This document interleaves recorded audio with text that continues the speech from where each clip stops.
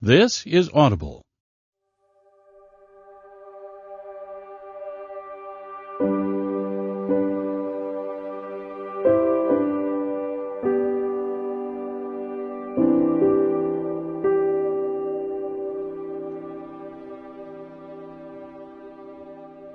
Harlequin Audio is proud to bring you Beta Test by Annabeth Albert, performed by Sean Krisden.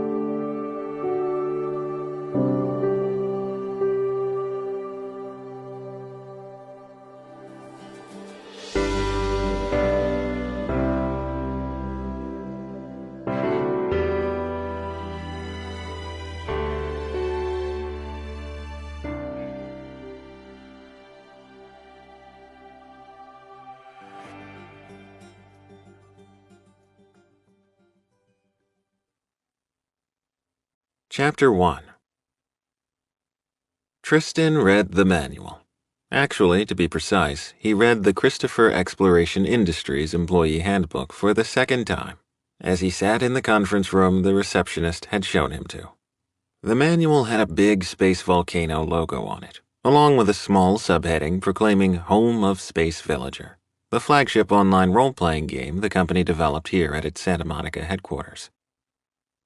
He'd read the PDF the HR person had sent over a week ago, and now he was reading the paper copy while waiting for his orientation to begin. PDF was great, but paper meant he could use his new highlighter. He might be done with grad school, but there was something soothing about underlining the most important bits of information. It made him feel ready on a day when his muscles jangled with nervous energy. Focusing on highlighting kept his racing pulse at a manageable level. Even though he'd been through the intensive interview process and had stacks of research on the company littering his living room, he still couldn't believe they'd picked him to work on the game the whole tech industry was buzzing about. Even the conference room was impressively techno-hip, with screens on almost every wall, including a huge one that took up almost the entire front of the room, like a movie screen. A massive oak table occupied the middle of the room, surrounded by space-age seats that looked like the progeny of a high-end movie theater and a Mercedes. The room itself was weirdly dim, with track lighting glinting off all the reflective surfaces. Tristan felt a bit like he'd wandered onto a sci-fi movie set. Any minute now, a dictator would emerge through a hidden panel and start revealing the invasion plans to his minions. Instead of some dark lord, however, the perky brunette receptionist poked her head into the room. And here's our other new employee, Tristan. Meet Ravi Tandel. He's a graphic designer, and you guys will be going through orientation together. She opened the door wider, and a guy in his mid-20s sauntered in. And yes, sauntered was 100% the right word. The guy wore lime green skinny jeans, a cream sweater, and a lime and cream scarf draped more artfully than the valances in Tristan's mother's living room. He had poofy Elvis-esque hair, and when he moved it was with an effortless, I own this room confidence and grace. And something about him made Tristan feel about as cool and significant as yesterday's coffee grounds. "Hey," Ravi held out his hand. Hi, whoa! As Tristan tried to stand, he somehow tripped a mechanism in the chair. Tipping precariously backward, almost flat, and hey, there was a screen on the ceiling too, but whoops, trying to sit up catapulted the whole contraption forward, dropping him in a heap, right at Ravi's feet. They were nice feet, but clad in ridiculous-looking purple loafers with no socks. "You okay?" Ravi hauled him up, his grip firm and sure. He was stronger than his thin frame would suggest, and he was actually an inch or two taller than Tristan. I'm fine, thanks. Tristan brushed his navy dress pants off before retreating back to a different chair, one hopefully less out to get him. He pulled his laptop case and handbook over to the new spot. I'll let you guys chat while you wait for Rex, the office manager. Anyone need a coffee? The receptionist asked. Her eyes twinkled and her tight facial muscles said she was having a hard time not laughing at Tristan. I would be too. "I'd love one, if it's not too much trouble. Black, 1 sugar." Ravi's voice was just as polished as the rest of him, deep and melodic with a hint of the sort of East Coast accent Tristan associated with lawyer friends of his mother's. "You?" The receptionist looked expectantly at Tristan. Black is fine. Or at least it would be today. In reality, he drowned coffee under gallons of cream and sugar, and on rare occasions he let himself order one of those blended things. But today he was out to fit in, not make waves, and prove that he could be a team player. And liking his coffee closer to candy was just one of the things he wasn't sharing with his new coworkers. So, what do you do? Ravi took a chair across from Tristan, pushing it back from the table and reclining it to the perfect conversational angle. No thrashing like a trout on a line required from him. I'm going to be in the marketing department, brand management. This your first job in the software industry? Ravi's dark eyes swept over him as if he found Tristan's new white shirt, dress pants, and microchip tie somehow lacking. That last bit had been a touch of whimsy, a graduation gift from a friend who'd heard about his job, and a nod to the fact that the hiring manager said this was a fun office. But the way Ravi's eyes were sparkling had Tristan reconsidering every wardrobe choice. No, Tristan said, because technically it was his first job anywhere where he didn't have intern after his name. Ravi shrugged like he didn't quite believe Tristan. You're young, he pronounced. I'm 24. Tristan tried to sit up straighter without accidentally tripping the chair's desire to hurl him toward Ravi. Or maybe that's just you. And he couldn't be that much younger than Ravi, who looked to be in his mid-20s as well, maybe a couple of years older. But Ravi simply shook his head like he couldn't fathom Tristan being old enough to drive, let alone work here. Tristan knew it was his face. Pale skin, blue eyes, blonde hair, and he looked like he never needed to shave, even if he totally did. Man, I needed this. Ravi smiled as the receptionist came back in with 2 steaming cups. I swear I'm still fighting a hangover from New Year's. Tristan felt his eyes go wide, and he looked to the receptionist to see if she was equally horrified. But she laughed like Ravi was a man in one of those campaigns for expensive whiskey, the sort of guy people couldn't wait to have a drink with, and the sort they'd let get away with all sorts of bad behavior because he was so interesting. And hot. Okay, that too, but hot and stupid because really, what kind of guy admitted to having a hangover on his first day at a new job? Not to mention, New Year's was almost 2 weeks ago. Rex is on a call with the Austin office, but he should be right in. The receptionist backed out of the room, eyes lingering on Ravi. And seriously, the guy wasn't that hot. Even if he did look as if he belonged on the cover of one of those romances Tristan's old nanny used to sneak. Liar. Okay, maybe he was, but Tristan wasn't supposed to be noticing such things at work. He forced himself to return to his highlighting. Hey, that's a great idea. Ravi dug out a bright green pen from his pants pocket that perfectly coordinated with his outfit. He opened his handbook, only he didn't start underlining and taking notes in the margins like Tristan. No, he used the blank inside cover to sketch an entire intergalactic war, complete with exploding meteors and futuristic ships darting between planets. Tristan found himself hypnotized as the drawing unfolded over the course of their wait. Ravi's pen flew over the page, first doing rough outlines of elements, then adding more and more detail. Unlike Tristan, who kept glancing up at the clock, Ravi seemed totally immersed in his drawing, but he would have to hide that art fast when... So sorry I was delayed. I'm Rex. A short, portly man bustled into the room. Here was the dictator Tristan had been waiting for, complete with commanding voice and thinning black hair and... dragon slippers. Tristan glanced down a second time. Yes, the man seriously was wearing plush, fire-breathing dragons on his feet. Ooh, what are you drawing? Rex stepped around him to get a closer look at Ravi's drawing. He picked up the manual, turning it one way, then another. Oh my god, this is fucking fabulous. Wait until Robert sees what you can do, and our fans are going to love your style. I can't wait to get you on a podcast. Oh my god, indeed. Tristan had woke up an hour early to iron, studied the manual like there would be a final exam on it, and this guy who was nursing a hangover while defacing the handbook got all the attention? Stop being a whiny toddler. Not their fault you're still shocked they even picked you. Can't wait. Ravi beamed at Rex. Damn, the guy really did have $1 million smile. But still, Tristan clenched his fists. There was no fairness in the world. In fact, I think he's in today. I want to show him. He'll get a kick out of this. Rex motioned for Ravi to follow him, turning back to Tristan at the last moment. We'll be back soon. Crap. Mr. Cool Jeans got to meet Robert Christopher minutes after his arrival because of course he did. No biggie. Wasn't like the game founder was one of Tristan's personal idols or like he had danced around his apartment when he got the job. Wasn't Tristan's pulse that was galloping at the thought of getting to work with the guy responsible for some of Tristan's favorite games. And it wasn't like Tristan was dying to gush about how the guy had practically saved Tristan's life as a teen. That last bit was absolutely true. Robert Christopher's games had been his salvation at a time he desperately needed it, and he'd never confessed that fact. Heck, there was so much he wasn't sharing with his coworkers on this job that he'd had to make a list for himself, along with his list of how to conduct himself and be indispensable. And now he could add a new item to the list. Avoid Ravi Tandel at all costs. He was simply too attractive, too confident, and too distracting. His plan shouldn't be too hard, right? Chapter 2. Ravi suppressed a groan as he approached his desk.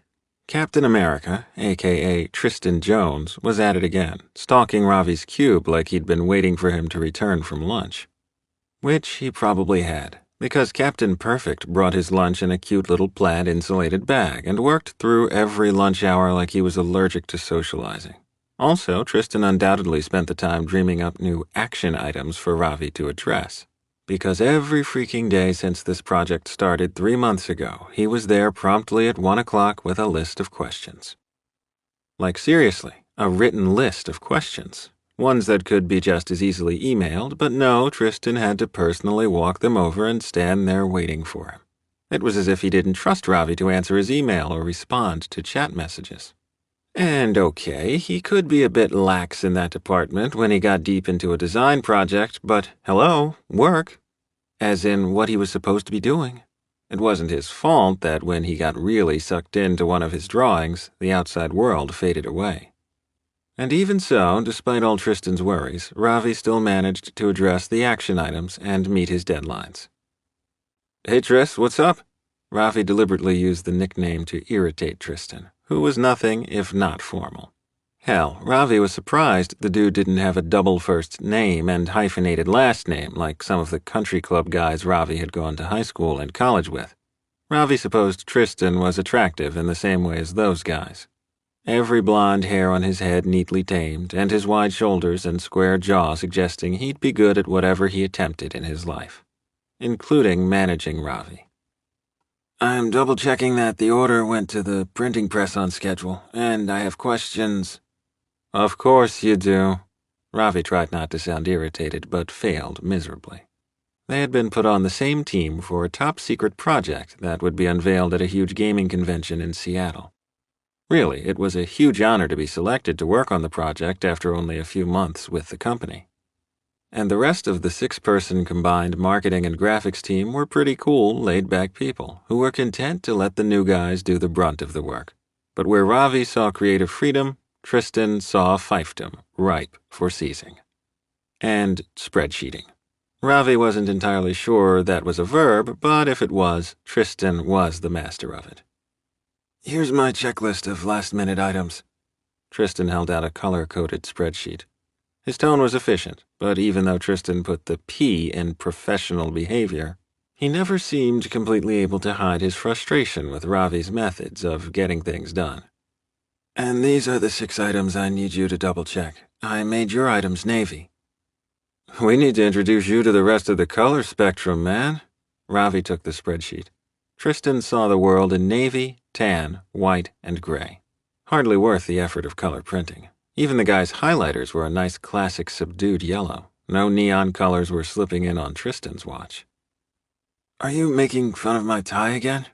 Tristan straightened his tie, which had tiny navy ties on it. A tie of ties. Ravi's eyes wanted to cross. Nah, Ravi lied. There were 3 types of dressers at the Space Villager headquarters offices, the majority who seriously didn't give a crap and showed up in faded jeans and Think Geek t-shirts.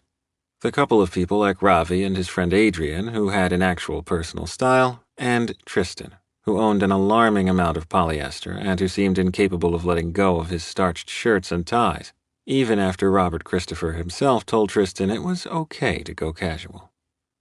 "You'll have this done by Friday?" Of course. Ravi resisted the urge to roll his eyes. No matter what Tristan thought, Ravi was a professional. One who was putting in 60 hours a week easily on this project, and he hadn't missed a deadline yet. But for Tristan, on time wasn't good enough. "Thank you." Tristan's eyes darted around Ravi's cube. This was always the fun part of Tristan's little visits. It was as if Tristan couldn't decide on a safe spot to rest his eyes. Today, Tristan's gaze landed on Ravi's collection of rainbow-themed bobbleheads dancing over the clipboard with the pledge sheet for the AIDS research fun run Ravi was doing in a few weeks. "Want to sign up?" Ravi grabbed the clipboard. He knew what the answer was likely to be, but it never hurt to try. "You can run with me and my friends, or you can give me money. Some guys like Adrian are pledging based on my 10K time, but others are giving a flat amount." Tristan turned several shades of purple. Typical. Anything remotely gay made Tristan twitchier than a Bible Belt preacher. Ravi sighed and put the clipboard back. He'd about had it with Tristan's subtle homophobia. He could handle the spreadsheets, but Tristan's veneer of discomfort made these little visits about as much fun as a tooth extraction. "Whatever, it'll be here. You need anything else?" "No, just please do your list, double-check. Everything must be perfect before they load the truck on Friday." "Got it." On Friday, the truck heading to the Seattle conference would be loaded. Then there would be a big corporate party celebrating the end of this big push to get things ready. On Sunday, the two senior members of the team, a married couple who thought driving to Seattle would be a kick, would set out for next week's conference. And then Ravi could relax, and with any luck, be rid of Tristan. Heck, he'd take whatever conceptual project Robert wanted to toss at him, as long as it meant a bit of breathing room from Captain Perfect and the spreadsheets of doom. Tristan had spent all Thursday night dealing with a screw-up of Ravi's. He wasn't surprised Ravi had dropped the ball. He'd spent this whole project expecting some catastrophe, so when one finally materialized, he felt vaguely vindicated. But right this minute, Friday afternoon, his bones ached. The kind of hurt-to-walk exhaustion that came after a night of barely 2 hours sleep. All Tristan really wanted to do was go home and sleep for the whole weekend, but he needed to make an appearance at this work party first. Never miss a chance to impress was high on his list of things to ensure his success, and this gathering with all the company bigwigs was a prime example. The whole team would be receiving accolades for finishing the project and getting it on the road to Seattle, and Tristan couldn't miss that, even if his couch was a lot more appealing than the party room at this upscale fish place close to work. He got to the restaurant late because he'd wanted to be one of the people personally supervising the loading of the truck with the exhibit. His heart did a weird dance in his chest as he finally found a parking spot. He hated being late more than almost anything. And when he entered the place, the wine and drinks were already flowing, people circulating and laughing. As tired as he was, no way was he drinking. He got a soda from the bar and surveyed the room. Almost everyone was already in chummy little clumps of people who were friends both at and outside work. Tristan didn't have any work friends like that and sucked at this sort of socializing. His parents would both scoff at the notion, but it was true. Despite growing up around cocktail parties and work functions, he was totally awful at small talk and networking.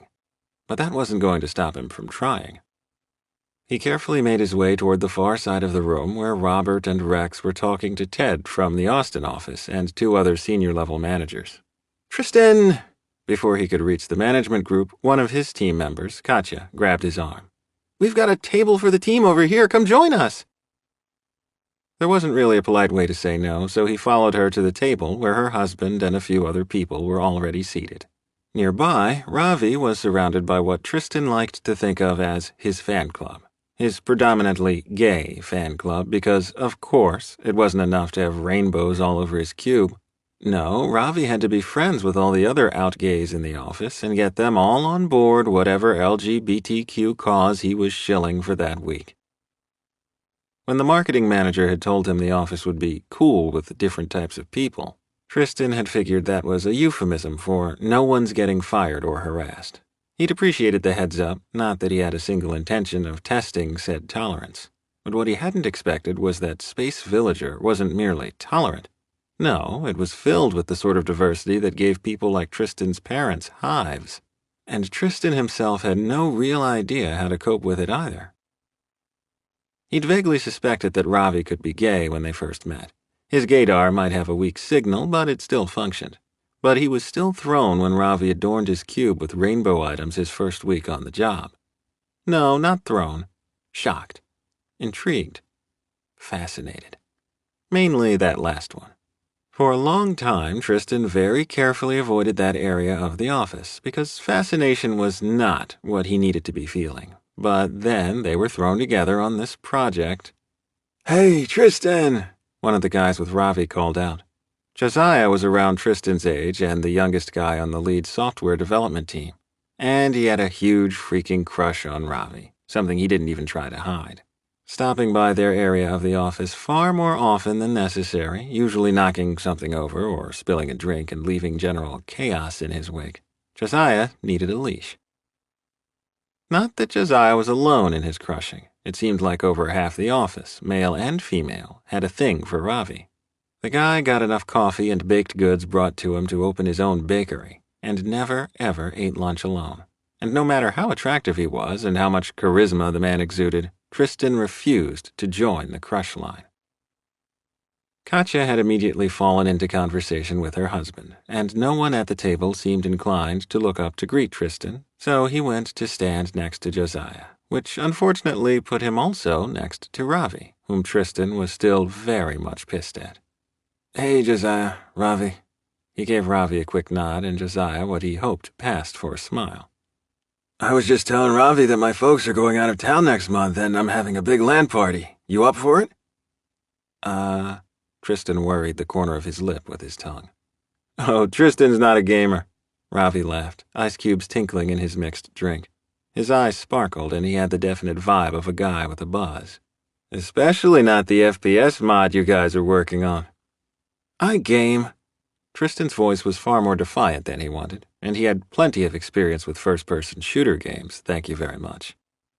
Ravi snorted and Tristan gave him a look. He was so done being treated like some sort of adorable but clueless kid. "Great!" Josiah seemed to ignore the tension simmering between him and Ravi. "You don't have to be good at it. I can walk you through anything you don't know. I'll email you the details. Bring snacks." "And he means chips, Tris, not tea sandwiches." Ravi laughed again, a deep chuckle that should have felt like a slap but instead felt like something softer and warmer. Tristan did not like that at all. He'd almost prefer condescension to easy teasing. "I think I can shop." I think I'm getting another drink. What can I get you guys?" Josiah bounced from foot to foot. "I'm good," Ravi and Tristan both said at the same time, staring each other down as Josiah walked away. "What's your issue?" Ravi asked, swirling the cubes in his glass again. "My issue is that you did not double-check the list I gave you." "Whoa, I did too." Ravi held up a hand. "No, you didn't. The ship swag came yesterday evening. I put on your list to verify that flat packs would include all the pieces for each ship." Tristan kept his voice low but firm. Ravi had designed cardboard spaceships, each made up of 3 pieces to make a 3D representation of a particular Space Villager ship. The flat pack giveaway bags needed to contain 1 of each piece. And they sent 3 boxes of parts, 1 box per part. I spent all night assembling the flat packs for giveaways by myself." "You should have called." Ravi trailed off and pulled out his phone. "Wait, do you have a 626 number?" "Yes, and I sent you 2 emails labeled important." "I'm sorry, thought it was a random number." The ridiculous poof of hair on Ravi's head wobbled a bit. "I was busy." "Doing what?" Ordinarily, Tristan wouldn't push him, but he'd been over 36 hours without real sleep and with nothing but crap food, and all Ravi had was a muttered, "sorry." "I had my weekly volunteer shift at the AIDS project. Then I had dinner with my friends." "Of course you did." Ravi blinked at him, and his voice went as cold as the ice in his glass. Then I had a run this morning with my race group before a meeting this morning with Robert about a new concept ship and a conference call with the Germany office. That good enough for you? You still should have checked your phone, or your email, or what? Not volunteered? You think I don't see you sneering at my charity work, or the way you twitch at my cube decor? Your charity work isn't the problem. It's more about priorities. Tristan was floundering, skating across the treacherous conversational territory on a narrow little bridge with no safety rails. This was a conversation he'd gone out of his way to avoid, but now he was in the middle of it, and he was pissed and couldn't seem to back away. Priorities? Is that your way of saying be less gay at work, Ravi? Because I think that's what you're trying to say here. Plop. Tristan fell right off the bridge into churning waters. Oh, heck. Ravi was angry. He was angry. This was not going to end well, but Tristan had to try to defend himself. It's not. I'm tired of you and your homophobic looks and little comments. Wait, who's a homophobe? Josiah had returned with a fresh drink and his usual awful timing. No one, Tristan said while Ravi shook his head. Oh no, oh no, oh no. Somehow this had gone from an uncomfortable little tiff with Ravi to the very real possibility of the whole office labeling him a homophobe. The whole very liberal office, including the management Tristan needed to impress. Panic bubbled up in his gut, made his hands shake. His throat spasmed and he tried to swallow, but words tumbled out instead. Look, I'm not homophobic. I'm gay too, you jerk. You just want to distract from the real issue of you being lazy and disorganized. You're gay? Josiah bungled his drink and splashed some on his shirt. Shit, I owe Adrian a 20. Glad I stayed out of that betting pool. Ravi shook his head again, smile teasing his full lips. Oh, crap. Oh, crap. What the hell had Tristan just done? Not only had he come out to Ravi in a fit of sleep-deprived anger, but he'd apparently just come out to the entire freaking office via Josiah. And it didn't matter how careful he'd been, there had already been speculation. Bets. Rumors. His stomach heaved, soda rising in his throat, burning his sinuses. I just came out to the whole office. I have to get out of here. He didn't look back at Ravi and Josiah as he raced from the room, not stopping at the restroom but heading straight for his car. He got in, slumping against the driver's seat. Maybe, if there was a God, all this would magically disappear by Monday. Maybe Josiah and Ravi wouldn't talk. Maybe the gossip wouldn't dog him. Maybe he could go back to keeping his head down and... His stomach heaved again, and he barely got the door open before he was hurling. No way was this passing quietly. He'd been here before, and he knew exactly how badly things were likely to go. Chapter 3. Ravi watched Tristan retreat, a sick feeling gathering in his gut, gathering steam with each panicked movement of the other guy. Holy fuck, what just happened? Dude, did you just out Tristan? Josiah shook his fluffy head. Not on purpose, Ravi croaked. He should be feeling a certain amount of vindication, but instead sweat ran down his back. I fucked up, he said to Josiah. Man, Ravi wasn't getting the image of Tristan's face out of his head any time soon. Tristan had turned all pale and his eyes had gone flat and lifeless. Fucked up what?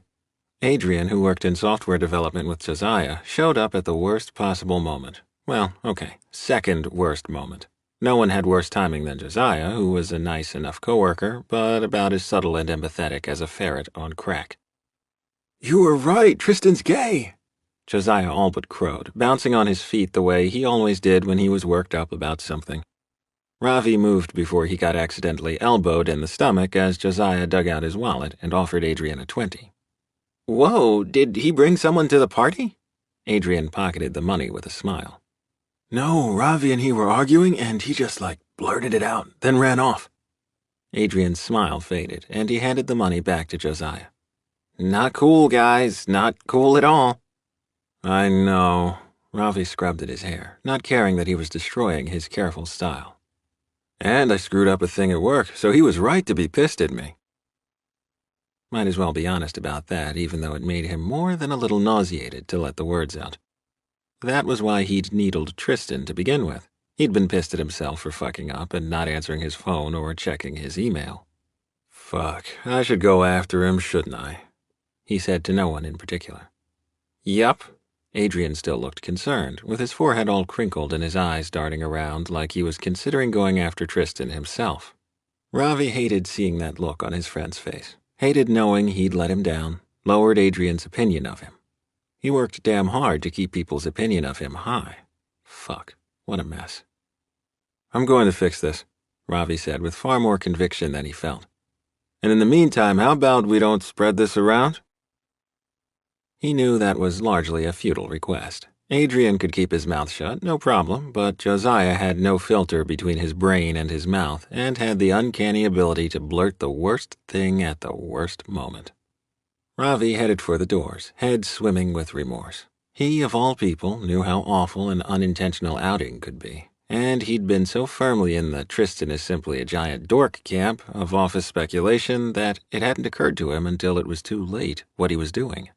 And Tristan did act all weird and uptight about LGBTQ issues. Poor closeted guy was probably twisted all up, and while that didn't excuse dick behavior, it did go a long way to explaining it. Outside the restaurant, Tristan was nowhere to be seen. Ravi looked for the older Volvo Tristan drove, but didn't spot it either. However, what he did see was his baby being accosted by a tow truck.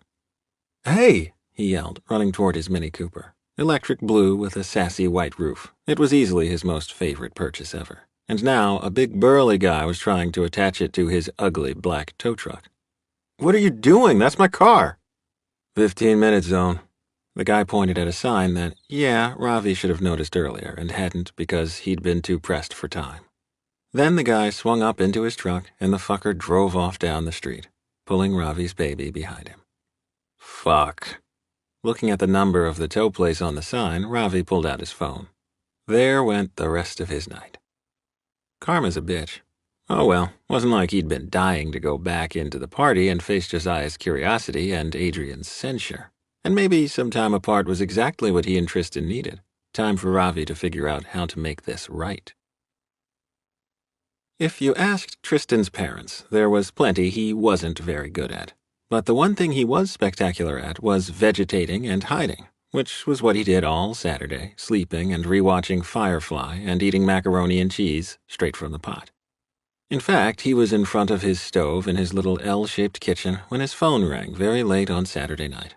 Unlike some people, he'd have to be dead not to answer his phone, even for an unfamiliar number. He swallowed fast and patted his mouth with a napkin before answering. This is Tristan. Tristan, this is Robert Christopher. Holy crap, Robert Christopher is calling me at 11 o'clock on a Saturday night. This can't be good. Mr. Christopher, sir, what can I do for you? Oh no, am I about to be fired? Had word of his fight with Ravi reached the big boss? Had Ravi convinced Mr. Christopher to fire Tristan on suspicion of being a homophobe? Or had he screwed up in some other huge way? His pulse pounded in his ears. Well, son, I'm afraid I have a huge favor to ask. The Space Villager founder's voice was distinctly strained. Usually the man sounded a lot like Tristan's mother's political friends, measured tones and always positive and upbeat. But tonight he sounded more like he was standing on a Lego and trying to talk through it. Yes, sir, anything. Tristan, I've told you, call me Robert. I'm at the hospital, you see. My wife is very ill with food poisoning and I'm not doing so well myself. And neither are Katja or Mark. Rex just called me with word that both of them are at the ER as well. It seems most of the office are terribly sick. Oh, that's awful. We're trying to pinpoint exactly what food item last night could be causing the issue, but the suspicion right now is E. coli, based on how sick people are. I didn't eat any food at the party. For the first time all day, Tristan was glad he hadn't stayed. And that's why I'm calling. Rex says that you left early. Katja and Mark aren't going to be able to drive the exhibit up to Seattle, and we need someone from Space Villager to do it. I don't trust hiring a third-party company. Robert was a brilliant guy, but his paranoia about thieves and his need for top-secret reveals was well documented in the industry.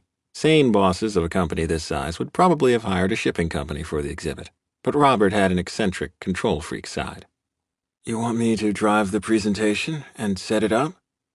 The original plan had been for Katja and Mark to set up the booth, with Robert and some other senior staffers flying up Thursday for the actual convention. Tristan was way too junior to be involved in those plans, and it was an honor simply to get to work on the project. Exactly. The hope is that I'll be well enough to still fly next week, but someone has to set out tomorrow morning, and we need someone unlikely to get sick on the road. So me. Not because he was so brilliant at his job, but because he was healthy. Okay, Tristan could work with that, though. Small problem, though. I'm not sure I can drive a truck. The biggest thing I've driven is a Suburban. That's helpful, and I'm sure you'd do fine, but Ravi can drive a truck. Does it all the time for his charity work, apparently, and I'm sending him along too, since he also left before the food was served. You're sending Ravi? Ravi Tendell? Tristan asked, as if there could be any mistake.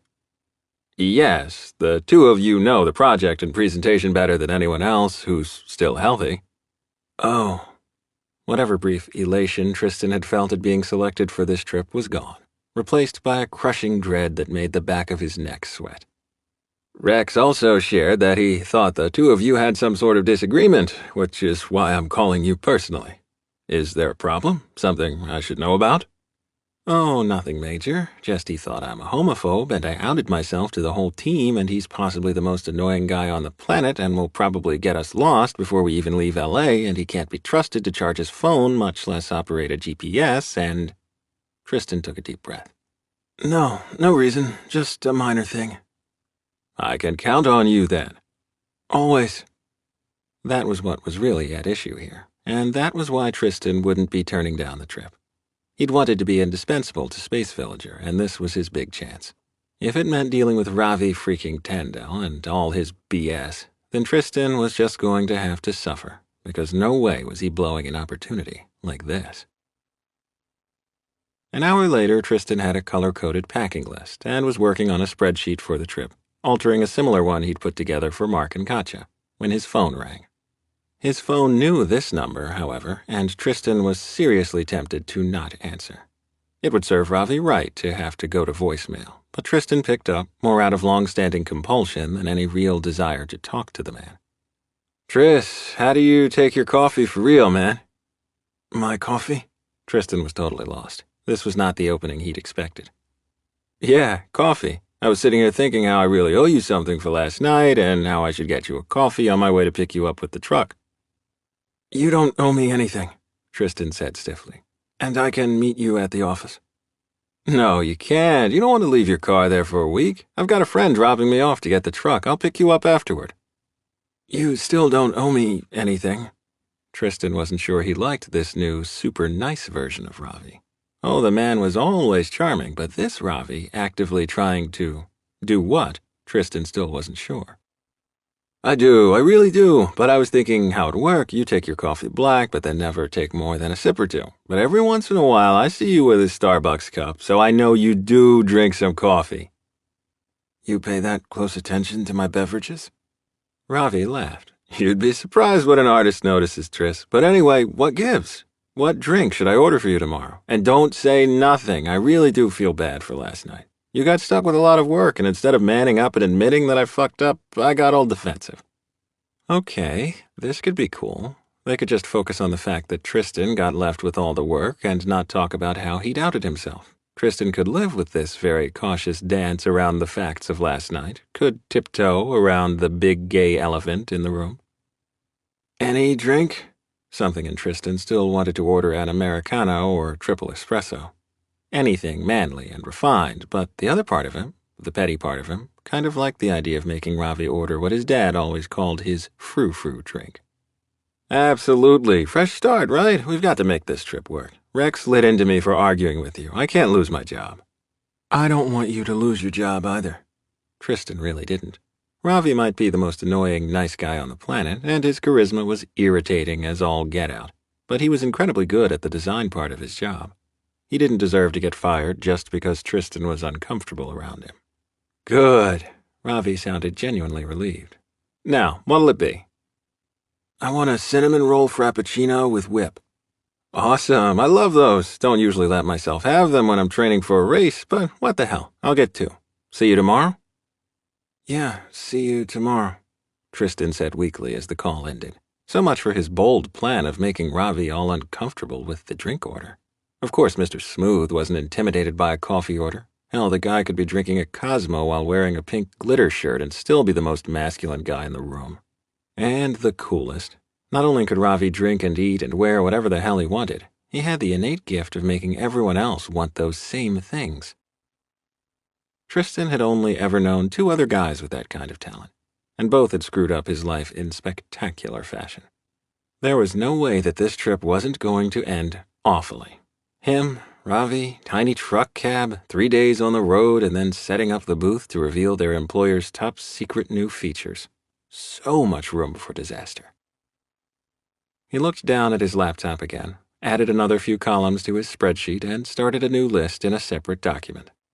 How to survive next week. Chapter 4.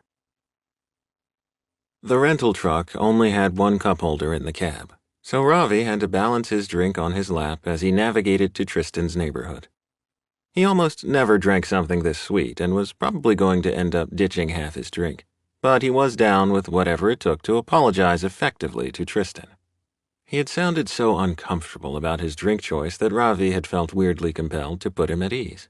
Thus, he ended up early Sunday morning trying to not freeze his nuts off, while hoping he wouldn't be in a sugar coma before they even hit I-5. And praying he didn't sideswipe a car in Tristan's sleepy little neighborhood. That would be all this little venture needed. Tristan lived in exactly the sort of place Ravi would have guessed for him. A sedate, white, mid-century fourplex with an immaculate green lawn and perfectly spaced stone pavers leading to vaguely Spanish-style doors. Ravi double-parked, but before he could get out of the truck, the door to the unit on the right swung open. Figured that Captain Perfect would have been watching for him, probably ready 40 minutes early, too. And of course, Tristan had plaid suitcases, a little roller bag with a matching suit bag. "Does that set come with a matching golf bag, or is that extra?" Ravi couldn't resist the quip as he got out and opened the back for Tristan to stow his luggage. It was a graduation gift from my old nanny. Tristan frowned, deep furrow appearing on his forehead. Of course it was. Ravi's new resolve not to needle Tristan was fading fast. His own upbringing was decidedly upper middle class, but there were no nannies in his past, and something about Tristan always made Ravi think about old men having drinks at a country club, the same sort of guys who crossed to the other side of the street if they saw Ravi coming late at night. He shut the back of the truck, then got back in the cab, waiting until Tristan was also in to hand him his drink. Tristan took a sip, and the look of bliss that crossed his face made heat rush to Ravi's groin. Damn. Tristan smiled to himself, a sly little grin, and his eyes drifted shut as he took a second sip. Ravi had to shift uncomfortably on the seat. Man, if Tristan got that blissed out over a coffee drink, what would he look like if... Stop it. He was not attracted to Tristan. He wouldn't allow himself to even entertain that thought. He'd done the whole coworker screwing thing before, and it had gone badly enough to have him resolve to never repeat it. Ravi swallowed hard and made himself look away, searching for a way to stop perving on Tristan. Nanny, huh? Let me guess. Hamptons, Martha's Vineyard? You're from the East Coast like me, right? Ravi had been wondering about this for a while because he just didn't know many Californians as tightly wound as Tristan. No, I grew up in Newport Beach, but my folks moved to Pasadena a few years back for my mom's work. Tristan stowed his laptop bag at his feet, but not before he withdrew a file folder. Ah, Yacht Club and the upper crust of Orange County. Ravi adjusted his assumptions about Tristan. We don't own a boat anymore, Tristan said, stiffer than his folder of papers. What does your mother do? So I've got our plan right here. Tristan opened his folder. His hand shook subtly against the stack of papers within. Interesting. Clearly, Tristan's family was as much of a loaded topic as Ravi's own. I put a lot of this together for Katya and Mark, so it wasn't too much trouble to readjust it for us, but I've got the route mapped with time goals for each stage. Tris. So much for not getting frustrated. Ravi drummed his fingers on the steering wheel. This isn't rocket science. We get to I-5, head out of LA, stay on I-5 for the next 19 to 24 hours depending on what sort of traffic and road construction we hit, then turn on my GPS to get to the convention center in Seattle. He punctuated his words by pulling away from Tristan's apartment building and heading out of Tristan's neighborhood. It's the road construction and traffic that I'm trying to optimize with my map. I've annotated the places where we're most likely to experience delays. You know, Katya and Mark were planning to have fun with this drive, right? They were planning to take 3 days to do it so they weren't pressed for time and could stop often and still reach Seattle on Tuesday in time for Wednesday's build. I predict that I can do the drive in 17 hours or so if we push, which would put us in Seattle late tomorrow and give us a whole day to goof off. Separately. Ravi left that part unsaid, but seriously, the faster they got to Seattle, the faster he could get some space from Tristan and his annotations. The truck can only go around 60 miles an hour tops. Tristan, can you do your calculations quietly and just let me get to the interstate? I'll get us to Seattle, I promise. Fine. Tristan took a long drink from his sugar bomb and shuffled his papers. Ravi got out of Tristan's neighborhood but then totally bungled the I-405 interchange, despite doing it all the time, and ended up accidentally heading south on 405. Now do I get to pull out my map and GPS, or should I wait until Torrance? Tristan's voice was mild, but his face was more than a little smug. I'll turn around, Ravi said through gritted teeth. He took the next exit and got the truck headed north on 405 at last, only to hit road construction and have traffic slow to a bare 5 miles an hour crawl. Okay, his personal drive straight-through plan might need a bit of adjustment, but hell if he was admitting that to Tristan quite yet. Have you ever taken a road trip like this? Tristan asked, fiddling with his file folder. Oh, sure. Ravi navigated the lane changes required due to the construction. Tons of long road trips to see family and friends all over the eastern seaboard. Then in college I used to take off for Vegas pretty regularly or go camping in the desert somewhere with my friends. And I've driven New Jersey to Los Angeles twice now. You go home a lot? Tristan looked out the window. Ravi didn't miss the weird emphasis on home. And heck if that wasn't a damn complicated question. Not so much lately, he hedged, then quickly turned the conversation back to Tristan. How about you? Not many road trips? That obvious? Tristan offered a rueful grin. My family didn't take those kinds of vacations. We've driven down to San Diego, but mostly my parents like flying places. And they both work too much for many vacations, but they'd take me and my nanny along if they were headed to a conference in a fun city or something. And your friends aren't the road trip type? Ravi was pretty sure he knew the answer to that, but keeping Tristan talking and not spreadsheet shuffling was a good thing. Nah, Tristan scratched behind his ear. I went to Stanford like my folks, but mainly just focused on school. No road trips, and my folks paid for movers to move my stuff from Stanford to Santa Monica, so I never did that drive myself either. A flush crept up Tristan's neck, and his hand did the same shaking thing it had when Ravi had asked about his mother. Interesting. And just as he had with the drink, Ravi had a strange urge to put Tristan at ease. Well, Tris, we'll pop your road trip cherry gently. Why don't you find us some music? Ravi indicated his phone on the seat between them, which he'd already plugged into the auxiliary port on the car stereo.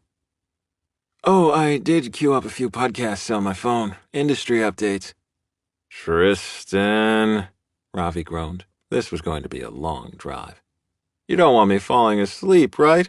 I live, eat, sleep, and breathe the gaming industry right now. I don't need any industry updates. What I need is tunes. Okay. Tristan picked up Ravi's phone as gingerly as he might a grenade. You don't have a login password? Disabled it so you could play Navigator. That got a little smile from Tristan, and damn if Ravi didn't want to do more quasi-thoughtful things just to make him grin. The truck cab was quiet while Tristan clicked around on Ravi's phone. Anything on here's okay? Anything. Ravi navigated where 405 merged into I-5. Another long pause and the opening strains of The Breakfast Club soundtrack filled the cab, the start of Ravi's Ultimate 80s Classics playlist. Fabulous choice. Ravi wasn't faking enthusiasm this time. He really did love oldies and classic 80s and 90s hits too, with a particular love for movie soundtracks. Yeah? Tristan offered him a grin so tentative it made Ravi's stomach wobble. Maybe this journey wasn't going to be so terrible after all. And that thought, and the whole melting under the force of Tristan's grin thing, made Ravi way more nervous than the threat of days of boredom had. Tristan could forgive an awful lot for a love of 80s camp, and Ravi had the soundtrack for almost every movie that Tristan's nanny Maria had loved. Maria had let him sneak watch TV with her on late-night cable when he couldn't sleep. He kept humming along and then having to stop himself from singing. "Oh, go ahead and sing along," Ravi laughed, a deep, rich sound that warmed Tristan all the way to his toes. "Either you're really good at it or you suck, and then I can rejoice that you aren't all perfect." "I'm not perfect." Tristan sure as heck didn't feel perfect. "Dude, come on, I've never seen you less than 200% prepared. You iron everything, your color coding system is boss, and you've got management convinced you'll be running the place in another 6 months. "Really?" Tristan hadn't realized that Ravi had such a high opinion of him. He'd mainly assumed that he annoyed Ravi. Tristan was too busy feeling overwhelmed at work to really feel confident in the job yet. "Really? And I'll buy you another coffee drink when we stop for gas, if you'll stop whispering along to the song. That halfway shit's annoying." "We're expensing all the food," Tristan reminded him. "Yeah, but I'm offering to order for you." Ravi gave him a quick grin. He so had Tristan's number. "It's not that I watched all these movies," Tristan tried to explain. "I did." Another grin. "I've got 2 sisters, but I'm not ashamed to admit I dig this music. Love listening to it while I run." "Your sisters aren't all about Bollywood movies?" Ravi made a face. "Swear to God I want a Not All Indians t-shirt. My mom loves Bollywood, but my sisters were all about the old 80s cheese and 90s sitcoms." "Sorry." Tristan didn't mean to be ignorant, but other than passing contact in college, he didn't really know any other Indian Americans. Just then, the Dirty Dancing theme came on, and feeling bad about stereotyping, Tristan let himself sing along. Same as he had with Maria in her little room over the garage. So what if he was terrible? Maybe he could make Ravi laugh and restore some of the unexpected easiness between them. Ravi drummed his fingers in time against the steering wheel and shook his head as the song ended. "Perfect pitch, I should have figured. I bet you were in one of those singing groups in college, weren't you?" "Oh, no way." Tristan shuddered. "I think my parents would have revoked my tuition check if I'd expressed a desire to sing on stage." You know, sometimes disappointing your parents is the only way to figure out who you were meant to be. And you've got a great voice. I've got friends in a couple of gay men's choral groups. I could hook you up. Of course, Ravi had friends who sang. The guy had friends who ran, friends who volunteered, friends who went clubbing. He had no shortage of friends. No one was more plugged in to the LA gay social scene than Ravi, and it was nice of him to offer, even if no way on earth could Tristan take him up on it. And if a little part of him gave a twinge of longing, well, that same part of him had survived watching others do show choir and the Stanford a cappella clubs. It just wasn't in the cards for someone like him. "Thanks, but I'm good. Work keeps me really busy right now." Ravi snorted. "You need a life beyond work, you really do. Is it because I said they were gay singing groups?" Oh, heck. They really were going to talk about this. "That's not the only reason," he hedged. "And hey, didn't you say we needed gas soon?" Ravi laughed. "Damn, you're not subtle at all when you don't want to talk. Traffic's still crawling. I want to wait until it clears up a bit before we stop. This stop-and-go traffic's going to put me to sleep, though. Indulge me. I still feel bad for the other night." "Don't." Tristan meant it. The less they talked about Friday, the better. "No, really, I do feel bad. I didn't mean to force you out. Was that the first time you've come out?" Ravi's voice was surprisingly tender and caring, and Tristan hated it. "No." "But your family doesn't know?" Ravi's tone said he'd already made that assumption. Well, for once, Mr. Intuitive was wrong, but Tristan got no satisfaction out of answering him. "They know." Ravi opened his mouth like he was about to ask a follow-up question, so Tristan quickly added, "Does your family know?" "Yep." Ravi's mouth thinned to a hard line and his eyes narrowed. Hey, look, we're moving again, and I think I see a sign for gas at the next exit. It seemed like Tristan wasn't the only one who didn't want to talk about his family situation. Hey, you want to try driving a stretch after we get gas? Ravi asked, his voice light as if he hadn't just shut Tristan down. Me? Tristan's heart clattered against his ribs. The biggest thing I've ever driven was a Suburban. It's not so hard. The truck's automatic with giant mirrors. The rental place is used to newbie drivers. I'll talk you through it. Ravi winked at him, and that wink made heat pool in Tristan's lap, all sorts of inappropriate thoughts also gathering. Thoughts he'd had for months, really, but always managed to run from at top speed. The tiny truck cab, however, offered none of the safety of his cube at work and magnified every wink and gesture until Tristan was desperate for any distraction, even driving. Okay, Tristan said, if only to give himself something to worry about, other than his inconvenient attraction to Ravi. Chapter 5. Ravi regretted the impulse to let Tristan drive almost immediately. It wasn't that he was getting tired of driving. He'd done the cross-country thing enough to know how to pace himself, and despite what he'd said, he wasn't at risk of zoning out or falling asleep. No, it was more that he wanted to give Tristan a shot of confidence. The guy was so efficient at work, never doubting his ability to stay on top of even tiny details, and Ravi had the strange desire to see him with that same confidence for other things in his life. Like singing. Ravi's friends Javier and Frank would seriously shit themselves to get Tristan in the gay men's chorus, but Tristan acted like his singing might be an affront to sensitive eardrums. Or maybe that was sensitive parents. And Ravi knew more than a thing or two about being under a family's thumb. So while he wasn't about to have some big joint bitch session, he did want to make Tristan more confident in his independence. None of this, Mumsy and Daddy won't let me drive long distances. The guy was 24 for crying out loud. But Tristan looked more than a little pale as he climbed behind the wheel after they finished filling up with gas. So this isn't that much different from driving a big SUV? Nope. I was a little freaked out the first time I drove a truck in college, but I got over it quick. Just trust yourself. Okay. Tristan drew the word out as he put the truck in drive. They lurched forward as Tristan quickly braked for nothing more than the wind. Sorry, just getting a feel for the brakes. It's fine. Ravi schooled his face to be more patient than he felt. Tristan got them going straight, and the tight line of his mouth curved into a tentative smile. Well, at least it did, until he jumped the curb, pulling onto the side road leading back to the interstate. Oops. Oh, crap, maybe you should drive. Maybe. Ravi shook his head. Do a loop around the access road here before you get on the highway, but you're doing fine. The way this thing eats gas, we'll be stopping again soon, and we can switch back. Tristan muttered something under his breath, then sat up straighter, jaw going stiff and stubborn. Good. Ravi liked that resolute version of Tristan, even if it usually led to 29-step plans and a stack of spreadsheets.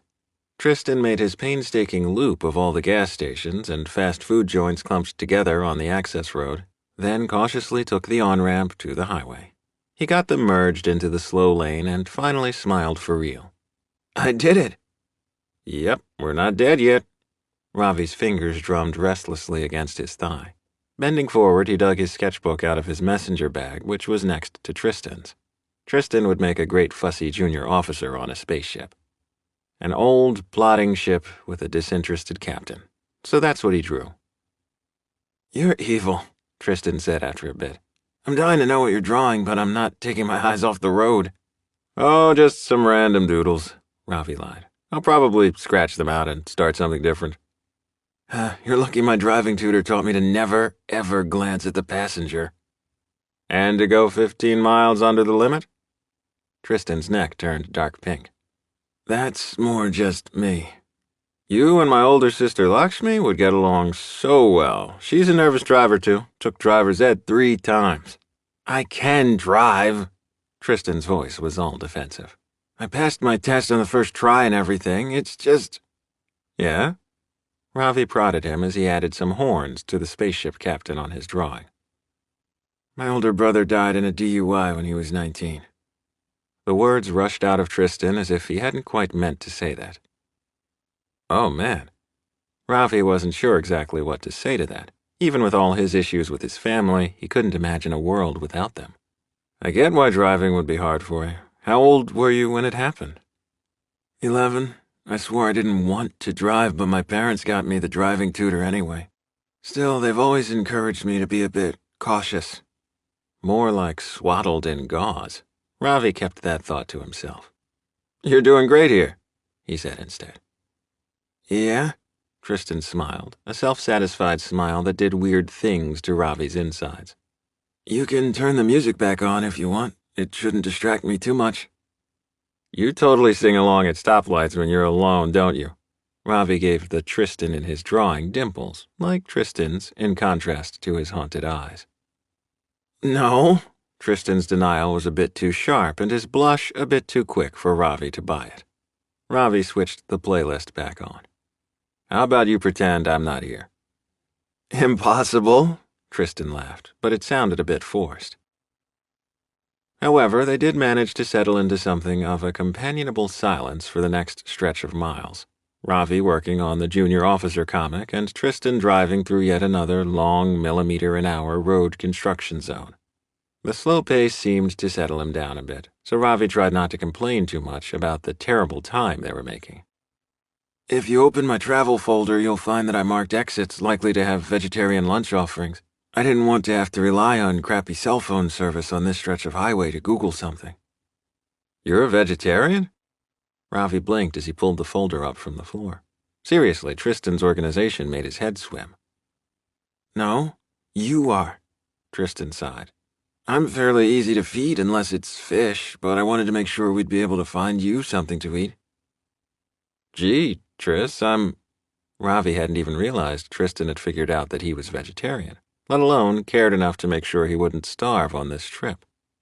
It's nothing. If you're well-fed, you're nicer. I've seen you on the rare days you skipped lunch. Tristan mock-shivered. Remember that one day when Katja was feeding you her emergency nuts and energy bar snacks? Oh, yeah, Ravi laughed. But I think you forgot whose fault it was that we were working through lunch. Points needed to be addressed. Tristan's voice wasn't the least bit apologetic. But I did learn to not mess with your lunch breaks. Notice that I moved my inquiries to after you ate. Thanks, I think. Ravi flipped through the stack of papers. Okay, coming up in 4 exits we can get gas, and there's a Mexican place with decent reviews and good vegetarian options. You like Mexican food? Tristan blushed and immediately stumbled on. I mean, of course you can like it. Oh, heck, just forget I said anything. I've been in Cali a decade now. Came out to go to college at UC Berkeley. I've had plenty of time to acquire a taste for vegetable fajitas. However, it might surprise you to learn that we have some Mexican offerings in New Jersey, too. Sorry, I'm an idiot. Ignore me. Will do, Ravi laughed. So, no fish, huh? My folks took me on this adventure photography trip in Canada one summer. All we had to eat all week was the fish they and the guides caught. It was torture. And my mom adores shrimp and fish of all kinds. She doesn't get why it grosses me out. Hey, I'm with you with them being gross. I tried eating meat and seafood my first few years at Berkeley, but that part of the Grand Hindu Rebellion never took. I realized I feel better eating mainly vegetarian. That part, huh? Tell me about this Grand Rebellion. Let me navigate you to this place first, Ravi hedged, and started listing off directions as Tristan approached the exit. Later, over giant burritos and some really amazing guac, Tristan returned to the topic. So, like, you went off to California as a big rebellion from your folks? They wanted you to stay east? Ravi laughed because that was the most simplified version of his family situation ever. If only it were that easy, man. California was the last of what they didn't want. But when I got to California, I resolved to be the person I really wanted to be. No excuses, no limits. Try everything I wanted, whether it was tacos or kissing the cute guy in my life drawing class. He was skipping over a lot of ugly stuff in the middle there, and he totally threw that last bit in simply to make Tristan blush. Wow, my dad double-checked my freshman year schedule for me. And, wow. No cute guys at Stanford? No hot econ majors to turn your head? Tristan blushed harder now and set his burrito down. No, there were. I don't share everything as easily as you. Oh, if Tristan only knew how much Ravi was not sharing, he'd laugh himself silly. Tristan wasn't used to feeling this full. He mainly ate lunch at his desk, usually some sort of organic frozen entree that he bought in bulk. And talking over lunch? That hadn't happened much since college. He'd been stunned to look down and realize they'd lingered over an hour for lunch, talking about food and work and nothing much in particular. He felt weirdly jazzed up and worn out at the same time. "I'll drive." Ravi went around to the driver's side of the truck after they paid. Thanks. Tristan jumped into the passenger seat and saw Ravi's sketchbook on the floor. He reached for it, but Ravi grabbed it first and firmly buttoned the book back in his messenger bag. You're really not going to show me? Tristan was super curious about what Ravi had been working so furiously on. "It's only scribbles," Ravi shrugged. "Just something to do with my hands." Huh. Tristan had seen what Ravi could do to the margins of a memo. Even his scribbles were fantastical sci-fi art. He had an ability to craft whole worlds out of only a few lines. Tristan carefully filed the receipts for lunch and gas in his expenses folder, resisting the temptation to rifle in Ravi's bag since it was right next to his. Drawing all over Tristan's carefully constructed agendas might be annoying, but there was no denying there was something utterly captivating about Ravi's talents, including his talent for handling the truck. To Tristan, driving an armored tank might be easier, but Ravi made the rental truck seem as agile as the little Mini Cooper Tristan had seen him getting out of at work. The May sky was clear, cloudless turquoise blue, almost the same shade as Ravi's car, the sort of aggressive color Tristan always shied away from. This section of I-5 was flat, the foothills and mountains no more than distant waves against the horizon. The landscape under the electric sky was as faded and tired as Tristan felt. It seemed like they'd been on this part of the journey for days. They still had hours to go before Sacramento, even. "How'd you learn to draw?" he asked, trying to shove aside the urge for a post-lunch nap.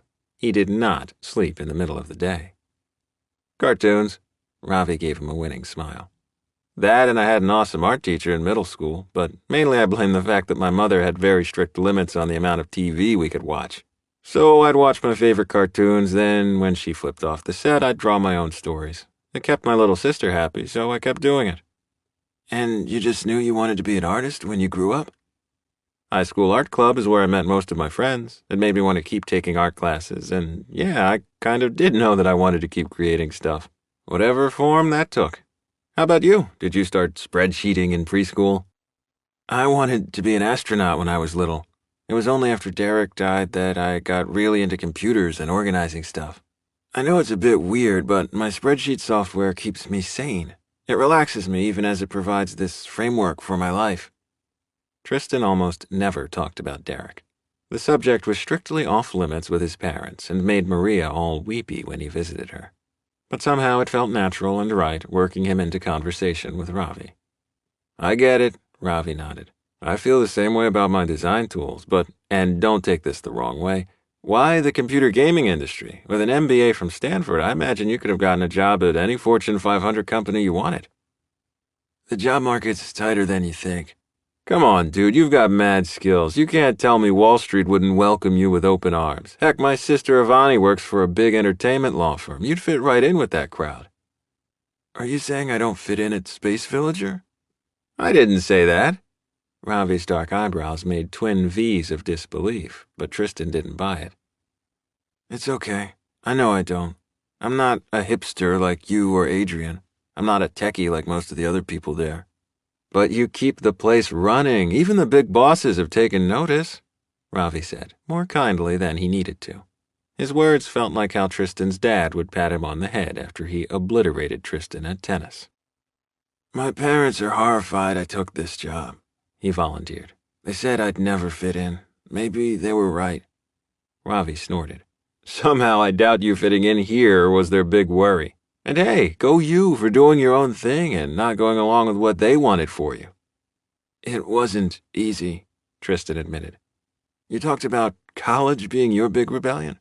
Well, this is mine. Well, then I salute you. Ravi gave him another encouraging smile. And seriously, come to Josiah's land party. Maybe. Tristan worried his bottom lip with his teeth. It wasn't exactly news that he'd never fit into Ravi's world. He shouldn't be feeling bad that he and Ravi weren't destined for friendship, no matter what Ravi offered out of pity. Chapter 6. By Sacramento, Ravi was ready to stab something. They were in hour 10 of their drive thanks to all the road construction and an awful accident that had diverted traffic to the outer road, which had crept along before rejoining the packed highway. Ravi had done Santa Monica to Sacramento in 6 hours plenty of times, but now he was running up against exhaustion and not sure whether he wanted to keep pushing on, especially not at the plodding speed the truck was capable of. He'd hoped to be approaching the California border by this point, and that so wasn't happening. At least Sacramento had plenty of hotel options, and they could get a decent late dinner. Tristan, of course, had highlighted all the locations of the chains that Space Villager preferred they use, and had called ahead for rooms when Ravi had made the executive decision to stop just north of Sacramento and get an early start the next morning. Would you be offended if I wanted to eat alone? Tristan asked cautiously as they pulled into the parking lot of the hotel. His voice was so tentative that Ravi had a feeling merely asking was a huge deal for him. No problem. This is a lot of togetherness. I'm going to do a run, then get some pizza. Call me if you need anything. To be honest, Ravi needed a bit of a break as well. While he'd surprised himself by enjoying Tristan's company more than he thought he would, 10 hours was still a long time to be one-on-one with anyone. They both double-checked the truck was secure before heading into the hotel. On the way up to his room, Ravi noticed a gorgeous patio and in-ground hot tub area. That would be the perfect reward after his run and dinner. Thank goodness he'd thrown a suit into his bag during his last-minute packing rush. His apartment complex had a great pool and hot tub, and hanging out there was one of his favorite things when he didn't have other plans. You can't bear to be alone. Keeping himself busy and having a really broad social network wasn't a problem. He just wasn't an introvert, like Tristan. Stop letting him under your skin. 2 hours later, he'd had a blistering run in the hotel gym and a great pizza thanks to texting a friend from the area who had recommended his favorite joint. Friends are awesome things to have. He checked his phone as he let himself back into his room. 3 text messages from Avani, all increasingly urgent.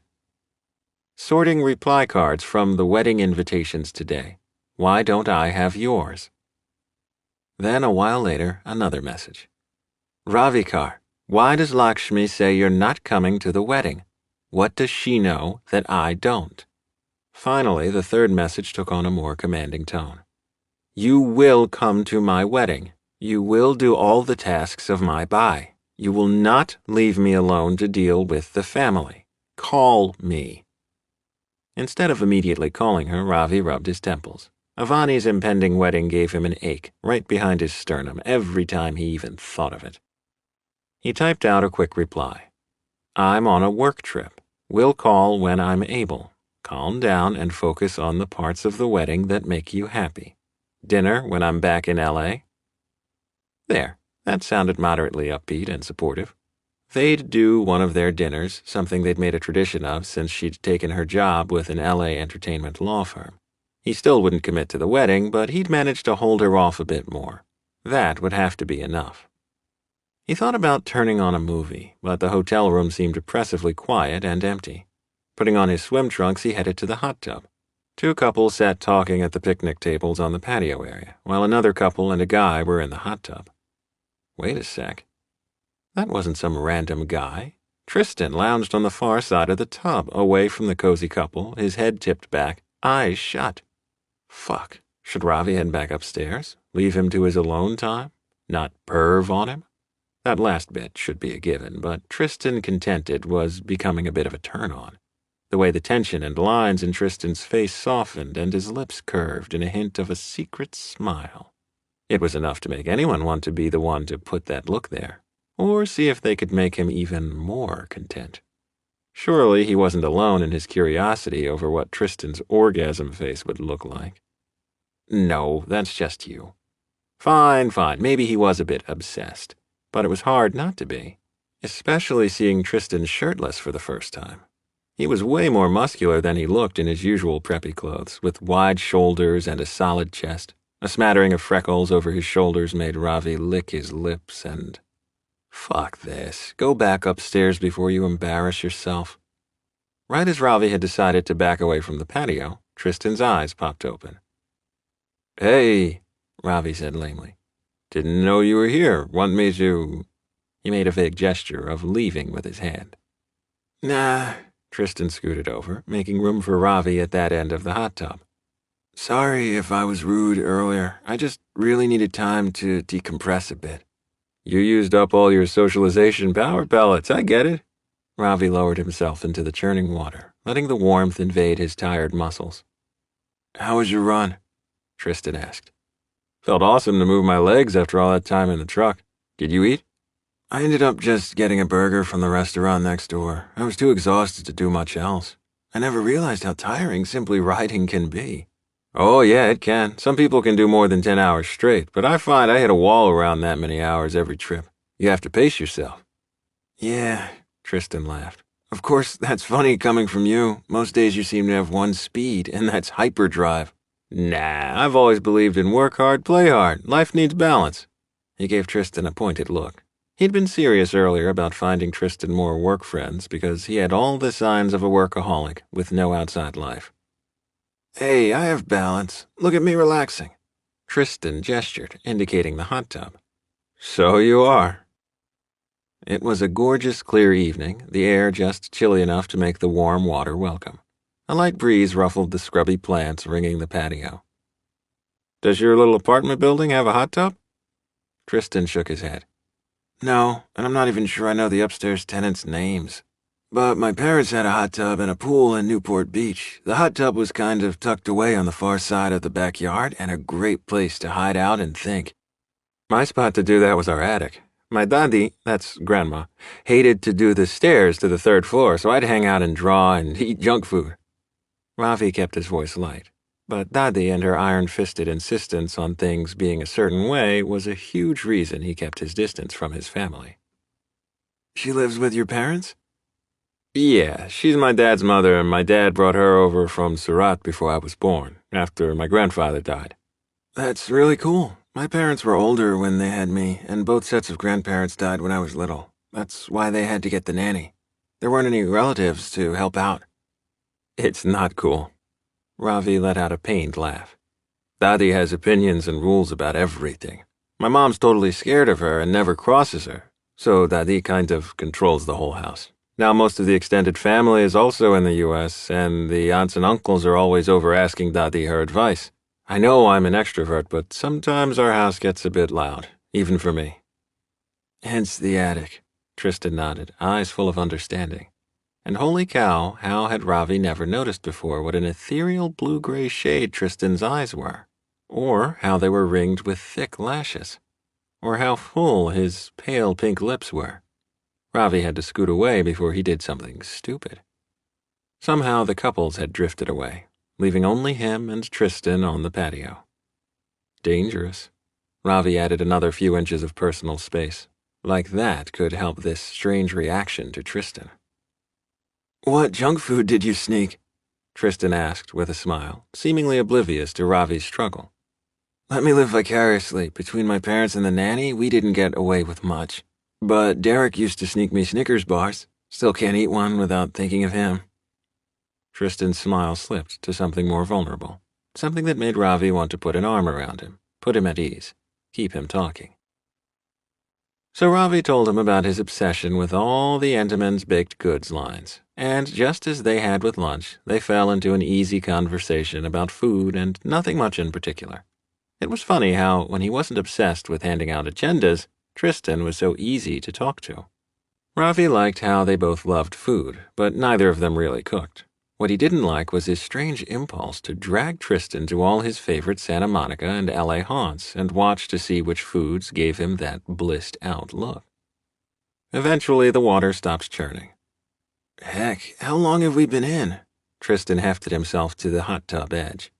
My muscles are probably liquefied now. Hey, I'm the one who did most of the driving and ran 5 miles. I don't think you get to complain. Ravi laughed as he grabbed a towel from the stack on the rack by the door. I'll try to do more driving tomorrow. Tristan's neck turned pink, and Ravi was more than a little turned on by how the blush spread to his shoulders and chest. He needed Tristan back in his usual starched shirts, stat. I wasn't complaining. Ravi clapped him on the back, which was a total mistake. Tristan's skin was warm and smooth, and his hand lingered longer than it should. He stepped away to hold the door open for Tristan, then headed to the elevator. I'm on the 3rd floor. You are too, right? Yeah, I should do the stairs, but I think you've got the right idea. He followed Ravi into the elevator. The elevator seemed far tinier than it had on the ride down, and Ravi swore he felt each of Tristan's breaths. The doors slid open, and as they both stepped out, Ravi felt a familiar impulse, one he had with friends all the time. He didn't want to stop hanging out. He wasn't ready to be alone. However, with Tristan, the urge felt more charged, weighted with something Ravi refused to let himself stop and consider. Instead, he gave in to the words pressing against his throat. Hey, Tris, I'm probably going to watch a movie before I go to sleep. You want to come in and watch something with me? Tristan swiveled, which put him far too close, their bare chests mere inches apart.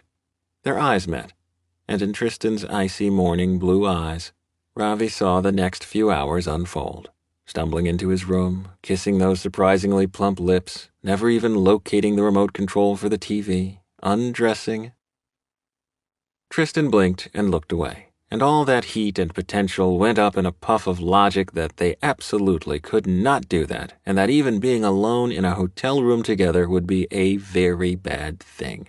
Ravi didn't do closet cases, which Tristan was perilously close to being, and he didn't do coworkers, and there were 1,000 other reasons why he needed to resist the weird attraction that had continued to grow all damn day. Shaking his head, Tristan's words tumbled out much too fast.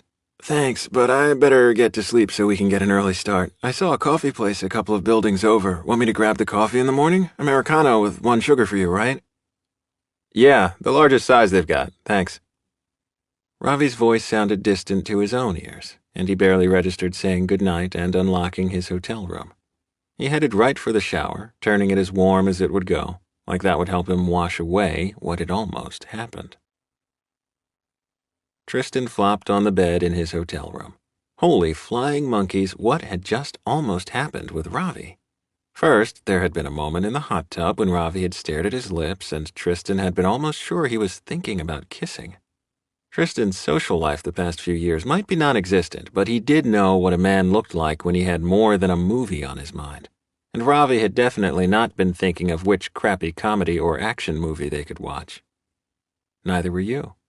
And you were tempted. Admit it. It was true. He'd been perilously close to seizing the pretext of the movie, going back with Ravi to his room. God, that knowing twinkle in Ravi's eyes had almost done him in. That I know what you want look was Tristan's catnip. Everyone had a type. In fact, it was sometimes nice to people watch and figure out who was into what. Derek's type had been smart girls desperate to go bad. Adrian's type was clearly bearded professors with a love of sweaters. Katja's type was short, quick-witted men unafraid to defer to her will. And Tristan's type? Apparently it was high-maintenance hipsters with a fleet of hair products and an out-and-proud swagger. Patrick's face flashed in his brain. Tristan's life would be so much less complicated if he could be attracted to less flashy men, the sort of circumspect professionals who might have a whisper of a chance of fitting into his life. But no, he was attracted to the masculine equivalent of dynamite, men with the potential to tear his carefully tended life apart. And it had been so long since he'd been tempted that he felt as dry as the Northern California landscape, one spark away from complete devastation. Chapter 7. Ravi could have guessed that Tristan was a morning person. He had yet to beat Tristan to work, and Tristan always seemed to have more accomplished by 9 than most people did by 4. Thus, it was no surprise that Tristan had their coffee in hand by 6:30, and thanks to his urging, had them on the road a little after 7. The cool morning air had enough bite to have Ravi grateful for the coffee. He took the lone cup holder since he was driving. "Did you order your diabetic coma breakfast?" Ravi gestured at the cup Tristan was holding. "Yeah." Tristan's cheeks turned a pink that matched the rosy glow of the morning sky. "Good for you." Ravi clapped him on the thigh before remembering his resolve to not touch Tristan for any reason. It was just too tempting. He fiddled with his phone, getting it plugged into the stereo. The GPS informed him that they had 12 hours left, and he promptly switched it off and pulled up his music instead. "Are you going to try to do it all today, or should we plan on splitting it up and finishing tomorrow morning?" Tristan had his tablet out and his folder of trip-related papers balanced on his lap. Ravi guided the truck out of the hotel parking lot and back on I-5 North for the long trek through Northern California. "Let's play it by ear and see what we can do. If we push, maybe." Tristan made a face. "I'd rather pick a stopping point." "How about you work on being spontaneous?" It was too early for Ravi to censor himself, but he tried to soften his words. "If we make it to the middle of Oregon, we dine with hippies. If we make it to Portland, I'm dragging you to this gay bar I know from when I was in Portland for a con. We'll find fun." "I'm not sure we're supposed to find fun." Tristan's lips pursed. "And a gay bar is a fabulous idea." The more Ravi thought about it, the more he liked the idea of being Tristan's social ambassador. And if he got Tristan a life, maybe it would reduce this strange protectiveness he felt. And shoving Tristan firmly in the friend pocket could only help this inconvenient attraction. "Have you ever been to one?" "Yeah." Tristan looked out the window. "In college, my friend was into the bar scene." Friend or boyfriend?" Ravi had totally picked up on Tristan's hesitation with the label. "Boyfriend." Tristan sighed heavily. "Oh, there's a story there, isn't there?" "It's rather boring." Tristan shuffled his papers. "I've got nothing but time." "It's just a typical story. I met Patrick on campus my junior year of undergrad. We were together for almost 2 years. He left for a backpacking trip in Europe after graduation and decided to stay in Amsterdam." Tristan delivered his story like he was reading from a Wikipedia article. "Let me guess, young Republican meeting?" "Ha," Tristan snorted. "Patrick wouldn't be caught dead there. No, we met in the campus dining hall when the grill mixed up our orders. He was a bit more outgoing than me. Big social circle, kind of like other people I know." Interesting. Ravi could have sworn Tristan was about to say, "like you." He'd never entertained the remotest thought of being Tristan's type. At least among the guys Ravi knew. The shy, quasi-closeted guys tended to stick together. "So this Patrick liked to party and dragged you to your first gay bar?" "And the first straight one, too, and so on. He loved going out." "And being out?" Ravi guessed. "Yeah, that too." Tristan sighed. "And before you ask, yes, that was a big source of conflict between us. I finally got up the courage to come out to my family, but it was too little too late, I guess." They were back dancing around the hot-button issue of family. But they were also on an endless stretch of flat highway, trapped behind a line of semi-trucks, and Ravi had nothing better to do. How did they react? "Terribly." Tristan's voice was strained. "Way, way worse than I thought they would. They threatened to not pay for grad school. They only relented after Patrick and I broke up, and I promised to be discreet." "Man, that's harsh." Ravi could picture Tristan with spreadsheets and pro/con lists for coming out. No blurting to conservative parents in the middle of an argument for him. He could also picture Tristan younger and earnestly in love, almost too easily, and that image made his chest ache, and made him want to kick this Patrick guy for not appreciating how rare and precious trust like Tristan's was.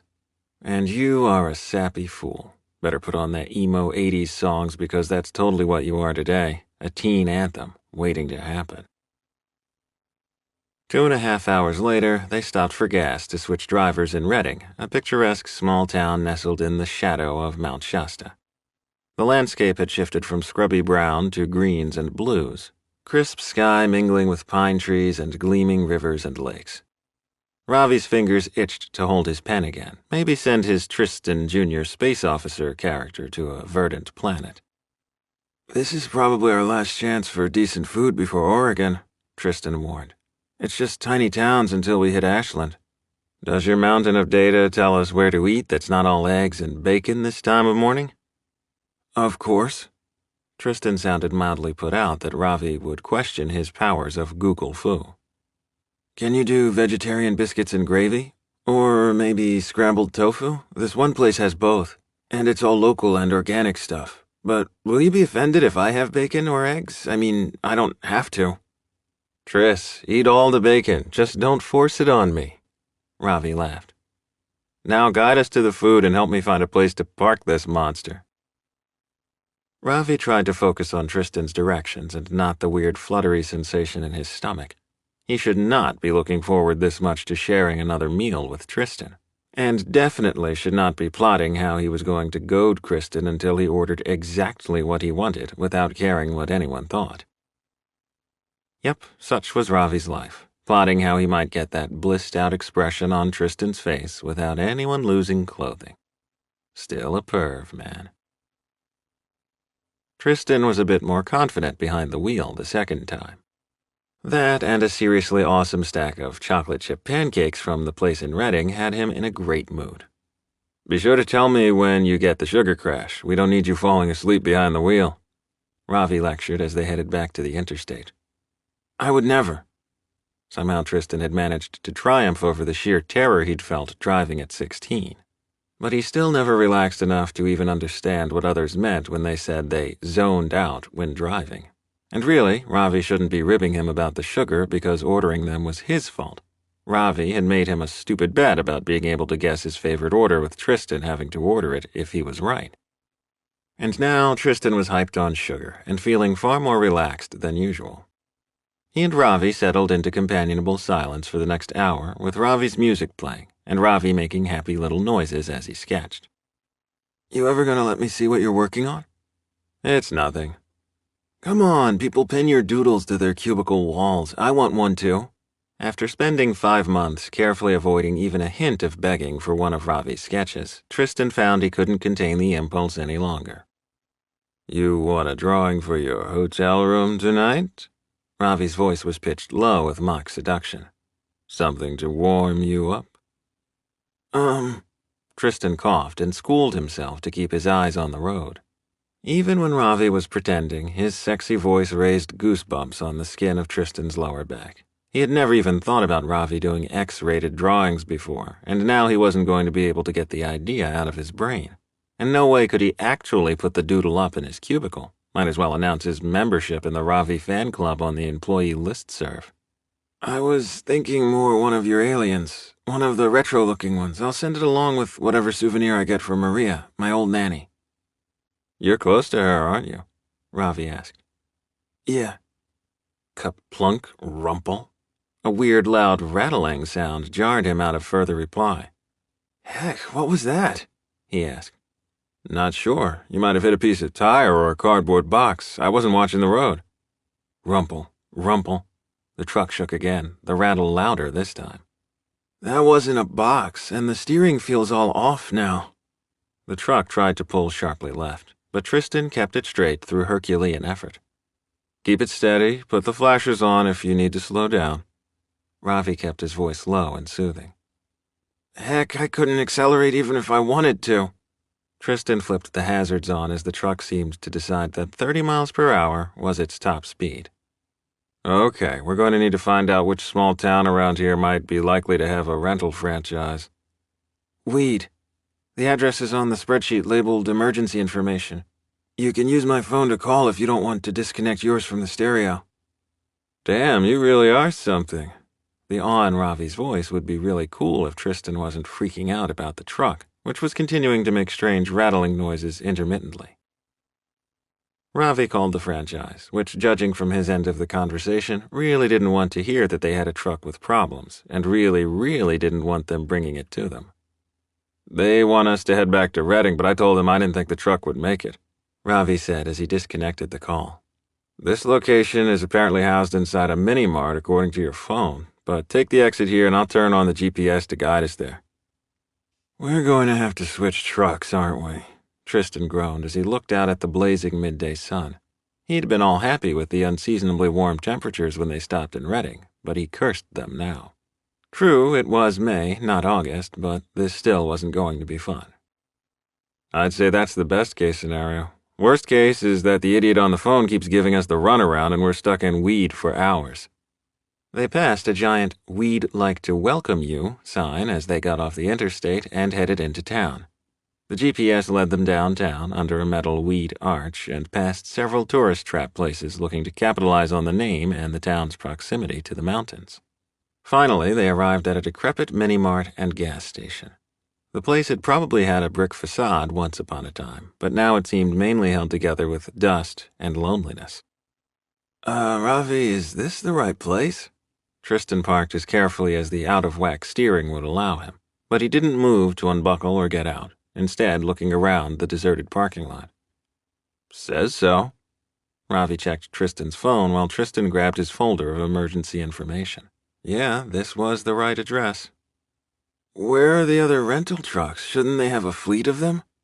Several vacant lots surrounded the mini-mart, but the only signs of it being a rental franchise were a few sad trailers and a sign for the national chain on the door. Oh, crap. I'd say we better lower our expectations of that worst-case scenario, Tristan said grimly as they headed into the store. And 15 minutes later, he had a new definition for runaround and a new picture to accompany it. Elmer, the clerk for the rental franchise, who was also working the register for the mini-mart, seemed determined to talk them into trying to turn around and head back to Reading. Tristan was sure that plenty of good, competent people lived in this town, but Elmer had passed competent probably 2 decades ago, and now had crotchety as his defining trait, complete with white hair sticking up at odd angles all over his head and stooped shoulders that lowered further with each protestation that he couldn't help them.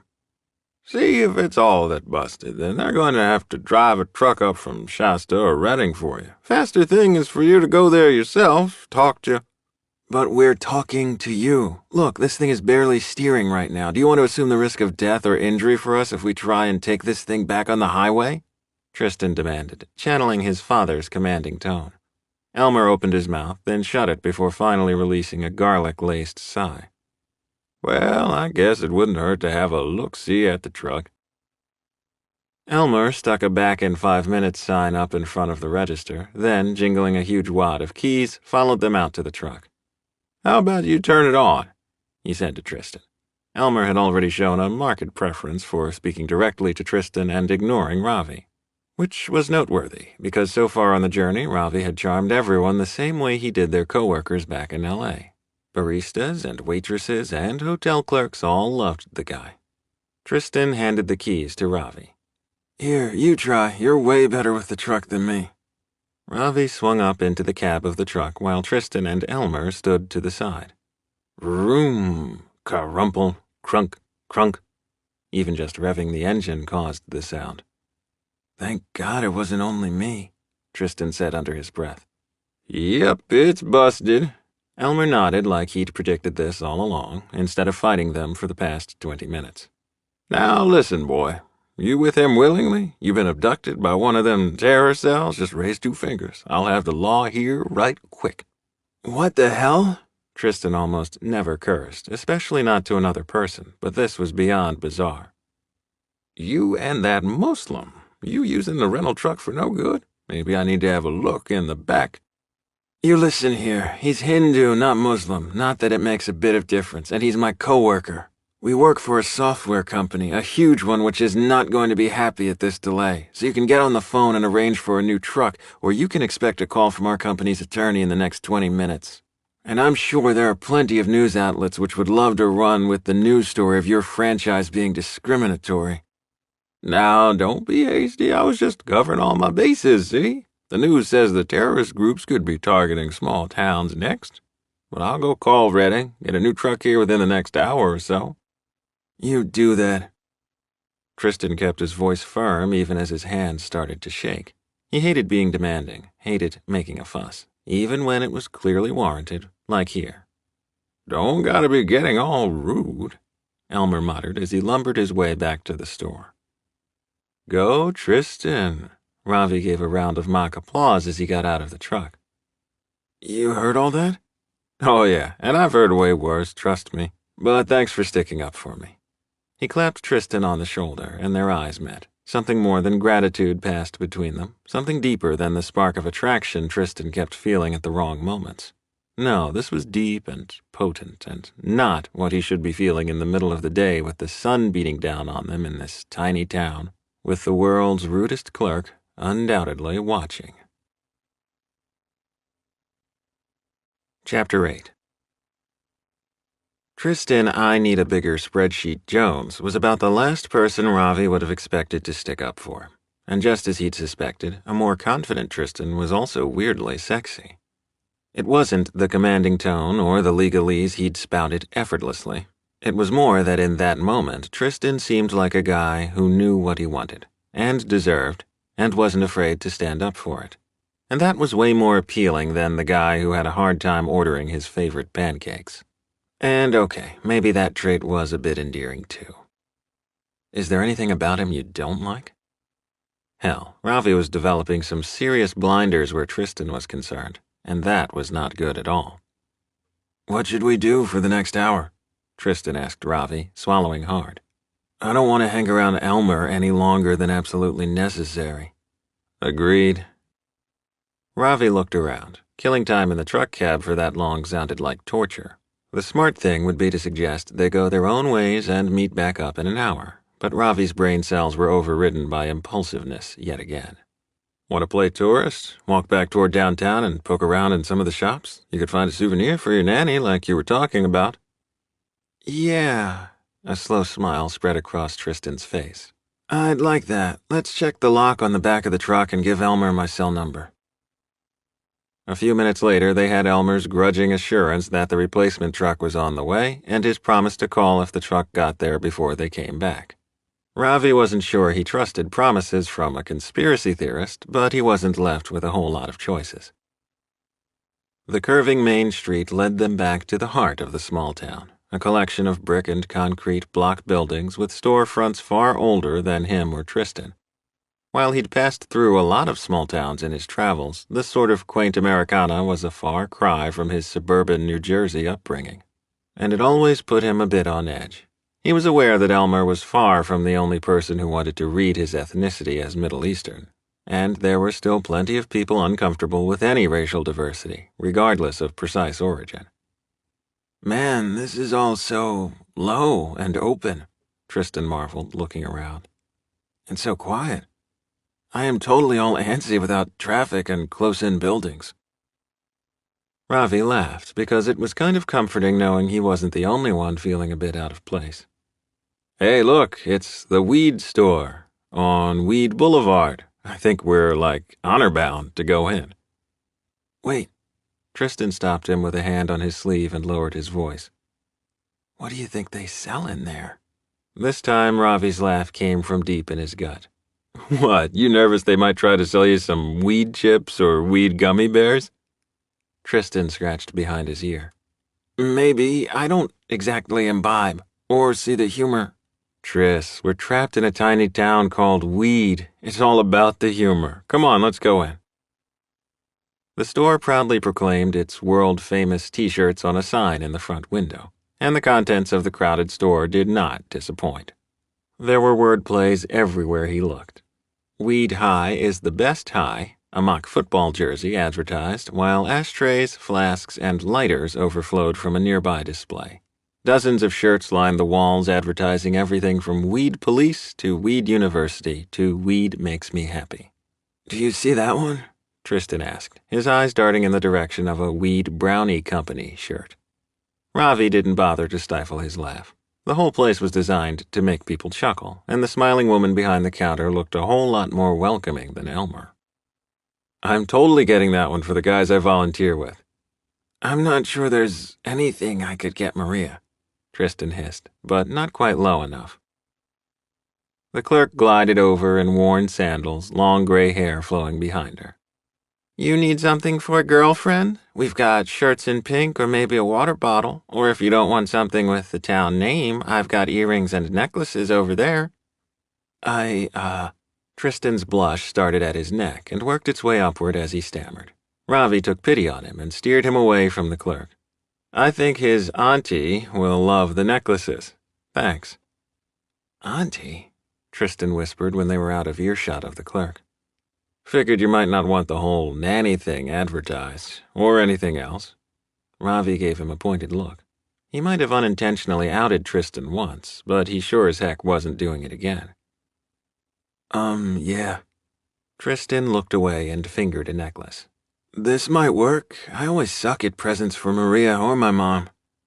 With two sisters, I had no choice but to love shopping.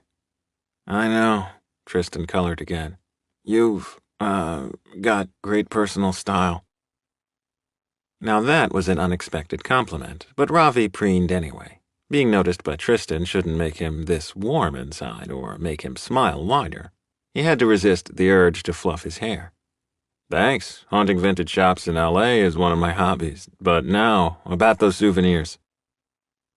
An hour later, there was no text from Elmer, but they walked back to the broken truck with their purchases. It's coming, Elmer said testily when they pressed him as to when they could expect the replacement truck. I'll call you when it's here. Ha. Ravi still wasn't sure he trusted that, but wandering around weed was far preferable to hanging out with Elmer, who'd flipped the small TV in the store onto some right-wing rant. Another hour passed, during which time they got a snack in a cafe with a lavish stone exterior and homey 1950s interior. They split an order of onion rings, and the waitress gave them a knowing look as she set their food down. It's like garlic, right? She winked at them. In her early 20s with pastel hair and a long nose, she reminded Ravi of an overgrown My Little Pony figurine. Eh? Tristan made a sound not unlike Ravi's daddy when she didn't understand something. And like those occasions, Ravi had already figured out what was up, and inwardly groaned. You know, you won't care about onion breath if you both eat it. She winked again. You guys are adorbs, by the way. Tristan made a choking sound, so Ravi saved him again. We're not a couple. In that case, I'm Heather. She gave him a different look this time, one Ravi supposed was designed to be seductive. You in town long? Hopefully not. Ravi gave her a friendly smile but kept his gaze distant. Darn, I do love ethnic guys. She gave him another saucy smile and headed back to the counter. I'm not sure what's worse, Tristan said once she was gone. That she thought we were a couple, or that she wanted to collect you like those 50 state spoons back at the gift shop? After Elmer, I'm just happy she was friendly. Ravi snagged an onion ring.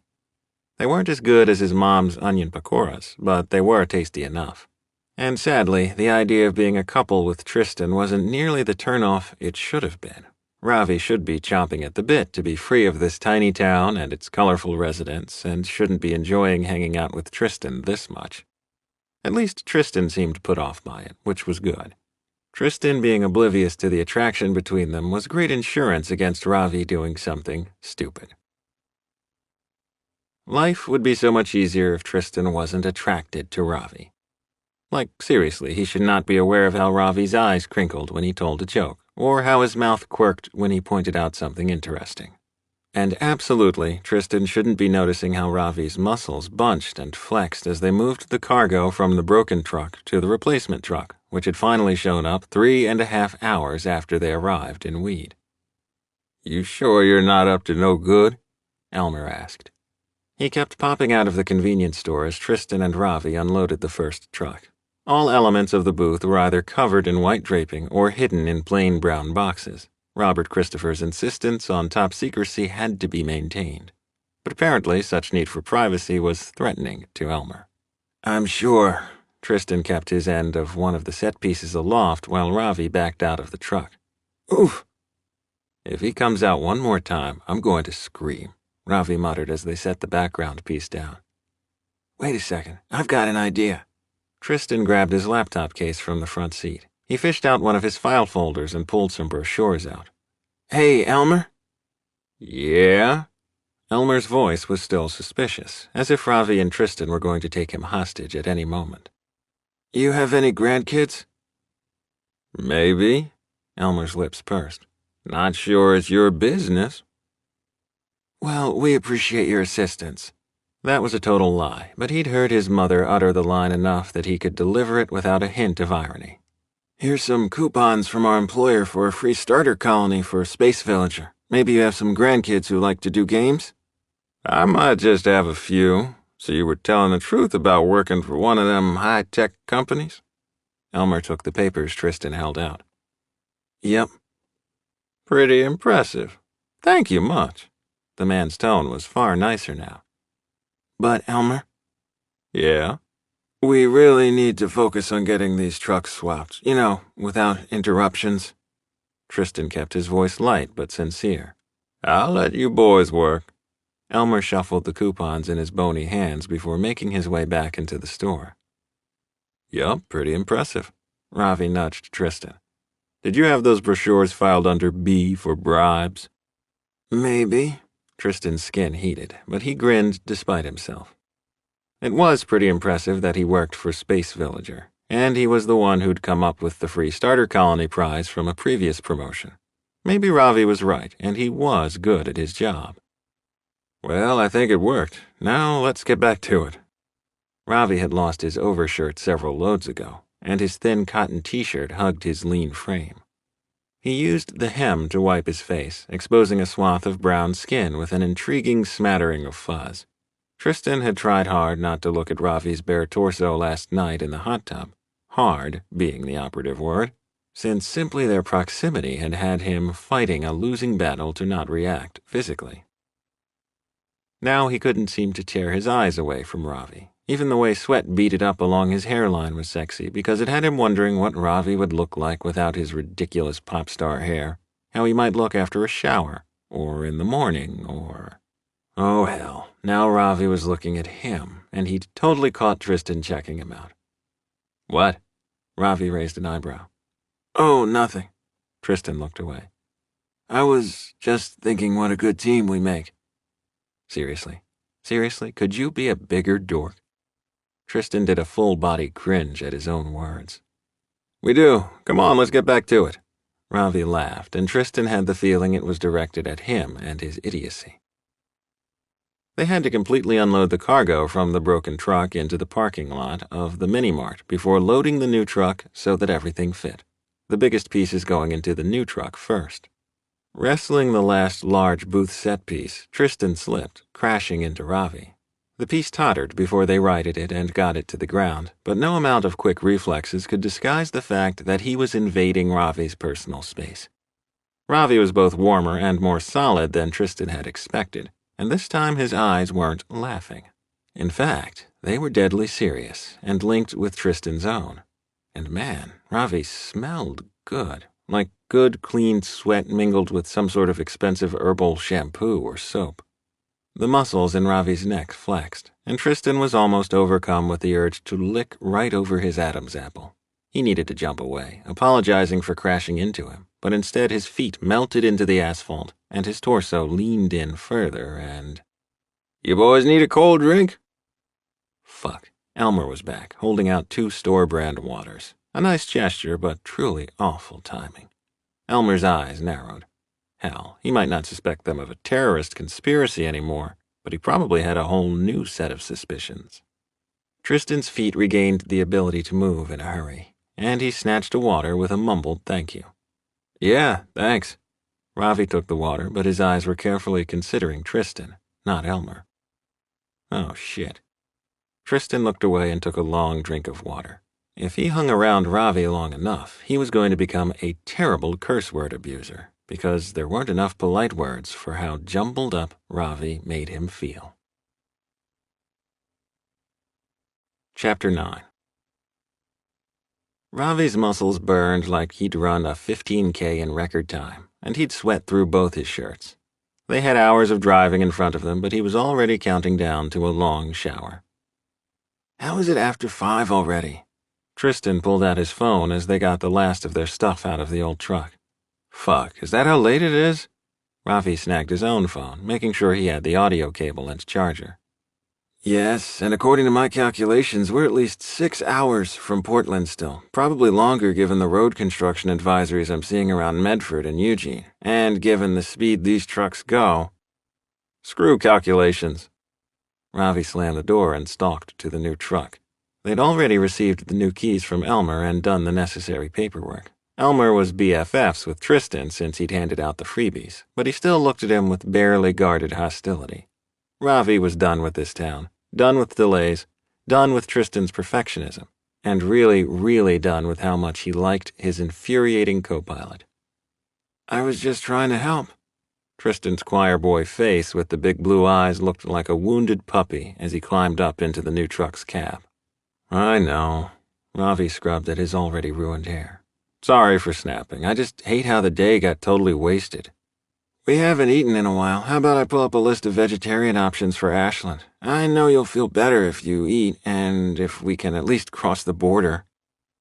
Ravi clicked open his phone because Tristan wasn't the only one who could read a map. I can probably wait until Eugene for food and stopping. That would get us 3 hours. Ashland, Tristan said firmly as he dug around his bag. We can stop for the night in Eugene. But I can't do 3 more hours with the Incredible Hulk routine you pull when you need to eat. I'm not that bad, Ravi protested, but he accepted the packet of chocolate-covered raisins. Yeah, you kind of are, Tristan laughed, and Ravi couldn't help but join in before eating a handful of the raisins. Tristan had the ability to pull him out of a bad mood, which Ravi totally hadn't expected. Okay, I'm a bit less Hulk smash now. Tell me about these options, oh almighty navigator. Ravi put the truck in drive and headed for the interstate. Well, Ashland is a big tourist destination with a summer Shakespeare festival apparently, so there's a lot to choose from. Did you seriously do extensive research on each city we're passing through? Ravi marveled yet again at Tristan's organization. Not all on Saturday night. Tristan colored the way he always did when someone handed out praise. I told you I did prep for Katja and Mark. I figured they'd want to know about the cities they were passing, so I included some tidbits. Tidbits? Ravi laughed because Tristan was just too cute. You know, Tris, for a road trip virgin, you're a total natural at this. Thanks. So, what are you in the mood for? There are a number of foodie-type places with all local ingredients and unusual dishes. I could seriously eat an entire pot of my mom's dal without coming up for air. Pretty food with tiny portions isn't going to cut it. Oh, if you're homesick for Indian food, there are a couple of options there with high marks for vegetarian options, but... Tristan trailed off. I'm not that homesick, and few places come close to my family's cooking, so honestly I often skip the restaurant stuff. But what's the deal with the hesitation? Bad health code violations? Oh, nothing like that. If it was possible for a voice to blush, Tristan's was totally doing that now. It's just that I've never actually been to an Indian restaurant. I mean, I've had curried stuff before, like in the dining hall on campus, but neither of my parents are into ethnic food. And the adventurous ex-boyfriend? Ravi couldn't resist getting the dig in. Patrick was allergic to onions and garlic. He was a bit high maintenance when it came to food. Tristan said that last bit far more fondly than Ravi would have thought possible. Well, in that case, pick the Indian place with the best reviews. Might not be able to get you to a gay bar tonight, but we can give you a new experience. Oh, the totally not work-safe imagery that line conjured up. Ravi apparently couldn't even speak without getting a new round of dirty thoughts. For his part, Tristan gulped like his brain had gone to R-rated places, too. Okay, you'll tell me what to order? Oh man, if Ravi wasn't driving, that sweet little hesitation in Tristan's voice would have him half-hard. And as it was, it gave him all sorts of new images of what Tristan would be like handing over control. Yeah, I'll order for us, Ravi said gruffly, and he'd try like heck to get back to not liking Tristan. Tristan was a total convert. Dinner with Ravi had been the most fun he'd had eating out in years. But if he was honest, it had a lot more to do with the company than with all the new food, tasty as it was. And Ravi was in a far better mood after the big meal, as Tristan had known he'd be. That was a dangerous thing. Hungry and angry Ravi who snapped and growled was easy to resist, right up there with the lackadaisical yet charming work version of Ravi. But down-to-earth Ravi, who explored tiny towns with him and made the best of awful situations, that was hell on his resolve. I really like the food, Tristan said lamely as they carried their belongings up to their hotel rooms. They'd pushed on further north after Ashland, although they'd taken time for a brief walk after dinner through the adorable downtown full of little shops and boutiques. And if Tristan had a moment where he wished they were a real couple, walking their dinner off before retiring to one of the quaint B&Bs they passed, spending a vacation taking in plays in the small mountain town, well, that moment was something he better well stamp down. He wasn't going to be half of a couple anytime soon, and certainly not with Ravi. "Oh, hey, we're next door to each other," Ravi said as he stopped in front of a door. Their eyes met and held. And it was the same sort of weird energy as when he'd crashed into Ravi while loading the truck, only this time there was nothing to buffer the heat zinging between them. If Ravi repeated last night's invitation for a movie, well, Tristan might say yes and worry later, and that was not his usual character. "See you in the morning," Ravi said instead as he unlocked his door, leaving Tristan slack-jawed in front of his own door. He should be feeling like he dodged a bullet, right? But he didn't. Instead, he unlocked the door with clumsy fingers, trying to tamp down the regret coursing through him. He put down his bags in the closet. He hated mess on the floor, even temporarily, and then flopped onto the bed, calling himself a dozen kinds of fool. Across from the bed, a door stood next to the TV, mocking him. A connecting door, to be precise, as in a link to Ravi's room, because yes, God truly was that cruel. And this room stank, like literally smelled weird, kind of a funky wet animal smell mingled with garbage and cleaning supplies. He flipped on the AC, hoping that might help, and headed for the shower. He very deliberately didn't linger as he washed. Somehow, beating off with Ravi right next door felt all kinds of wrong. And despite that, he wanted to way too much. He wanted to imagine Ravi's lips on his hands roving down Tristan's chest, bodies pressed together. Stop that.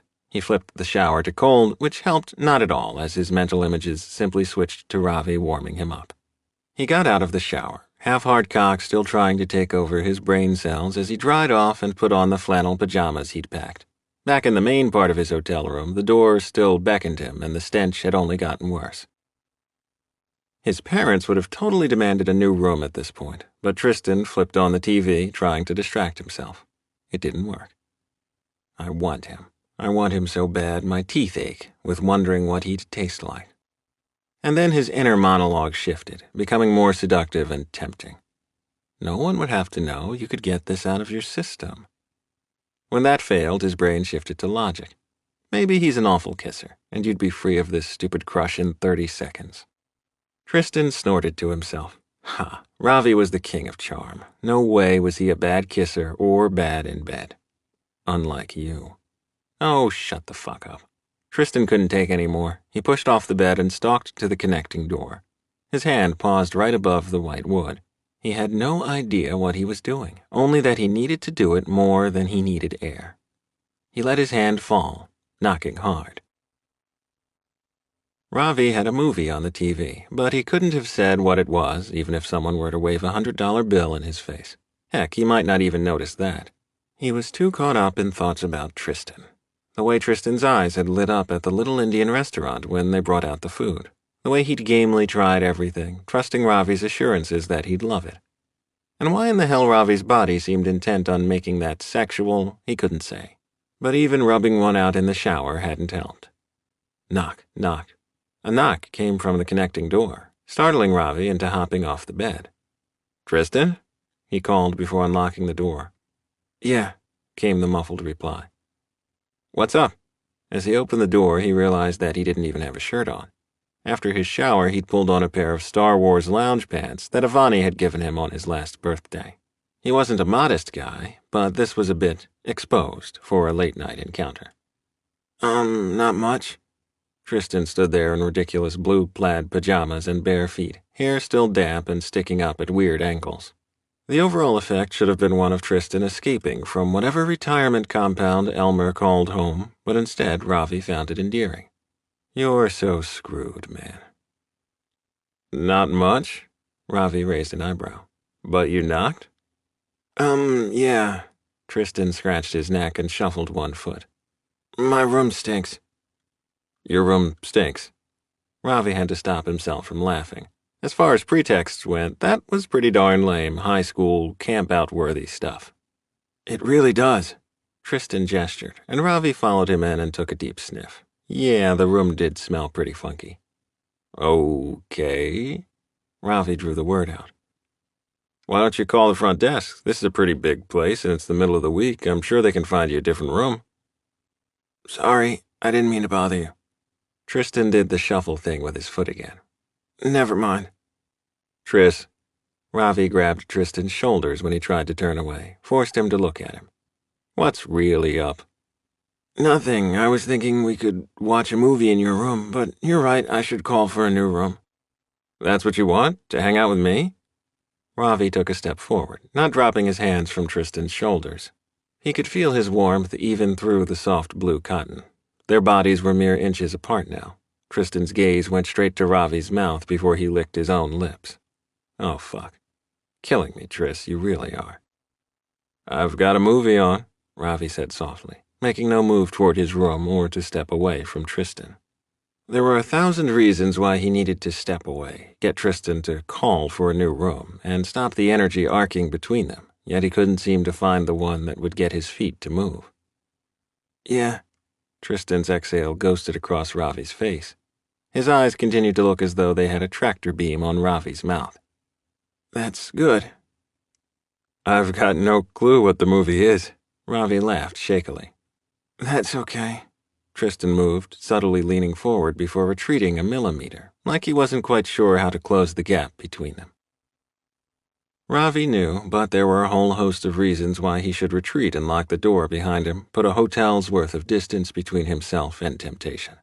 But he didn't move back.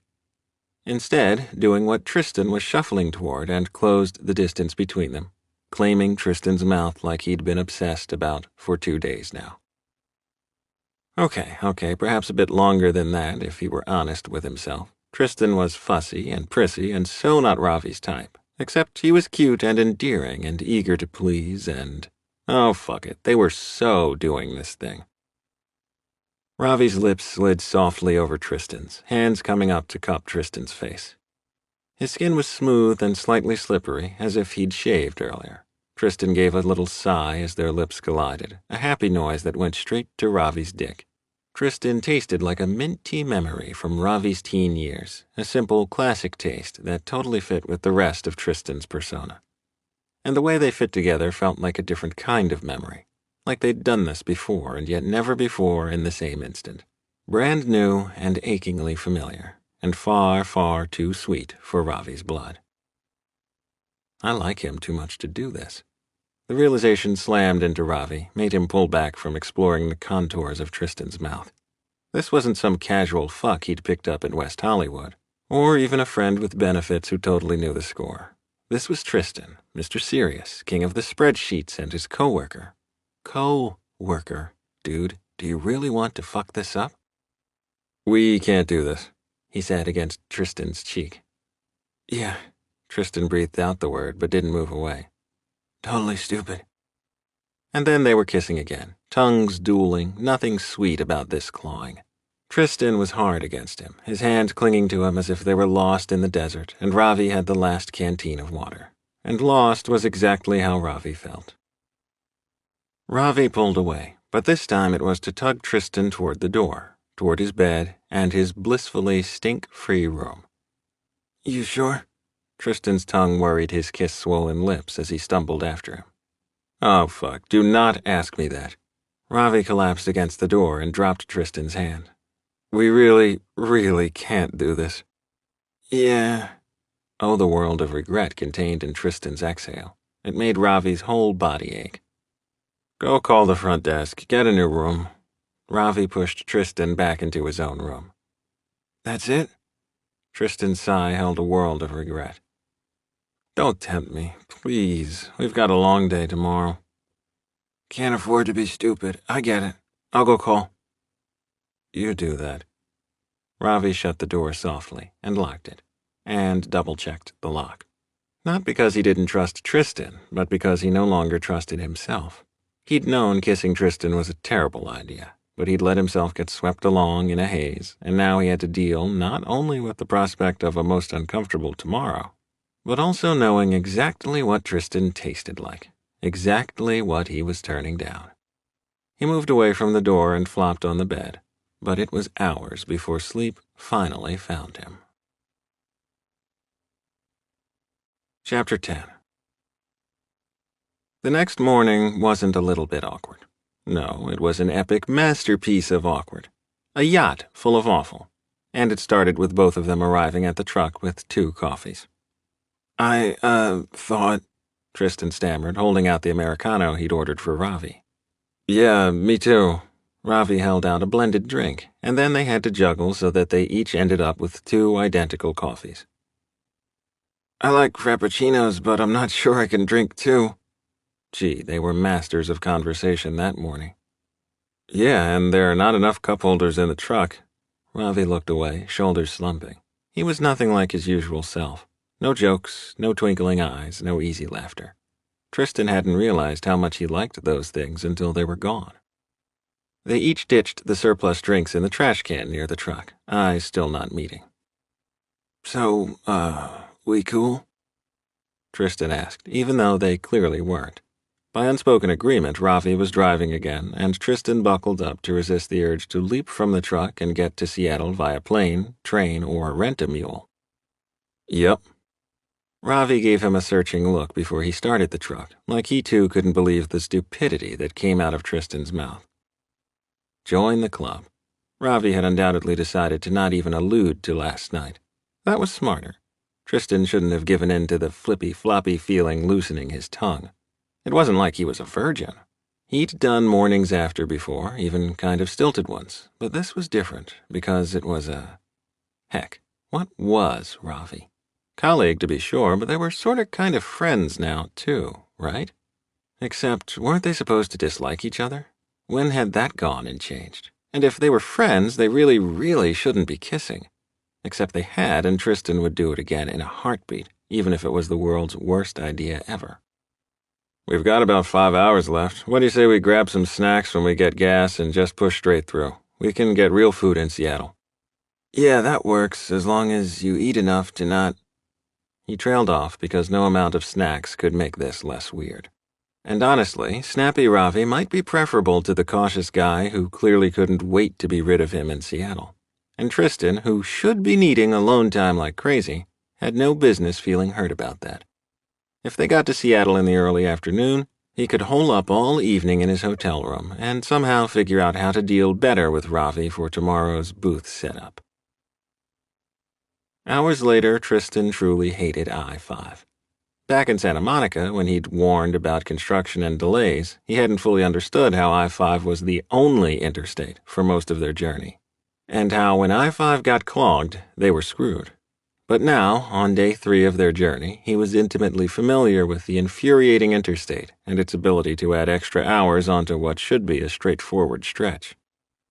I think your parents have the right idea about flying everywhere, Ravi said in hour 7 as they finally approached the outskirts of the Seattle metro area. And of course, they were arriving right in time for the evening rush. Have you checked your work email yet? Tristan asked. He'd driven most of the Portland to Olympia stretch, but had been only too happy to switch back to Ravi driving for the Seattle traffic. Ravi laughed nervously. I'll take that as a no. Anyway, Katja says she and Mark are feeling better. They're flying up for the weekend, and most likely they'll drive the exhibit back at the road trip they were planning, and you and I can fly home Sunday night or Monday morning. Thank goodness. Hey, you don't have to be that eager to be rid of me.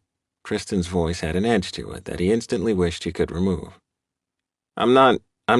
Fuck, this is complicated. Yeah, and I'm sorry, I shouldn't have knocked last night. Tristan had been waiting all day to say those words. Don't feel guilty, I was right there with you, and things don't have to be weird. Yeah, Tristan said shakily. Maybe we can be friends? He wasn't so sure why he was obsessed with getting a label for Ravi. And Ravi had more friends than hairs on his artfully styled head. He didn't need Tristan or his complications. Friends would be cool. Ravi drummed his fingers on the steering wheel. Fuck this traffic, man. Tristan slumped back against the seat, effectively dismissed. He didn't speak again until he turned on the GPS to navigate them from the highway to the convention center hotel. Parking this thing is a bitch. Ravi had been getting steadily more grumpy, and Tristan wasn't sure whether it was a lack of food or being stuck together. Better you than me. Tristan would not want to have to figure out convention center parking. Rex called ahead and got the reservation switched from Katja's name to mine, so we shouldn't have any problem checking in. Famous last words.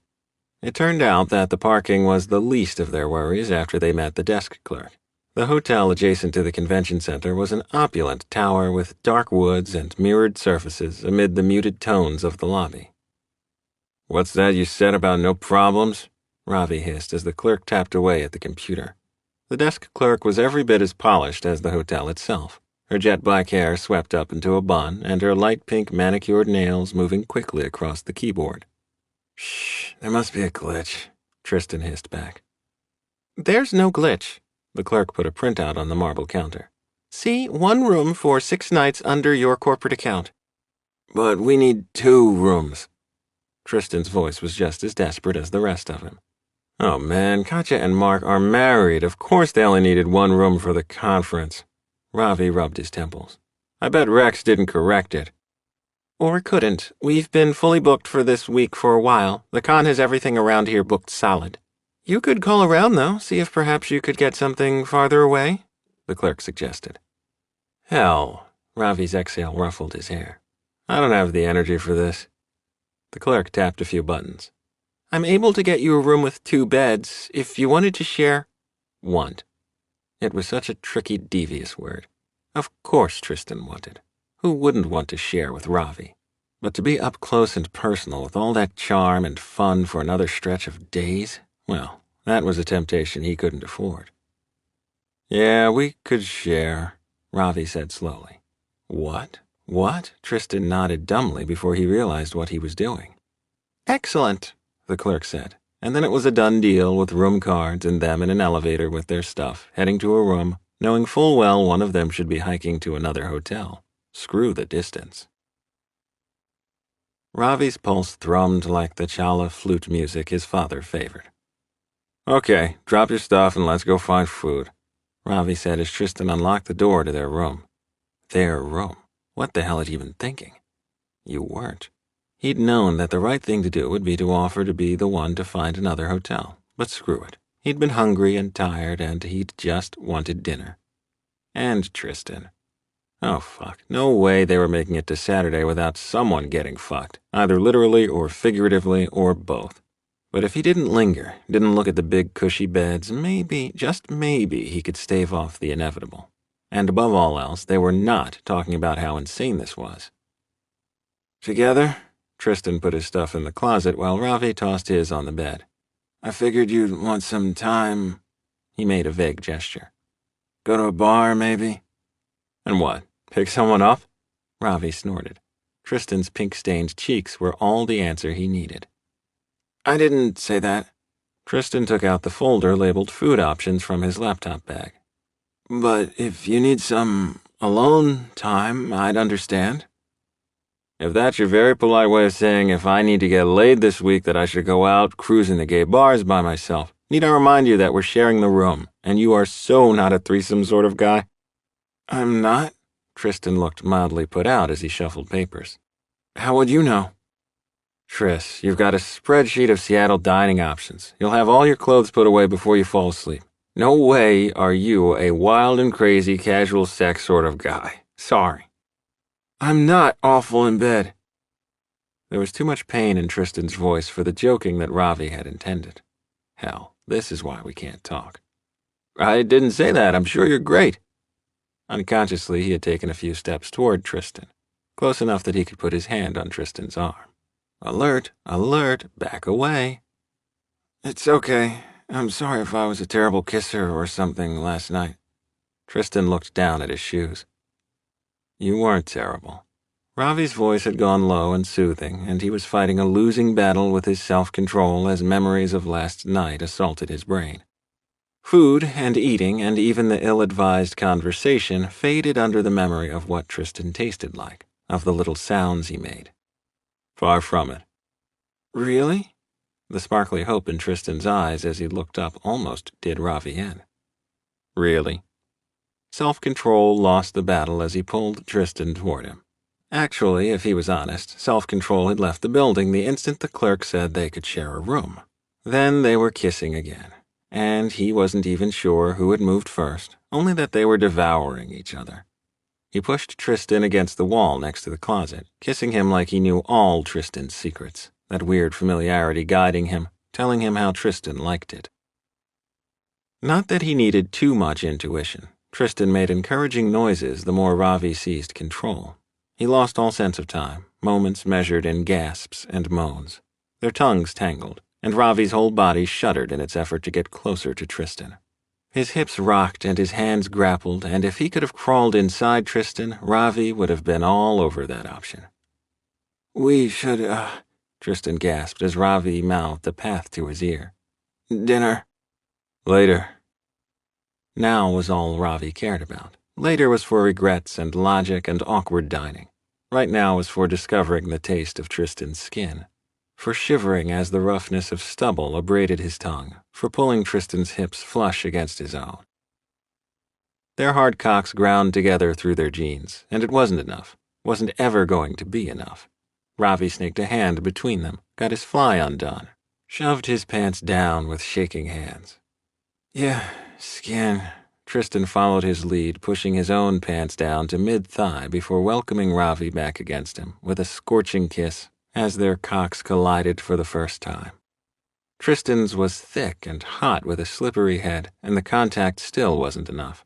Ravi worked his hand between them, fisted Tristan's cock. The weight of it in his hand felt absolutely right, like picking up his favorite drawing pencil, like he already knew its balance, its contours. Even so, his fingers traced the length as carefully as if he might have to sculpt it later, spending long moments learning each vein and each secret sensitive spot. Fuck, I'm close, Tristan panted against Ravi's mouth. Ravi swallowed his moan eagerly, fucking him with his tongue the way he wanted to fuck Tristan, the way he needed to claim him. But later.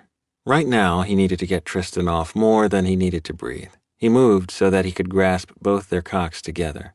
Yes, Tristan got a hand involved too, joining Ravi's own to form a tight channel for their cocks. Ravi fucked into their fists, his cockhead dragging against Tristan's, making him moan with how incredible it felt to be sharing this. They kissed and thrust and kissed until they were moaning in concert. Tristan made a high-pitched whine, and that was all it took to trigger Ravi's orgasm. Tristan was right behind him, climaxing in almost the same breath. Wave after wave surged through him, and he swore he could feel the same sensations shuddering through Tristan, like for an instant they shared some funky virtual reality connection. Ravi laughed because the pressure in his chest needed an outlet, and because coming simultaneously was one of the coolest things ever, and because they were half-dressed, covered in spooge, and so royally screwed. And he'd do it all over again in an instant. Soon they were going to have to talk and get food and talk and figure out what in the hell just happened and talk, and yeah, the talking was the part Ravi was dreading. He wanted to stay here a little longer, clutching Tristan, panting against his neck, memorizing the way Tristan felt and smelled and breathed. He needed to figure a way out of this situation, but all he could think about was how badly he wanted to do it again, this time in a bed with all their clothes off. No. Reluctantly, he pulled away. So, showers and then food? He said, not looking at Tristan, not wanting to reveal how much he wanted to hold him all night. He peeled off his sticky clothes instead. That works, Tristan said slowly. Ravi swore he could hear the cogs in Tristan's brain creaking, the drumbeat of "we need to talk" getting louder and louder. So he did the only sane thing he could think of, and hauled Tristan to the bathroom and into the shower with him. Chapter 11. Pizza was easy.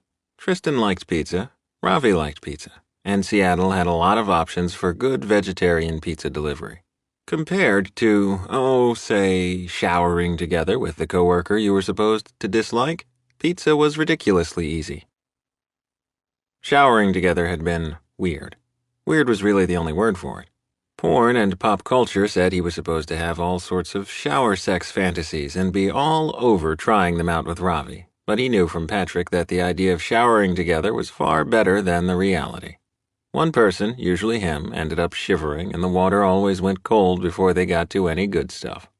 Ravi had been a bit more solicitous, turning so that Tristan had hot water too. But it still hadn't been particularly erotic, as all Tristan could focus on was the holy crap we just shared orgasms, terror-wonder mix coursing through him. It was easier to focus on his folder of meal options and call for pizza the second they were out of the shower. Apparently, Ravi had crossed some modesty threshold with him and lounged around in his towel while Tristan scrambled into boxers and his pajama bottoms. Ravi let him handle getting the pizza from the delivery person, which was fine because Tristan was the one with the receipts folder. But one wouldn't catch him in a towel with a delivery person nearby, even staying out of sight like Ravi did. Of course, if he had Ravi's body, he might not care who saw what either. He liked how Ravi looked with his wet hair slicked back, showing off the sharp angles of his face, and he really liked Ravi shirtless. He had almost smooth pecs, but a fuzzy trail on his stomach leading to all points south. The contrast turned Tristan on. But then everything about Ravi turned Tristan on. His long bare feet, his legs dusted with fine dark hair and defined runner's calves and thighs. The way his shoulders weren't particularly broad, but were delineated with interesting hollows and curves of muscle leading to muscled arms. The low moans he made when he was close to climax. And, okay, stop right now because getting turned on while eating pizza with olives and green peppers was just embarrassing. They were sitting together on the bed closest to the door, pizza between them, both trying and failing to act like everything was cool. Ravi had flipped on the TV to some reality show where heavily made-up girls competed for a prize Tristan still hadn't figured out. Could be a boyfriend, could be a fashion modeling contract. He didn't have the spare brain power to figure it out. What he had figured out was that silence made Ravi nervous. It was why Ravi always turned the music on while in the truck, why he had TV on he wasn't even watching. That, and he filled the tension between them with chatter about pizza and toppings. Words too fast, charm too forced. Tristan wished he knew what to say to put things between them back to an easy place. But he didn't, so he cleaned up the pizza box, brushed the crumbs off the bed, and tried to make sense of the show. Are they competing for a job or a man? He asked, perched on the side of the bed, a safe distance from Ravi's comfortable sprawl. Job, Ravi said, leaning back against the pillows. Then why are they flirting so hard with that guy? Tristan asked as one of the girls on screen planted herself in an older guy's lap and batted her eyelashes.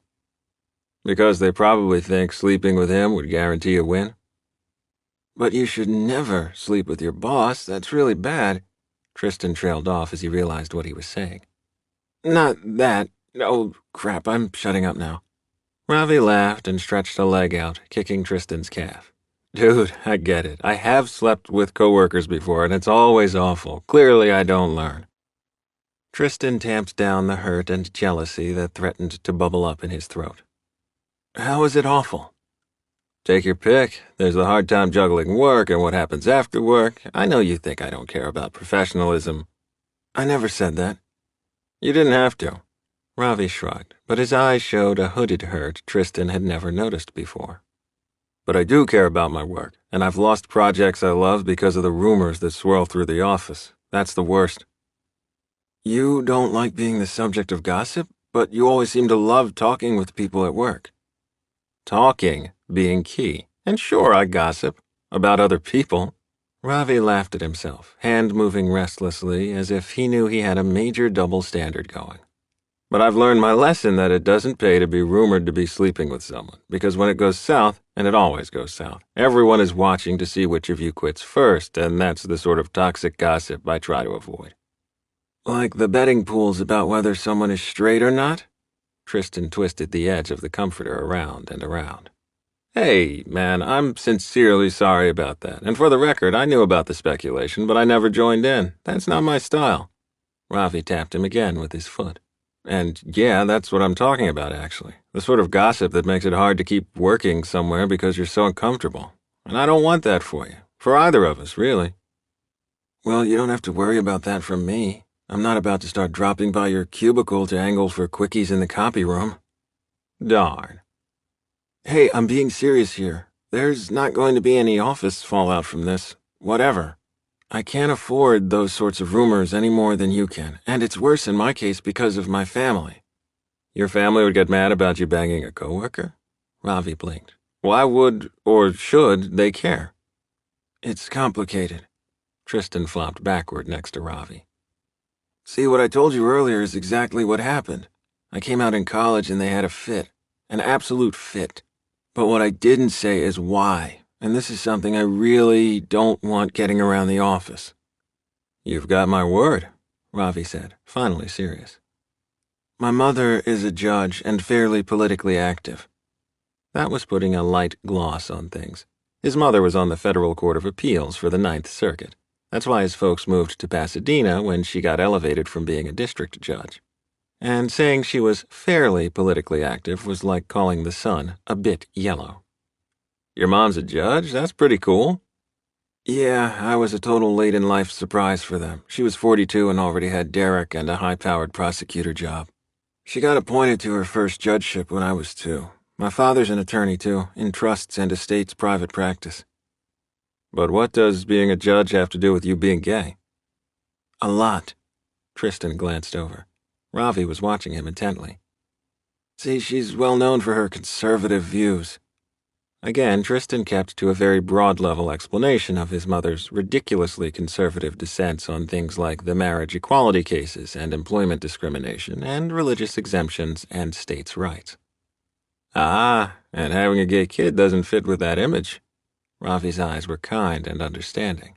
Exactly. After Patrick and I broke up, my parents and I came to a kind of truce that my parents would pay for grad school as long as I was discreet. But if you're not closeted, I mean, they can't exactly want you to recant, right? Oh, I'm sure they wouldn't turn it down, Tristan groaned, because really this whole situation was just that messed up. Every time he thought he'd outrun their influence, graduating, getting this job, a fresh wave of guilt over Derek would arrive, usually triggered by his mother's sadness and disappointment. But now it was worse, because his mother was retiring, and a lot of people were courting her to be a candidate for governor. His parents had made it clear they needed him to keep his head down while his mom explored running. But he really didn't want to tell Ravi all about the governor stuff. Heck, he didn't even like thinking about his mother launching a statewide campaign. And no, they understand that enough people know that I came out in college that they can't exactly hide it. But they don't want me to flaunt it either. I think they hope that if I stay quiet, then there won't be much gossip to latch onto. That's fucked up, but I totally get it. Ravi leaned over and rubbed Tristan's shoulder. Trust me, my family would throw a party if I renounced my gayness and said all this was a big mistake. He snorted. Never going to happen. Anyway, I understand about wanting to avoid gossip. The words tumbled out of his mouth, as if he could outrun this strange closeness he felt toward Ravi. The waves of empathy rolling off Ravi both warmed and terrified him. His hands did that stupid shaking thing they always did when he got worked up. He didn't want to like sharing stuff with Ravi so much. You don't have to worry at all about me spreading stuff around the office. Hell, I'm just hoping that if I don't say anything, the fact that I outed myself at work won't be too big of an issue. But, where does that leave us right now? Ravi dropped his hand and asked the hard question Tristan had been trying to avoid.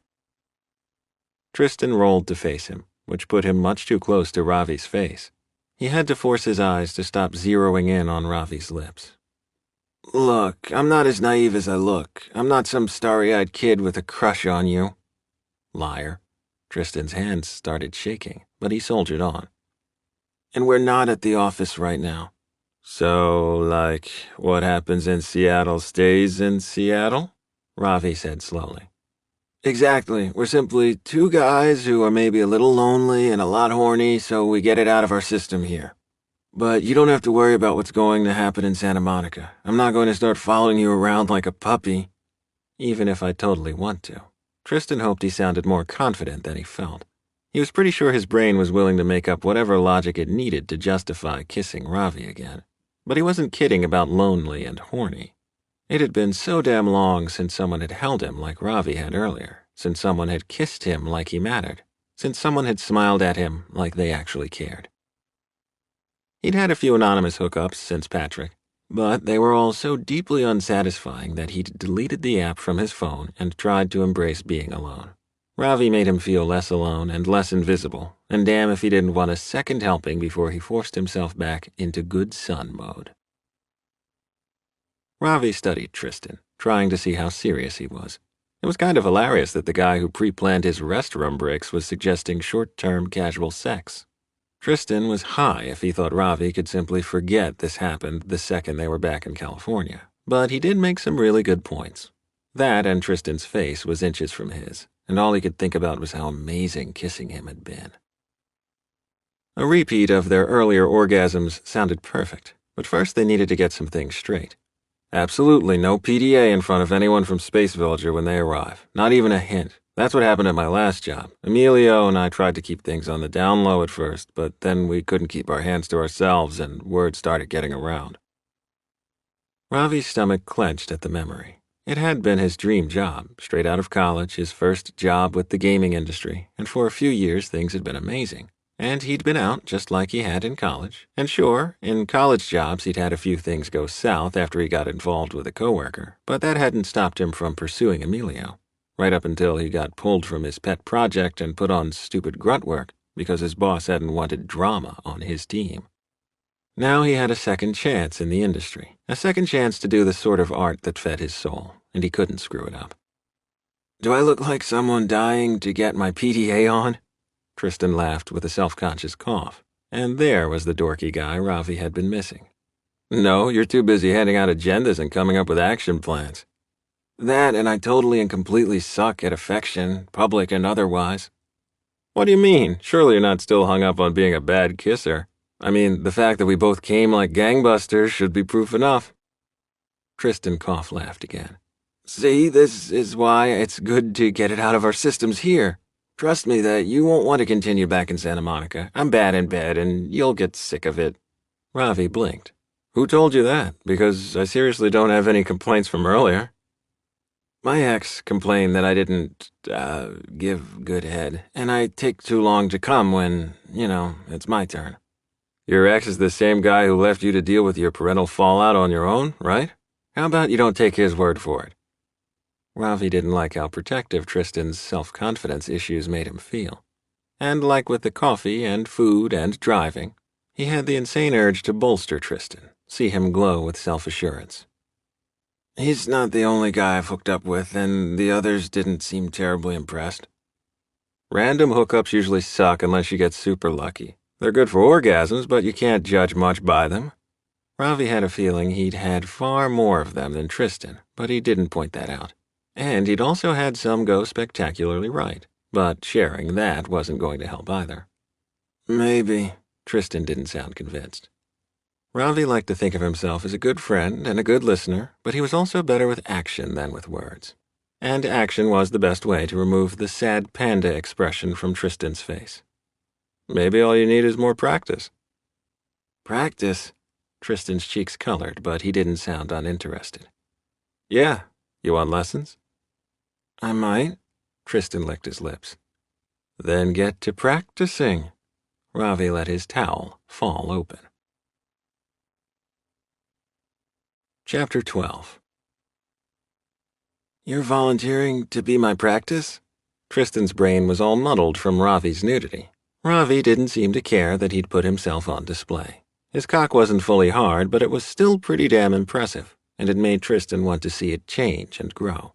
But not if Ravi was throwing him a bone. Like a pity fuck? Ravi snorted. Hardly. The way I see it, I'm not at all tired yet, and you've said you're in favor of a repeat as long as word doesn't get around. And unlike whoever you've been doing things with, I'm not shy about offering hints. So you'll tell me what I'm doing wrong? Tristan tried to wrap his head around the idea of sex lessons from Ravi. His own cock leaped and strained at the thought. Teach me right now. No, I'll tell you what you're doing right. Ravi fisted his cock, stroking slowly. Mesmerized, Tristan watched it harden, growing a duskier shade of brownish pink and revealing thick veins around the shaft. He was uncut, and the slide of his foreskin across his plump cockhead made Tristan's mouth water. Tentatively, Tristan reached a hand out, smoothing it down Ravi's hard stomach, stopping just short of his patch of hair. "You can touch me anywhere," Ravi encouraged. "I'll say if I don't like something, I promise." "Okay." Tristan licked his lips as Ravi continued stroking. His fingers caressed Ravi's well-trimmed pubes for a few moments, before dipping lower to cradle his balls. Tristan always liked jacking himself while playing with his balls or nipples and figured it wouldn't hurt to start with trying what worked for him. He used his free hand to caress Ravi's chest, circling closer to his nipples. Ravi made a happy noise, unlike Patrick, who had batted Tristan's hands away when he tried to play with his nipples, saying that he wasn't a chick. Ravi's nipples were flat, dark circles against his tan skin, with a few hairs right around them, and pinprick marks. "Your nipples are pierced?" "Yeah, I've gotten lazy about having the jewelry in." "Hot," Tristan said absently, experimenting with little flicks and pinches, the kind he gave himself when he jerked off. "Fuck, keep that up and I'll get new rings tomorrow if it turns you on." "You'd do that for me?" Ravi laughed. "No, I'd do it for me. Feel free to get your mouth in on this party." "Okay." Tristan knew he was blushing as he leaned forward. He licked across one nipple, then, emboldened by Ravi's hiss, sucked on the other one. "Yeah, I like that. Teeth are cool, too." Ravi's groans went straight to Tristan's dick, making his tip leak against his boxers. Tristan nipped lightly and Ravi's whole body arched. "Fuck yes." He played with that for a bit, licking and sucking and scraping his teeth over the now hard knobs. Ravi's hand tangled in his hair, stroking before subtly pressing down. Tristan could totally take that hint. He licked down the trail of hair that had been driving him so crazy. Ravi's hand fell away from his cock as Tristan got closer to his patch of hair. Suddenly nervous, Tristan stopped short of Ravi's hard cock, which jutted out and curved a bit to the right. "This is the part I always screw up," he muttered. "Teeth are great on my chest, but less so here. Just watch your teeth and don't go so far down that you gag." Ravi took his cock in hand and painted Tristan's lips with the tip. It was so erotic that his tongue darted out, eager to discover the salty flavor. "Yeah, fuck, you've got a talented tongue. Lick all you want." Tristan had heard the no teeth and don't gag advice before, but the praise made everything better. Each dirty whisper made his pulse pound, transformed his nerves into something much more potent. And with Ravi holding his cock, the risk of gagging was way less, and he could experiment with licking and sucking until he found a comfortable rhythm. Ravi stroked up as Tristan slid back, and then he followed Ravi's hand back down, going lower and lower as he got more comfortable. "Try sucking harder, and swallow when you've got me deep." Ravi's suggestion came in deep pants, voice all ragged. Tristan had tried all this before, but somehow knowing it was exactly what Ravi wanted made a huge difference. Ravi asked. He complied. It was blissfully simple, and the part of his brain that usually worried about every damn detail gradually quieted, letting instinct take over. Milking the shaft with his tongue, he hummed contentedly, eliciting a series of low moans from Ravi. "That's fucking perfect. Look how deep you are. You're amazing." Ravi growled the praise, his hand stroking Tristan's hair. Oh yes, unbidden his hips started humping against the mattress as he lay next to Ravi. "Close, so fucking close." Ravi's eyes were squished shut and his head tipped back, exposing the long column of his throat. His hand came down to fist the base of his shaft, clearly ready to stroke himself the rest of the way there. Vaguely aware that there was a conversation they hadn't had, Tristan pulled back to watch, resting his head on Ravi's thigh. "Touch, nipples," Ravi ordered, and man, Tristan loved that commanding tone to his voice. He complied instantly, fingering and pinching Ravi's nipples. "Fuck, right there." Ravi's hips bucked and his whole body bowed as he came in long spurts all over his stomach and chest. And oh, hell, the sight tipped Tristan off too, made him thrust against the bed until he too was coming, with a strangled moan. "Fuck, fuck, fuck." Ravi shuddered and hauled Tristan down next to him. Did you just come without even touching yourself? Yeah. Tristan looked away. That's fucking awesome, man. Is that how you usually jerk off? Sometimes. There's usually a towel or shirt involved. He laughed self-consciously. I know, it's weird. Not weird, hot as fuck. Makes me want to fuck you, see if you can come that way. Maybe. Truth was, getting fucked in that position was one of Tristan's favorite things in the world, but he hadn't bottomed since Patrick. He wasn't sure he ever wanted to feel that emotionally vulnerable and open again. Not sure. It's okay, we don't have to go there. Ravi rubbed his shoulder. And you don't get to say you're bad at oral again, okay? Sorry I didn't, swallow. Figured you might not, Ravi laughed. And contrary to your beliefs, I'm not a selfish guy. I'm not going to pressure you for more than you want to give. That was fucking perfect, even without swallowing. It's not that I never swallow, but it's kind of a big deal for me. And, we haven't talked about... Tristan wasn't quite sure how to broach this conversation. You, volunteer a lot. Ravi laughed. Tris, are you trying to ask me whether or not I'm HIV positive? Yeah. No, I'm tested religiously, and I would have told you before we did anything if I was. And as for my volunteering, I lost an uncle to AIDS. You did? Tristan tried not to look shocked, but knew he probably failed. My family never talked about it. Daddy and the others called it cancer, but I was a teenager when I figured it out. I asked my mom, and we ended up having a huge argument about it. That's when I first came out. That was brave of you. More like stupid. I don't exactly recommend coming out in a fit of anger. Trust me that coming out with a carefully scripted speech and a checklist isn't any guarantee it'll be easier. A checklist? Ravi laughed, but not unkindly. Why am I not surprised? And yeah, I know you get it. Negative people are going to react negatively regardless. But still, I might have waited until I was closer to leaving for college. It made for a miserable home life the last few years of high school. I'm sorry. Tristan touched his arm. His sympathy felt vastly inadequate, but it was all he had. For your uncle, too. That sucks, but it's nice that you volunteer in his honor. In his honor? Ravi's head tilted toward Tristan. I've never really thought of it that way, but yeah, I suppose I'm trying to do something in his memory. Make sure others have the resources he didn't. I wish... Tristan drifted off. Yeah? Ravi prodded. I wish I had something like that to remember Derek. The words tumbled out of Tristan's mouth. He'd never spoken that wish aloud before. Anything to feel more connected.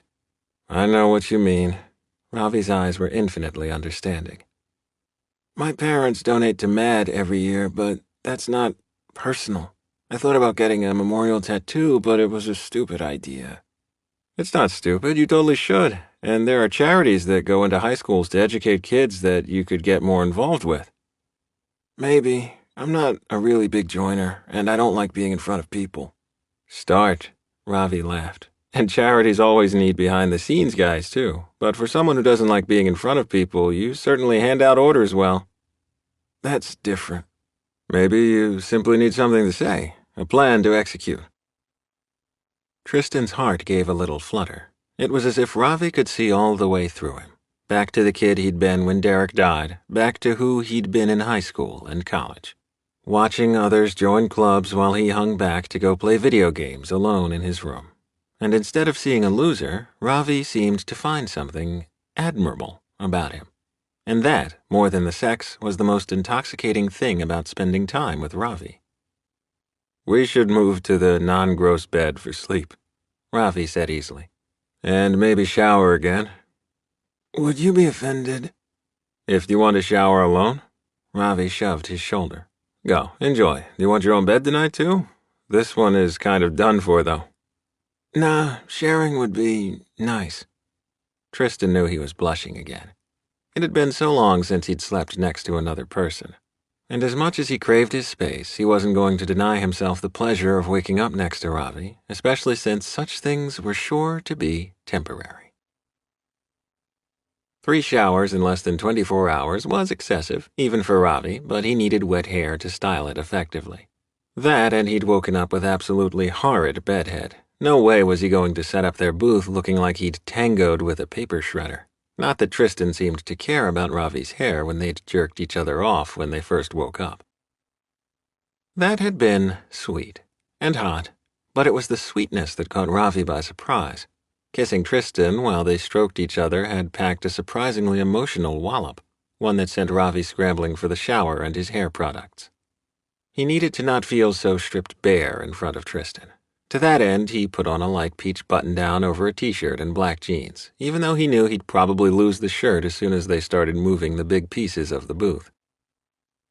He went through his usual routine with mousse, spray gel, round brush, and his ionic hair dryer in front of the mirror, but he gradually became aware of Tristan's eyes on him. Tristan perched on the edge of the bed, checklists for the booth setup spread around him, but his gaze was locked on Ravi. "Is that what you do every morning?" Tristan asked when Ravi turned the dryer off. His own hair had been combed into submission while Ravi showered. He bet Tristan could get that perfectly straight part in his hair without even glancing in the mirror. "Yep."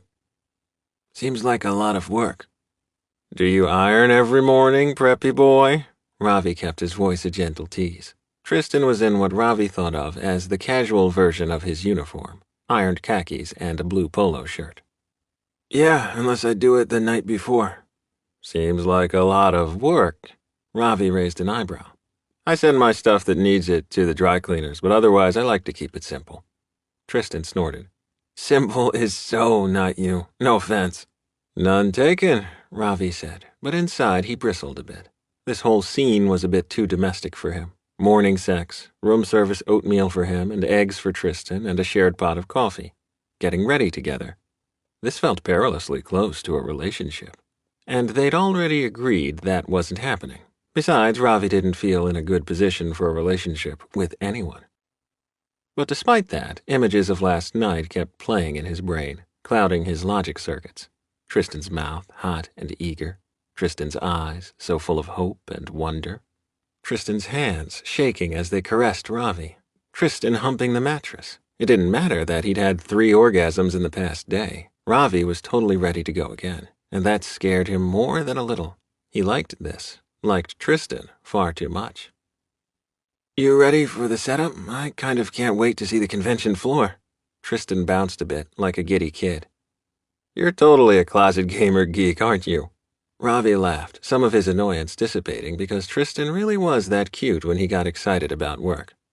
"Well, duh. We've got an inside look at one of the year's biggest gaming conventions. Aren't you a little eager to see the other booths and hear the announcements?" "You want to know a secret?" Ravi leaned down. Tristan smelled like soap and his classic aftershave and a little hint of sex, and Ravi almost forgot what they were talking about. "I mainly play games with my friends. If there's a LAN party, I'm all over it, or if my guys want to all log on and play Left 4 Dead or something, I'm always down with it. But I don't really keep up with the gamer news other than what impacts me as a designer." Tristan made a face. "I've never played with friends much at all. Never done a LAN party or anything like that, but maybe—" "Maybe?" Ravi prodded. "Maybe we could play something tonight after we're done with setup. We've both got our laptops, right?" "Right." Ravi laughed with relief because it was a fabulous idea. Blowing things up together was exactly what they needed to get back in the friend zone and away from this pseudo-couple BS. Chapter 13. Ravi's bad mood continued to mount even as Tristan's unbridled enthusiasm lasted through unloading the truck. Ravi kept rolling his eyes at him because he was such a rubbernecker, head whipping around constantly to see what the other booths were doing. "Dude, if you don't watch it, you're going to get hurt," Ravi warned. His legs burned and it wasn't noon yet. It was a long walk from the parking garage to the vendor entrance and finally to the convention floor, where all around them other companies were preparing for tomorrow's opening. Compared to some, their tasks were relatively simple. At another booth, one flight simulator game had an actual cockpit replica being assembled, while a driving game had 2 real European sports cars. Some kids' game had them both beat with a jungle complete with swinging vines, fig trees, and mesh walkways leading to multiple levels. That booth had easily a half-dozen people working on it. When they were at the office in Santa Monica on conference calls with their other offices and receiving gifts from rabid fans, it was easy to feel like Space Villager was the biggest deal in the gaming world.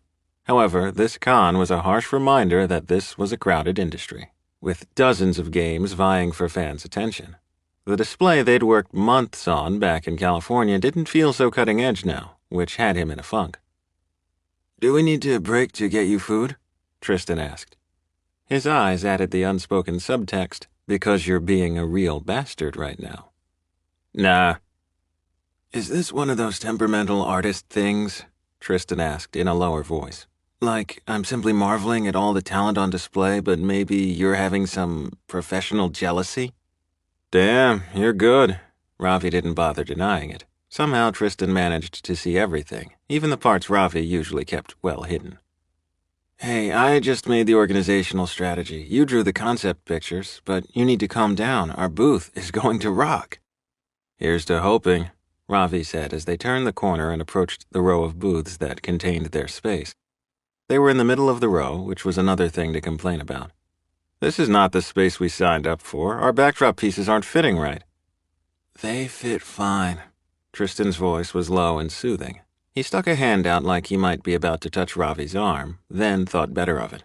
So far this morning, neither of them had mentioned their extracurricular activities, which was exactly how Ravi liked it.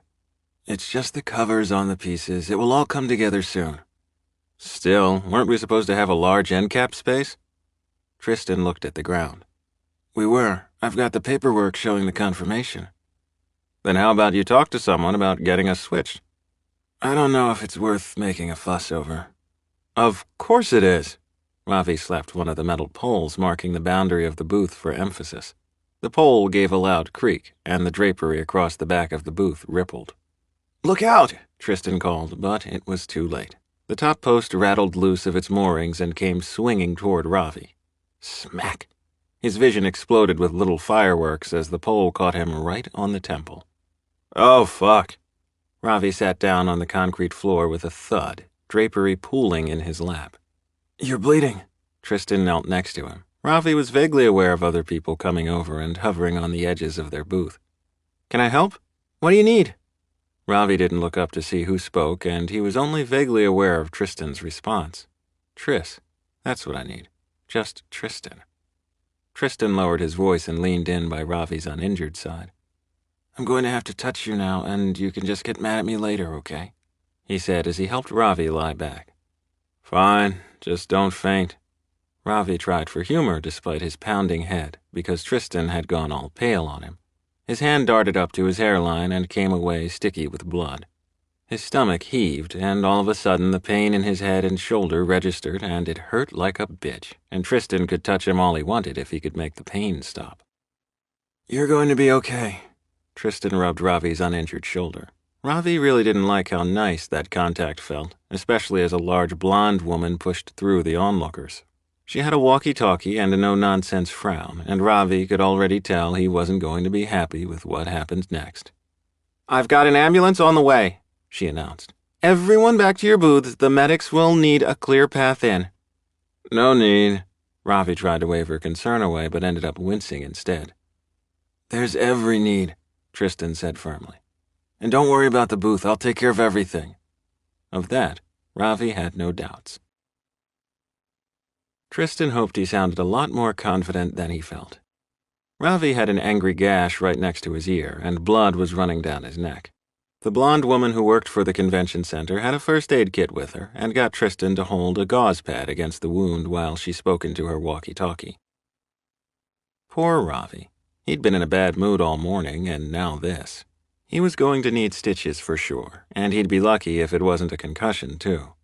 Tristan squeezed his good shoulder with his free hand. Ravi's rules against touching could resume as soon as Tristan knew he'd be okay. "I really don't need an ambulance." Ravi tried to sit up, but Tristan pushed him back down. "It's the fastest way to get you in to be sewn up and checked out." The woman had the placid voice of someone who'd been around more than a few injuries. "Trust me, it's this or you walk in. You'll be seen faster and you won't bleed all over a taxi." "Fine, but I'm coming back as soon as I can."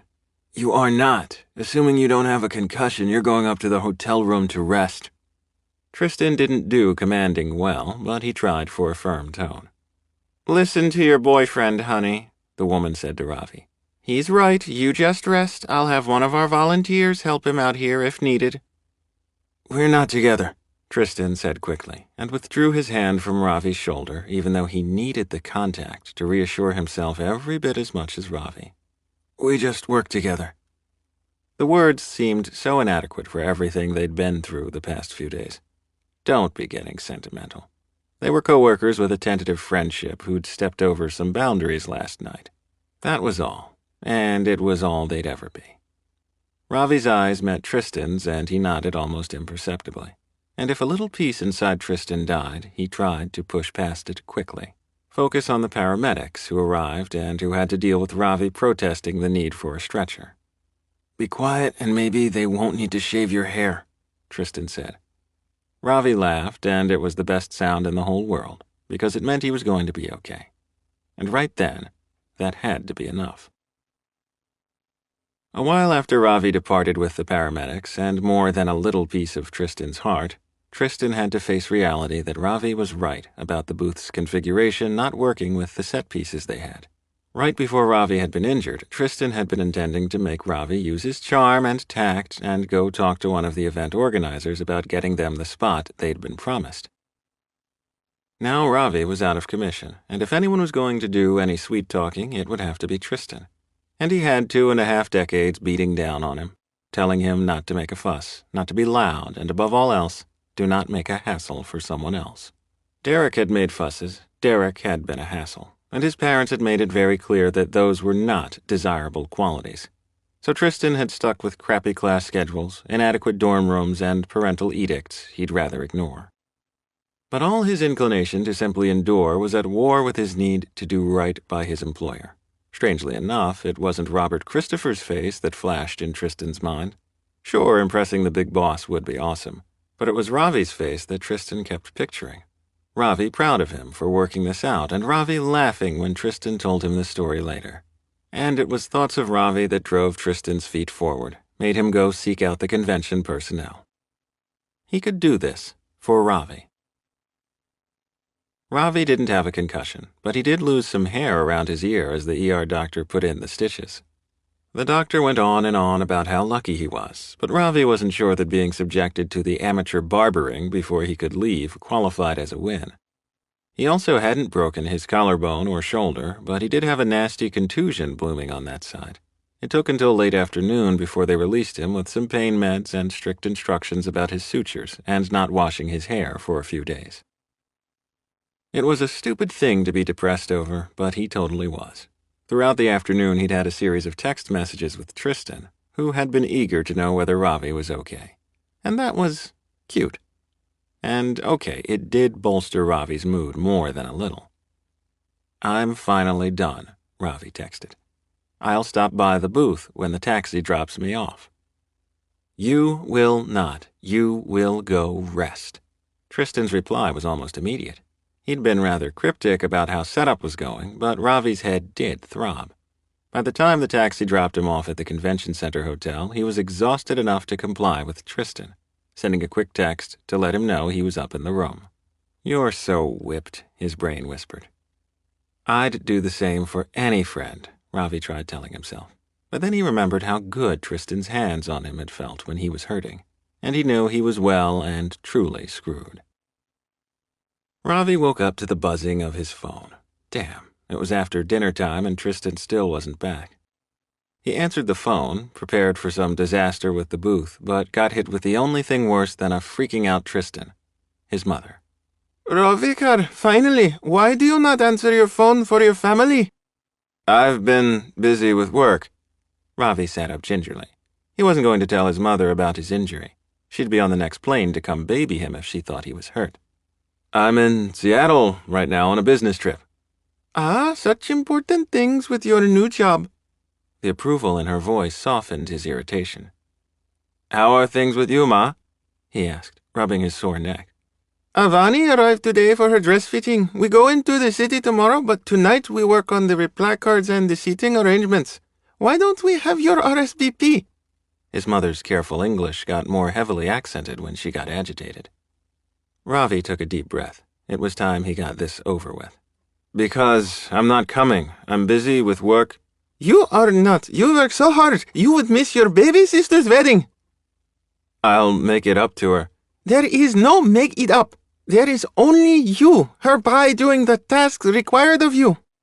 Areshbai can do it. Ravi hated handing the role of the older brother off to his cousin, but it was far better for his sanity than being there. Do not be insulting, and I have several nice girls for you to meet. Good families, some of our oldest friends. You will come. And there it was. The reason he absolutely could not come. Ma, I'm not interested in the girls. You know that. I'm gay. She made a sound of disgust. Do not be ridiculous. My son is not that. You just need to meet the right girl. And Daddy and I have been talking. We have a list. This time you will listen to us and you will be so happy. Not hardly. Ravi couldn't think of anything more miserable than being set up with some poor girl by his mother and grandmother. Well, okay, yes he could. And that was his mother continuing to insist that he wasn't gay over a decade after he first came out. Ravi had other Desi friends, even Gujarati friends, whose parents had made peace with their sexuality. He even had a trans friend who had found eventual familial acceptance. Her parents had attended her wedding to her Caucasian wife, but Ravi had to be stuck with his conservative mother and grandmother, who would no sooner attend a gay wedding than they would start eating meat. On the other side of the spectrum, he knew people who had been completely cut off from their families. That would suck too, but this weird limbo where his mother insisted on complete denial was soul-sucking. And he could not stomach a week of family activities with Avani as his only real supporter, while the rest of the family looked to Dadi's example and tried to introduce him to every eligible Gujarati woman under 30. Ma, I'm not coming, and that's final. She made a clucking noise. We will talk again when you are back home after your trip. We can make arrangements then. You don't want to disappoint Avani, Ravikar. I know that. No, of course. He didn't want to let Avani down, which was why he'd been avoiding her. He knew she was going to be rightfully upset. She'd been his first friend, his sole supporter in the family, and she didn't deserve this. But Ravi couldn't fathom a way this wasn't going to be miserable and spirit-crushing for him. Ravi managed to end the phone call with his mother right as the door to the hotel room swung open. It was seriously ridiculous how his funk lifted at the mere sight of Tristan, and how badly he wanted to greet him with a hug. Which was exactly why he stayed exactly where he was, and tried to school his face to stay neutral. Tristan, however, seemed to suffer no such reluctance. He quickly crossed to where Ravi sat on the bed and crouched in front of him. How bad is it? His fingers were unbearably tender on Ravi's jaw. I've been thinking about you all day. I'm fine. Ravi couldn't help but relax into the contact. A few stitches and a nasty bruise. I'm so glad you're going to be okay. Tristan rose to sit next to Ravi, giving him the gentlest of hugs. And oh hell, it was all Ravi could do to not lose it on the spot. He needed Tristan far too fucking much. Chapter 14. Tristan needed to touch Ravi. Like there was no politely hanging back and waiting to see if Ravi even wanted him in the room. No, he needed to see that Ravi was okay. Still, it hurt a bit when Ravi went stiff in his embrace. What's wrong? Do you need some pain meds? Tristan asked, then frowned as it hit him that maybe he was the problem. Or was it the hug? I figured since we were alone. It's fine. Ravi reached a hand up to his hair, then dropped it fast. Alone doesn't count for the PDA thing. It's just... Yeah? Tristan prodded like Ravi always did to him. It's been a shit day. Ravi sank back against Tristan. Shitty booth, shitty injury, shitty phone call with my family. Tristan started rubbing Ravi's back, even though he doubted he was as good at back rubs as Ravi was. About that shitty booth, he took a breath. The conference coordinator kind of hates us now. Well, that was obvious by this sticking us where no one will see our stuff. Ravi gave him a weak smile. And you can keep doing that. Feels nice. No, I mean that I totally raised this huge stink and got us moved. Yeah? Go you, man. Ravi's smile got wider. I kept demanding to talk to the next person higher up, and I slapped down the emails I had showing what we reserved, and... Tristan trailed off, afraid he sounded totally ridiculous. But Ravi twisted around so he could grin at him. Way to be a badass, Triss. I knew all that organization would save us. Ravi's praise truly was one of the best feelings in the world. Not simply that he appreciated what Tristan had done, but that he seemed to take for granted that Tristan was capable of solving the situation. That sort of belief in him wasn't something he'd experienced a whole lot of. I created such a hassle for the organizers. I feel bad about that. Don't feel bad. You create all the hassle you need to if it gets us what we need. How did you get everything moved from the first space? Regina, the blonde lady who called the ambulance for you, she found some volunteers for me, but that's why I'm back so late. It was a ton of work, but worth it. I can't wait until you see it. Tristan knew he was grinning like an idiot, and it was all he could do to stop from dragging the injured guy back down to the convention floor for a sneak peek. Yeah, I can't wait either. Ravi returned his smile, and Tristan felt its warmth all the way through his tired muscles. After this crappy day, that news is exactly what I needed to hear. Tell me more about your day. What's the deal with the phone call? Oh man, you don't want to know all my family drama. Ravi gingerly reclined next to Tristan, dragging Tristan down with him. Tristan adjusted himself so he was against Ravi's uninjured side. Sure I do. We're friends now, right? He reminded Ravi. Friends wasn't really accurate. They'd gotten physical with each other, and they no longer actively disliked each other, but there wasn't really another word for this tentative thing between them. And I unloaded on you about my family last night. My sister's getting married in a huge traditional Hindu wedding, and everyone's bugging me about attending. But you don't want to go, Tristan guessed. It's not that easy, Ravi groaned. Do I want to go for Avani? Absolutely. But my mother and grandmother refuse to acknowledge that I'm gay. And they're already plotting what women to introduce me to, and I'm not sure I can handle dealing with a week of their denial. That's rough. Tristan rubbed Ravi's arm. I know it's not really the same thing, but my dad's in similar denial. He never acknowledged Patrick as my boyfriend. And both of my parents have pulled the "why don't you meet this nice girl I know" card before. And trust me, "don't flaunt" as a refrain sucks too. How do you cope? Ravi turned toward Tristan. Seriously, how do you do it? You're an adult, yet you're still close to your folks, still trying to please them. I'm all they have. Tristan looked down at his hand. Everything changed when Derek died. Everything. I can't leave them. You can't live your life trying to make up for him either. Ravi took Tristan's hand and squeezed it. I know, Tristan said, even though he didn't. Not really. Guilt and sadness had been his companions for so many years, he didn't really know who he'd be without them. All he knew was how his parents' disapproval cut like broken glass. I know it's far easier for me to say. I've got Lakshmi, the perfect sister, to fall back on. She went to the college my father picked, married the guy Daddy and my mom picked out, and had twin boys in short order. But Triss, seriously, trying to make the family happy is toxic. It's complicated, and if it were so easy, you wouldn't be twisted in knots over this wedding thing. So true. Why do we have to love them so much?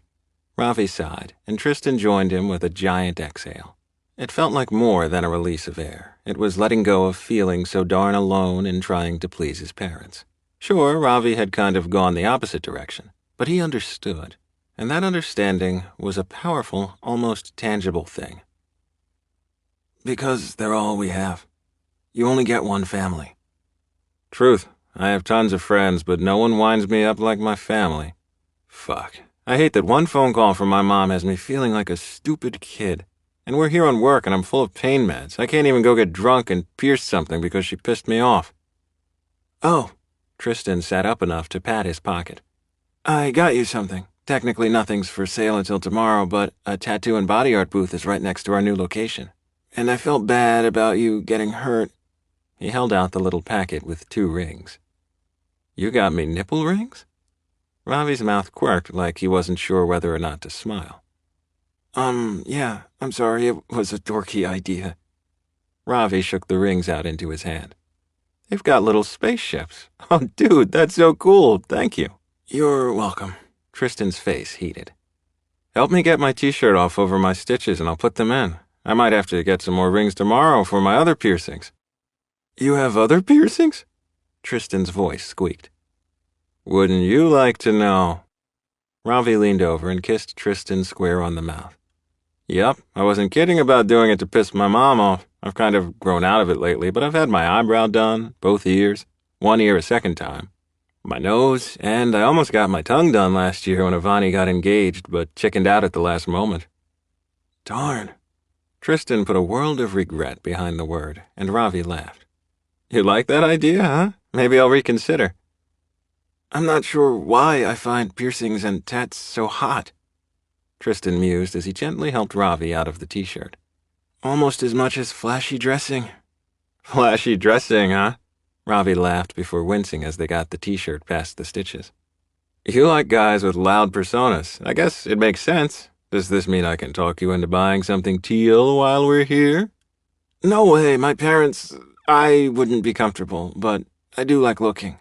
He trailed off as he realized he was totally confessing to loving to stare at Ravi. Yeah? Ravi kissed him again, slower this time and more deliberate. And here I thought all I did was piss you off.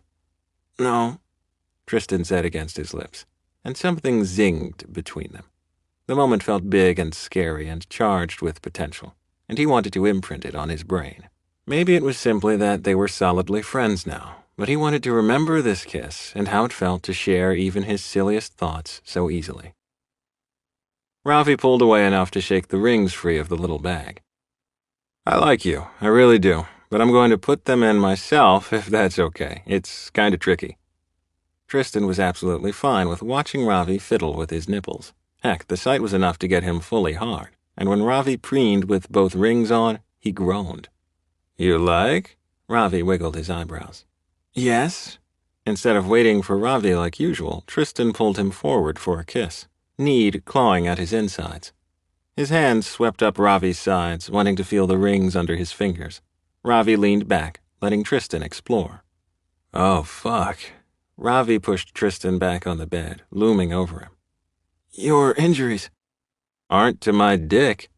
Ravi gave a feral grin, and Tristan was lost. That was what the moment had been earlier, the sound of him falling off a cliff, because he was totally, completely crazy for this man. Ravi looked down at Tristan. The guy was fully clothed, yet he seemed bared to Ravi, spread open for his perusal. The way Tristan could let go and hand the reins over to Ravi made him painfully hard. And after all the conversation and revealing more of himself than he really wanted, Ravi needed this. Needed to reset with something familiar and comforting and where he knew the ropes, instead of the murky waters where everything felt new and different. He wasn't sure he liked feeling as if he could talk to Tristan for hours, as if he'd never get tired of sharing. Ravi was used to hanging out with friends, but he was usually the listener or managed to keep conversation on a more superficial level. This let's share our inner angst business was a bit unnerving. But fucking? Fucking was exactly what they both needed. You've got too many clothes on. He tugged on Tristan's shirt. I'm worried about your stitches. And I'm worried about your pants. Ravi unzipped Tristan's fly to emphasize his point. Don't touch my head and everything's cool, promise. Maybe you should lie back. I could blow you. Tristan scrambled the rest of the way out of his clothes while Ravi took off his own pants. Maybe you should stop thinking. Ravi pushed him back down. Nice as Tristan's mouth was, he really wanted to be in charge right then. And judging from how hard Tristan was beneath him, he needed this too. Their cocks collided as Ravi bent down to claim Tristan's lips. And Ravi's hips thrust instinctively. Oh yes, this was exactly what he craved. Tristan's head fell back, presenting his neck for Ravi to kiss and lick. He was careful not to leave marks, but he still enjoyed the desperate sounds his kisses forced from Tristan's mouth. I love doing it like this, Ravi panted. Grinding together. Can you come this way? Yes. Tristan bucked up against him, arms holding Ravi tightly against him. Harder. Yeah, you like it a little rough? Ravi could so deal with that, speeding up the motion of his hips, letting his movements get more desperate. Tristan made needy little noises as they ground together. Ravi was all about respecting Tristan's boundaries, but damn, he really wanted to fuck Tristan. See what he sounded like when Ravi nailed him. But then Tristan writhed beneath him, cock dragging against Ravi's at the perfect angle, and all thoughts of other acts fled. This was enough. This was perfect. Kiss me. Tristan begged, his hands moving restlessly against Ravi's back. Yes. His sore head throbbed and his shoulder burned, and there was nowhere else he'd rather be than right here kissing this man. Their tongues tangled, and Tristan nipped at Ravi's lower lip. The kiss went from a nice accompaniment to the rhythm of their bodies to the song itself, a whole universe of sound and sensation and emotion passing between them. One of Tristan's hands, snaked between them, flicked Ravi's nipple ring. Fuck, that again, Ravi panted against his mouth. He was close, too close, and he could slow down, make this last, but he was powerless against the need driving him. Tristan made the high-pitched whine that Ravi already associated with him coming. Yeah, baby, come on, tell me what you need. This, just this, Tristan writhed beneath him. Just you. Oh, that was an intoxicating thought, being enough for Tristan, exactly like this, being everything he needed. Then Tristan tweaked his nipple, and Ravi was coming, hips undulating in long thrusts as the sensations washed over him. He felt Tristan go over too. His whole body stiffened, and he breathed Ravi's name like a prayer, exactly like Ravi had fulfilled all his expectations. Tristan's utter contentment spurred aftershocks rippling through Ravi's body. Fuck. He rolled off Tristan to collapse next to him. Tell me again about how you're terrible at sex? That was unprecedented. Tristan sat up, grabbing his shirt to swipe at the mess on his stomach. And maybe it's that you're really good at that. Much as I like you thinking I'm some sort of sex god, I gotta tell you, it's not usually that good with anyone. And wasn't that a sobering thought? The idea that what they had was special and different, and when it ended, Ravi would be left missing this. Damn Tristan for raising the bar for what he wanted out of sex. Yeah, Tristan grinned. Maybe we bring out the best in each other. Ravi liked that thought even less, but the truth of it was undeniable. Tristan made Ravi want to try harder, be a better lover, better person. How am I going to let you go? And if I want to keep getting the best out of you, I better feed you and use my GPS to find some sort of pharmacy downtown. Pharmacy? Yeah, I need to get you a close-fitting shower cap. I know you by now. You'll sleep better and be nicer tomorrow if you can shower, even if you have to be careful of the stitches. Tris. Ravi's throat tightened. He didn't know how to express gratitude for how Tristan was always thinking about what he needed and how he managed to make such thoughtfulness appear effortless. Feel up to walking to get food with me or want to rest here? I'm happy to bring it back. At oblivious to the list of Tristan's endearing qualities, he seriously had no idea the havoc he was wreaking in Ravi's life. Sure, I can come with you. And even knowing how temporary all this upheaval was, Ravi was still desperate for more. More time together, more laughter, more memories to savor later, more Tristan. Chapter 15. Tristan woke up Thursday with Christmas morning-level anticipation.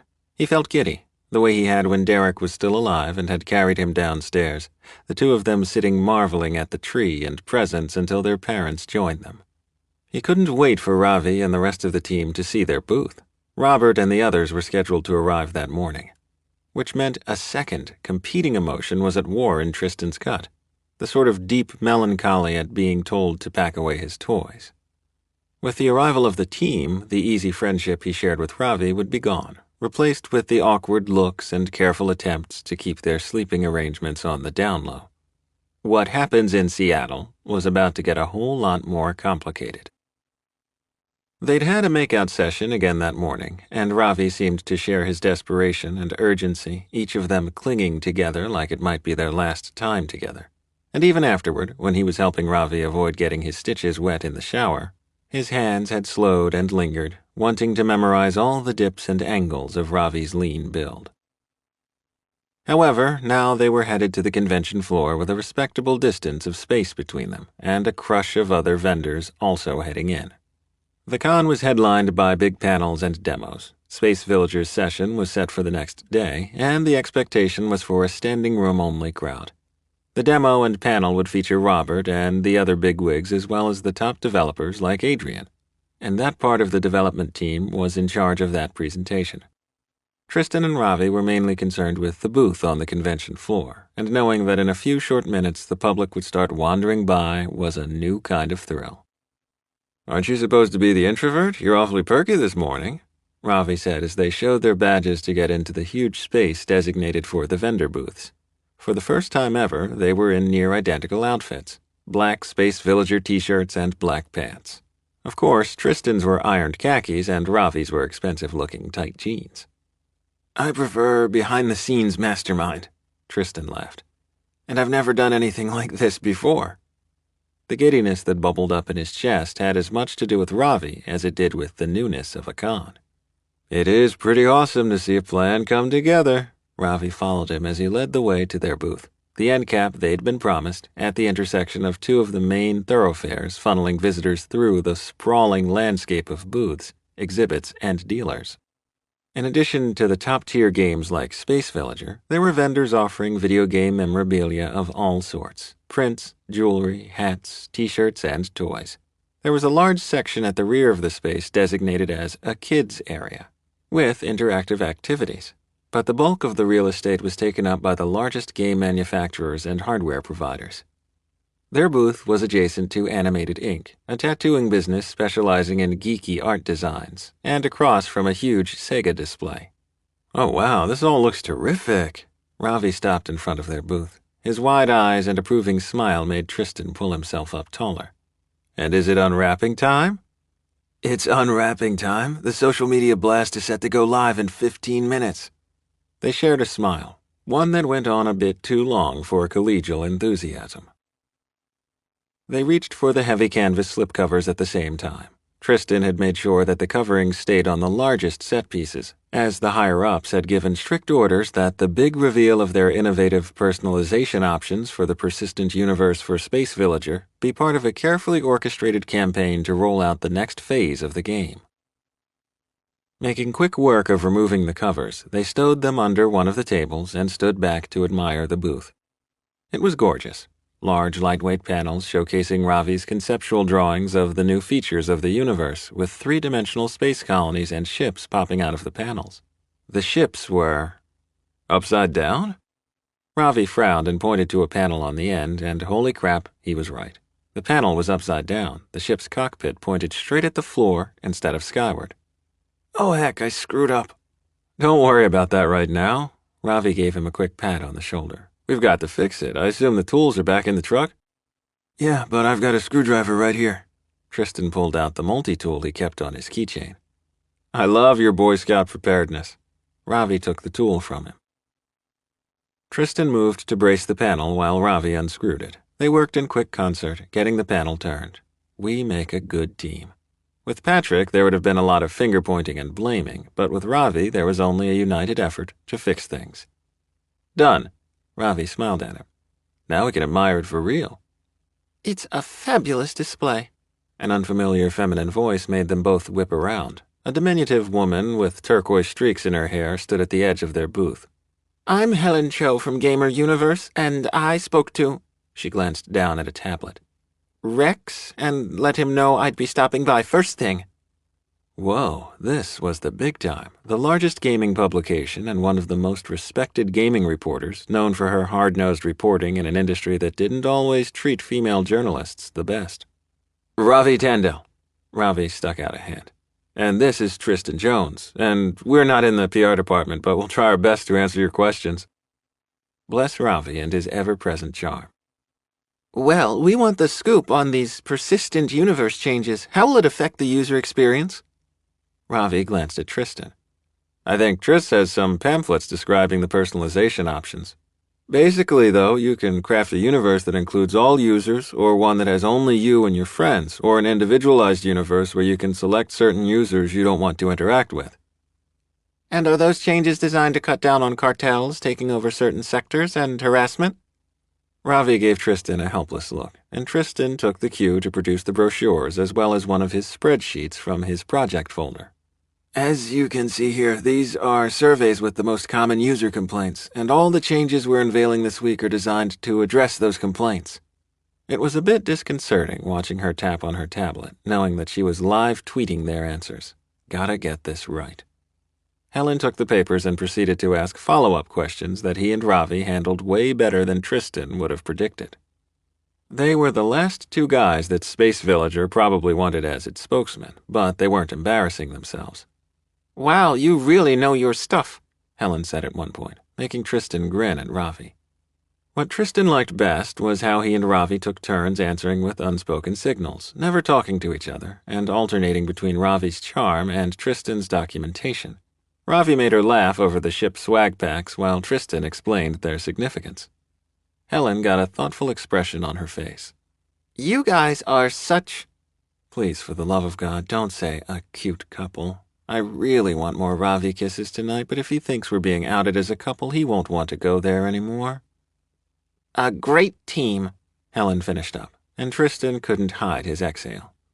"Thanks," Ravi said, giving Tristan a questioning look out of the corner of his eyes. "We're happy to help." "Helen, you made it!" Robert and an entourage of front office people approached the booth. "What do you need to know?" Nothing, actually. She had a gamine grin that said she wasn't the least bit intimidated by the Space Villager brass. Your guys here did a terrific job explaining everything. Now I'm off to write my feature, and I'll see you all at the panel tomorrow. "Well, look at that," Rex said as Helen departed. "You guys actually pulled this off." "Oh, yeah, it was no problem." Ravi shrugged, but as soon as the executives were busy admiring the booth, he gave Tristan a warm glance that contained all the memories of the past few days. No problem indeed. Tristan returned Ravi's gaze, sealing the pact that all the hassles they'd encountered would remain just between them. And why that made him feel all gushy inside to have their journey be only for the two of them, he couldn't say. One of the things Ravi loved most in life was eating out with a big group of friends. Thus, he should have been thrilled when Robert and the rest of the team invited him and Tristan to join them at a steakhouse near the convention center. But instead, he was weirdly unsettled. "I'm never eating seafood again." Rex shuddered as they walked over to the restaurant. "I'm happy to be able to eat anything again," Adrian added. He was in a great mood, holding his boyfriend Noah's hand as they walked up the steep sidewalk. Noah was a consultant on archaeology and geology issues for the game and wasn't technically needed for the panel, but he'd accompanied Adrian because they were totally still in that lovey-dovey can't-sleep-without-you phase. Katja and Mark were a bit ahead of them, also with linked hands. All the happy couples made Ravi's teeth ache. For his part, he'd made sure that Tristan was in front of Katja and Mark. He didn't need any temptation next to him. All day, he'd alternated between wishing he could touch Tristan and cursing himself for getting in this situation. Especially when Katja and Mark arrived and revealed they'd gotten a room in a hotel 5 minutes away. I should have done that. Guilt pricked at Ravi, made him testy and snappish as the day dragged on. At the restaurant, he ended up seated next to Adrian and Noah and all their domestic bliss, while Tristan was way on the other side of the table by Robert and the rest of management. Ravi should be happy for his friend that he got a chance to schmooze with management and bask in the laurels for the job they'd done with the booth. In no way should he be missing Tristan. Not even a little. "So, what's up with the stitches?" Adrian asked. He was seated next to Ravi's bad side, and even though he'd tried to style his hair to mask the stitches, they were still pretty obvious, especially up front. "Shark attack?" Ravi managed to grin. "No, really, what happened? You know everyone back in the office has been taking bets as to who is going to kill who first. Can't believe you guys actually pulled it off without a hitch." And that was why Ravi was keeping the facts of their trip to himself. It was no problem. He's not a bad kid." There. That sounded nice and distant. Friendly but not overly familiar. Even so, Adrian studied him for several long moments before lowering his voice. "You know, I kept Josiah quiet about what happened on Friday. Some people like Rex noticed you guys arguing, but as far as rumors, he doesn't have much to worry about." "Thanks. I'm sure he'll appreciate that." Ravi took a big swallow of his water. There was another message in Adrian's eyes, one he really didn't want to decipher. Adrian was too damn perceptive, and he might not be a gossip, but Ravi still didn't need the scrutiny. He averted his eyes, trying to find something on the menu he could eat. By the time Ravi finished a salad bigger than his head, he was totally sick of his friends. Adrian could finish Noah's sentences. They had pictures of their dogs. Noah made sure Adrian got a gluten-free menu, and Adrian kept the usually shy Noah soothed with lots of little touches. They worked together every day. An insidious little voice kept nudging Ravi, trying to tell him that things didn't have to go down like they had with Emilio. Some couples worked together fine. But Noah and Adrian were an anomaly of a perfect match, and Adrian had already been working for Space Villager when the other came aboard. It was a far different situation than dating a coworker and navigating all the potholes that plagued new relationships. He'd already failed miserably at that with Emilio. Noah and Adrian were mated for life. No one was staging screaming matches in the break room, and no one questioned their professionalism. Hell, Ravi had yet to have a relationship last more than a couple of months. And besides, he and Tristan were not in a relationship. You sure? They weren't. They couldn't be. Down at the other end of the table, management was laughing at something that Robert said. Tristan sat there looking a bit lost, like the joke had gone over his head, or like perhaps he'd reached his introvert threshold for social stuff. Without overthinking it, Ravi took out his phone and angled it so that Adrian couldn't see him type. Adrian was all wrapped up in Noah's report from the dog sitter anyway. "I blame you," he texted Tristan. A few seconds later, Tristan fished out his phone. He shot Ravi a quick questioning look before averting his eyes. "What did I do?" The reply buzzed on Ravi's phone. "I should be having a great time, but instead I keep thinking about when I can get you alone in our room." Ravi knew the message had been received when Tristan's cheeks turned pink. "Yeah, wasn't sure you'd want, you know, now that everyone's here, I mean." Yeah, Ravi hadn't been so sure about that either, but now that he was faced with the prospect of sharing a room and not sleeping with Tristan, his objections felt pretty petty. "We just have to keep things on the down low," he texted back. "You make your excuses first. I'll follow in a while." He made the suggestion mainly because he wasn't sure he could keep from grinning and grabbing Tristan's hand if they left together. He was that eager to be alone with his... Oh, fuck.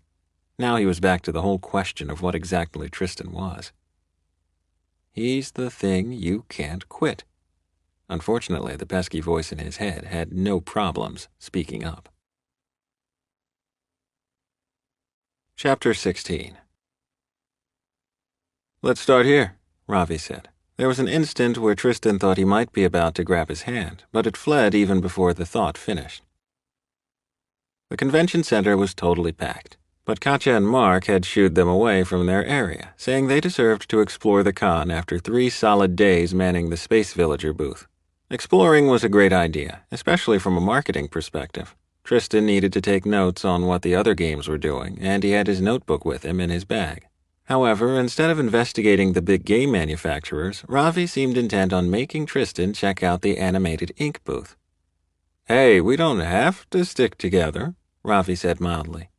"But since people seem to dig my piercings, I wanted to check out the eyebrow rings." "That's a good idea."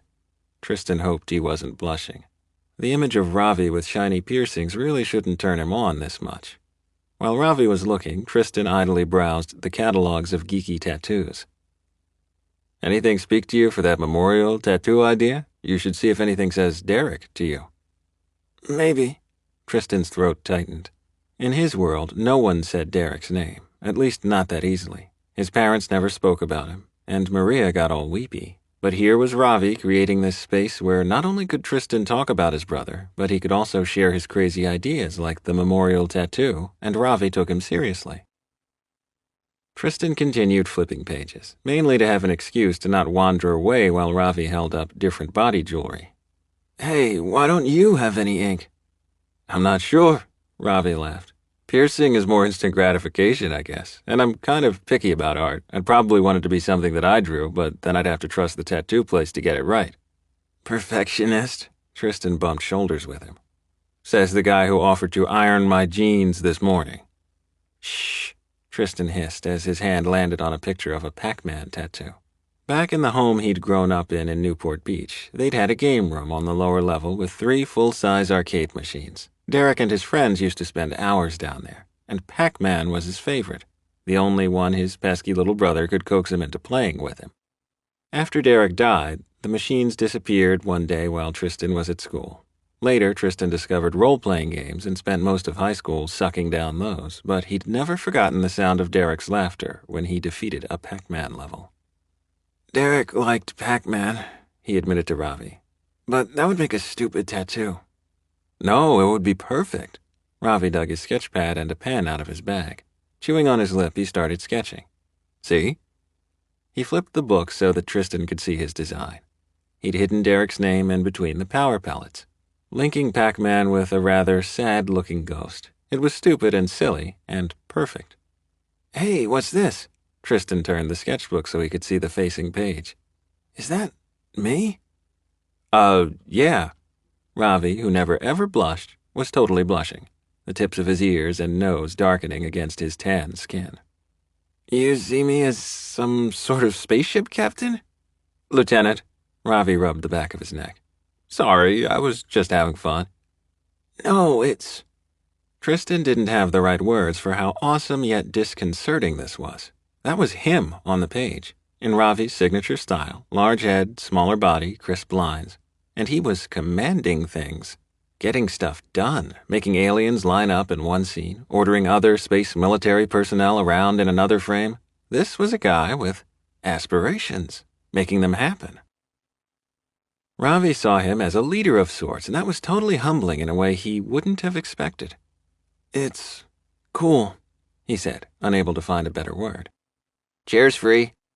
The skinny guy who was running the booth had a hipster beard and wore a tank top showing off impressive tats. He waved his hand indicating the empty leather chair next to his implements. And I'm running a con-only special. Mm-hmm. Tristan made a non-committal noise as he continued to stare at Ravi's drawings. I want to be that guy. I want to be decisive and in charge. The tattoo artist gave a toothy smile that said he knew he had Tristan on the hook. Where are you thinking of getting it? Nowhere. Tristan's tongue refused to state the obvious. Instead, part of him wanted to be the type of guy who went to a con with his friends, and got an impulsive tattoo.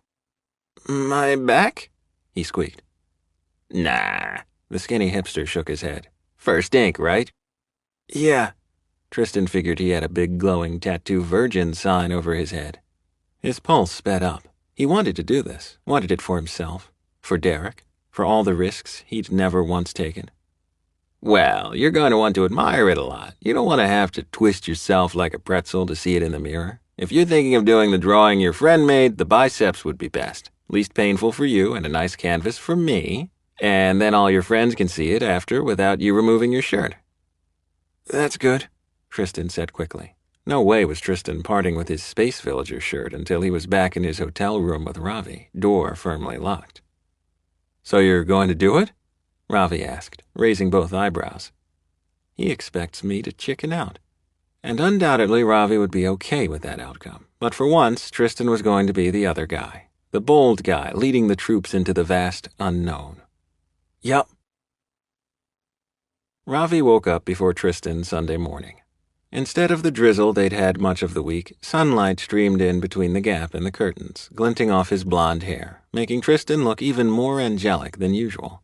Sleeping, he looked far younger than 24, and something protective unfurled in Ravi's chest. Shit. He didn't want to be sitting here memorizing his lover's sleeping form. Didn't want to be getting all poetic about the way Tristan's pink mouth pursed as he sighed in his sleep. Didn't want to be fighting the urge to slip back under the covers, cuddle Tristan close. Cuddle.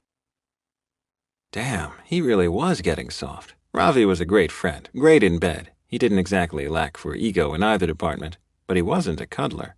Wasn't a laze around in bed on Sunday morning with a boyfriend kind of guy. But Tristan made him want to linger under the covers, made him wish they didn't have a flight in a couple of hours. And yes, Tristan totally made him want to cuddle. Katya and Mark would be handling the booth teardown and the drive back to Santa Monica. They called the trek fun. Fun. It was such a damn inadequate word for the past week of Ravi's life.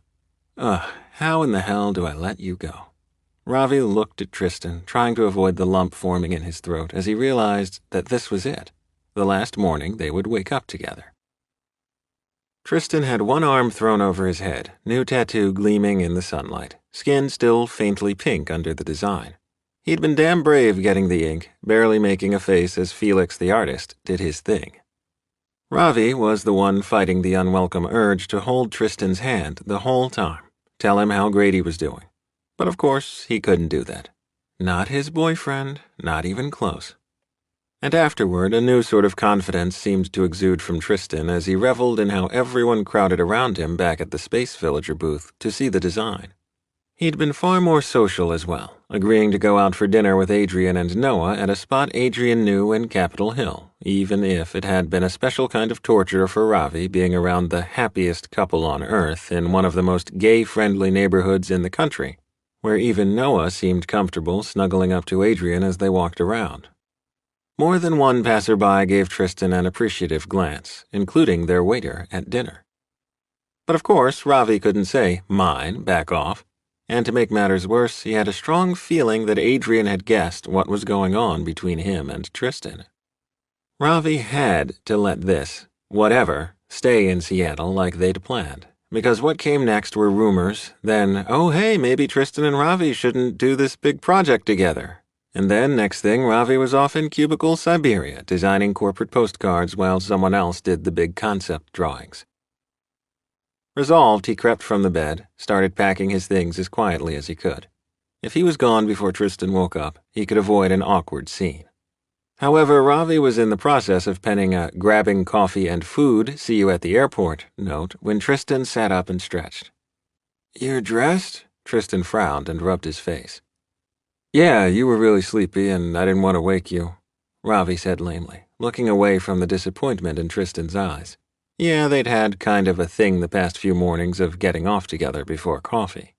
A thing Ravi liked even more than the best Americano, even more than an extra hour of sleep. A thing that had to end. "Oh, okay. Last night was nice." Tristan's cheeks turned a faint shade of pink. They'd come back from dinner with Adrian and Noah and started kissing even before the door clicked shut. Eventually, they'd made it to one of the beds for an epic makeout session, ending tangled up with Ravi rubbing off against Tristan's back and ass while he stroked Tristan off. Ravi would cut off his pinky toe for a nightly repeat of that, but he merely nodded, trying to stay distant. "It was, but right now I'm dying for coffee and something to eat. Is it cool if I catch you at the airport for the flight home?" Tristan nodded sharply before his tongue darted out to lick his lower lip. Oh, the things that tongue could do. "So, this is it?" Tristan asked as Ravi gathered his bags. "Yeah." Ravi's voice was more ragged than his favorite eraser. "It's for the best, right? You need to stay on the down low and neither of us needs gossip at work." "Yeah." Another nod from Tristan, this one with him looking down at the covers in his lap. "But we're friends now, right?" His voice sounded so hollow, so lost, that before Ravi even knew what he was doing, he crossed the room, kissing Tristan's mouth, claiming every bit of hurt and loneliness, chasing out the cold until there was only the heat that simmered between the two of them. He had dozens of friends, and not one twisted him up like Tristan. But friendship, as fucking inadequate as it was all he had to offer. Finally, he had to break away. "Friends, absolutely, and I'm not forgetting this."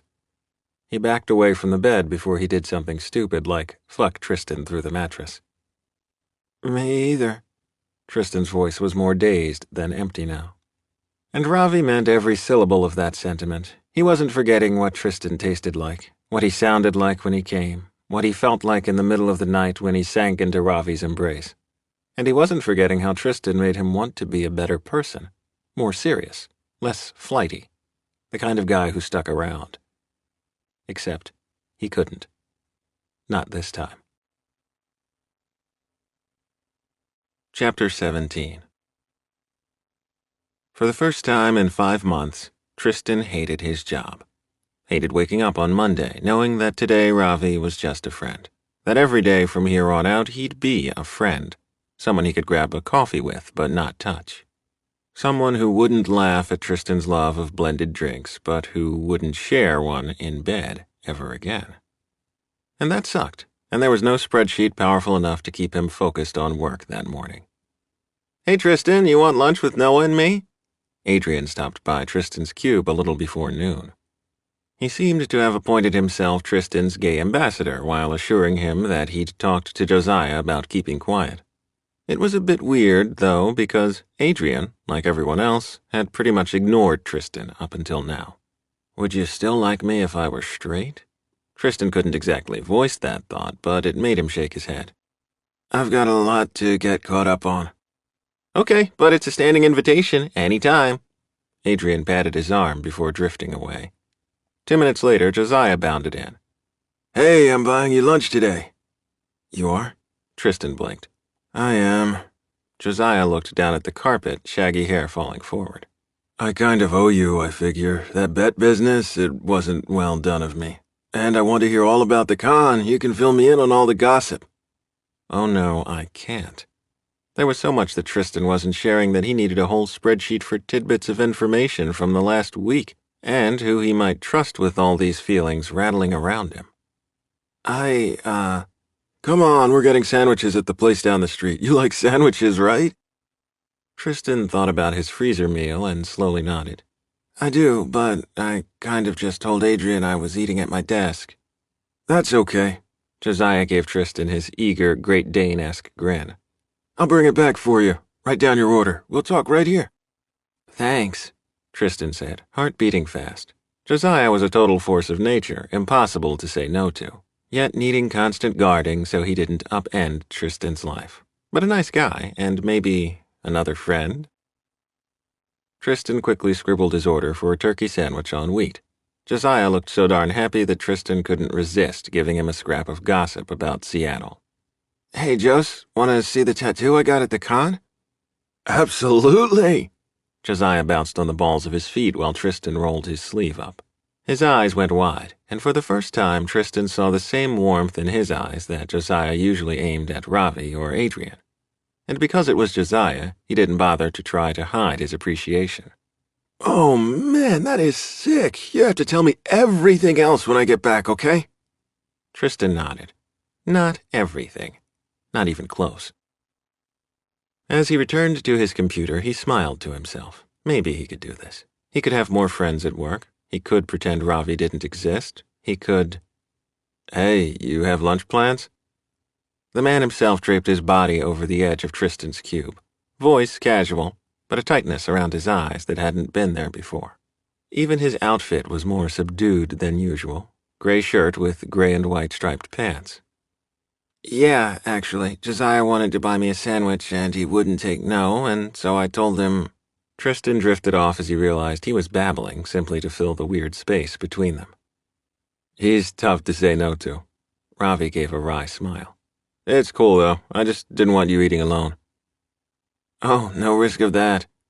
Tristan waved his hand airily like alone wasn't his entire M.O. until a week ago, and like his whole body wasn't begging for Ravi to want a for-real lunch date. Adrian invited me out as well. Well, that's good.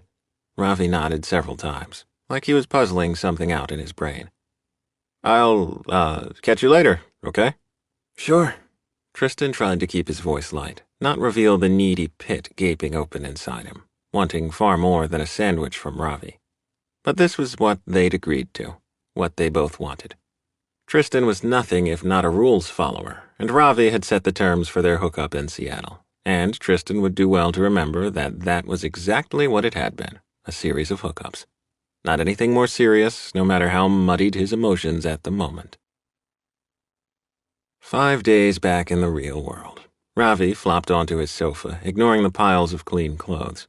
5 days of laundry and getting caught up with his volunteer shifts and telling highly censored stories about the con to his friends, and dodging calls from Avani and getting his runs in and being absolutely, totally miserable through it all. And the worst part was knowing that he was alone in his misery. Tristan had a newly unearthed social side to go along with his tattoo. Lunches with Josiah, Adrian, Noah, and even a working lunch with management for his next project. Tristan was getting exactly what Ravi wanted for him, becoming more connected to his coworkers and getting the recognition he deserved from management. And because the convention project was done, there were no more post-lunch visits from Tristan to Ravi's cube. It was a strange thing to miss, but Ravi seriously missed working with the guy almost as much as he missed sleeping with him. Ravi was on a new project of conceptual drawings for a new sector for the game, new planets, new aliens, new spacecraft. And it should have been exactly his sort of project. But all his space villager heroes kept looking like Tristan, and every scenario he sketched out made him want to go hike to Tristan's cube and show it off. Which, if he wanted to keep getting projects like this, he really couldn't do. Couldn't let the rumor mill start to percolate with whisperings about what happened in Seattle. He was finally doing the sort of art he'd waited years to do, and no way should he be risking it by prancing over to Tristan's cube every chance he got. But I want to. You have it so bad. No, I'm just bored. Ravi picked up the remote, but nothing caught his interest. It was the rare Friday night without plans. He should call someone, arrange to go out. He thumbed through his phone, but the only person he could think of calling was Tristan. And what was he supposed to say? How about, stay away from Josiah because he doesn't have my rules against dating coworkers? Oh, fuck. That was a serious possibility, wasn't it? Josiah had had this low-grade crush on Ravi for months, the sort of one-sided attraction that Ravi could kindly sidestep without things being too awkward for them as friends. But now Josiah seemed to be transferring some of that to Tristan, and no. Ravi sat up, shoved his feet into his shoes. He didn't have a plan, both because that wasn't how he rolled, and because if he let himself slow down enough to come up with a plan beyond, I need to get out of the house, he'd realize what an idiot he was being. And it wasn't the same sort of idiot he'd been with Emilio either. Emilio made him drunk on decent sex and angry over stupid shit, but Tristan made him far more crazed and irrational than Emilio ever had. But he wasn't thinking about Emilio, or much of anything, really. No, it was far easier to let this weird restlessness push him toward his Mini Cooper. Let himself drive on autopilot to the older side of town. He knew where he was going, but still felt powerless to do anything more than follow this impulse until he was parking his car and heading up to the same door he'd watched Tristan come out of what felt like a lifetime ago. He knocked on the door, realizing only as it swung open that he had no clue what to say. Ravi? Tristan's brow crinkled and his head tilted, but he didn't look unhappy to see Ravi, more perplexed than overjoyed, though. I have no clue why I'm here. Ravi went for bald honesty over suave charm. I do. Tristan's mouth turned up with the ghost of a smile as he grabbed Ravi's arm and pulled him into the apartment. Tristan shut and locked the door, then tested the lock before leaping on him with a kiss that felt like a continuation of the one on the bed Sunday. Like their last kiss and first kiss all rolled together in sensations that were both achingly familiar and thrillingly new at the same time. Tristan's mouth was as eager as his hands, which clutched at Ravi's shirt, but as always he relaxed into the embrace almost immediately. Let Ravi take over. Damn, I could really fall for this man. Danger, danger. An alert beacon sounded in the back of Ravi's head, like some of the warning sound effects on Space Villager. But he paid it no attention, instead putting his entire focus on this man, this kiss, this moment.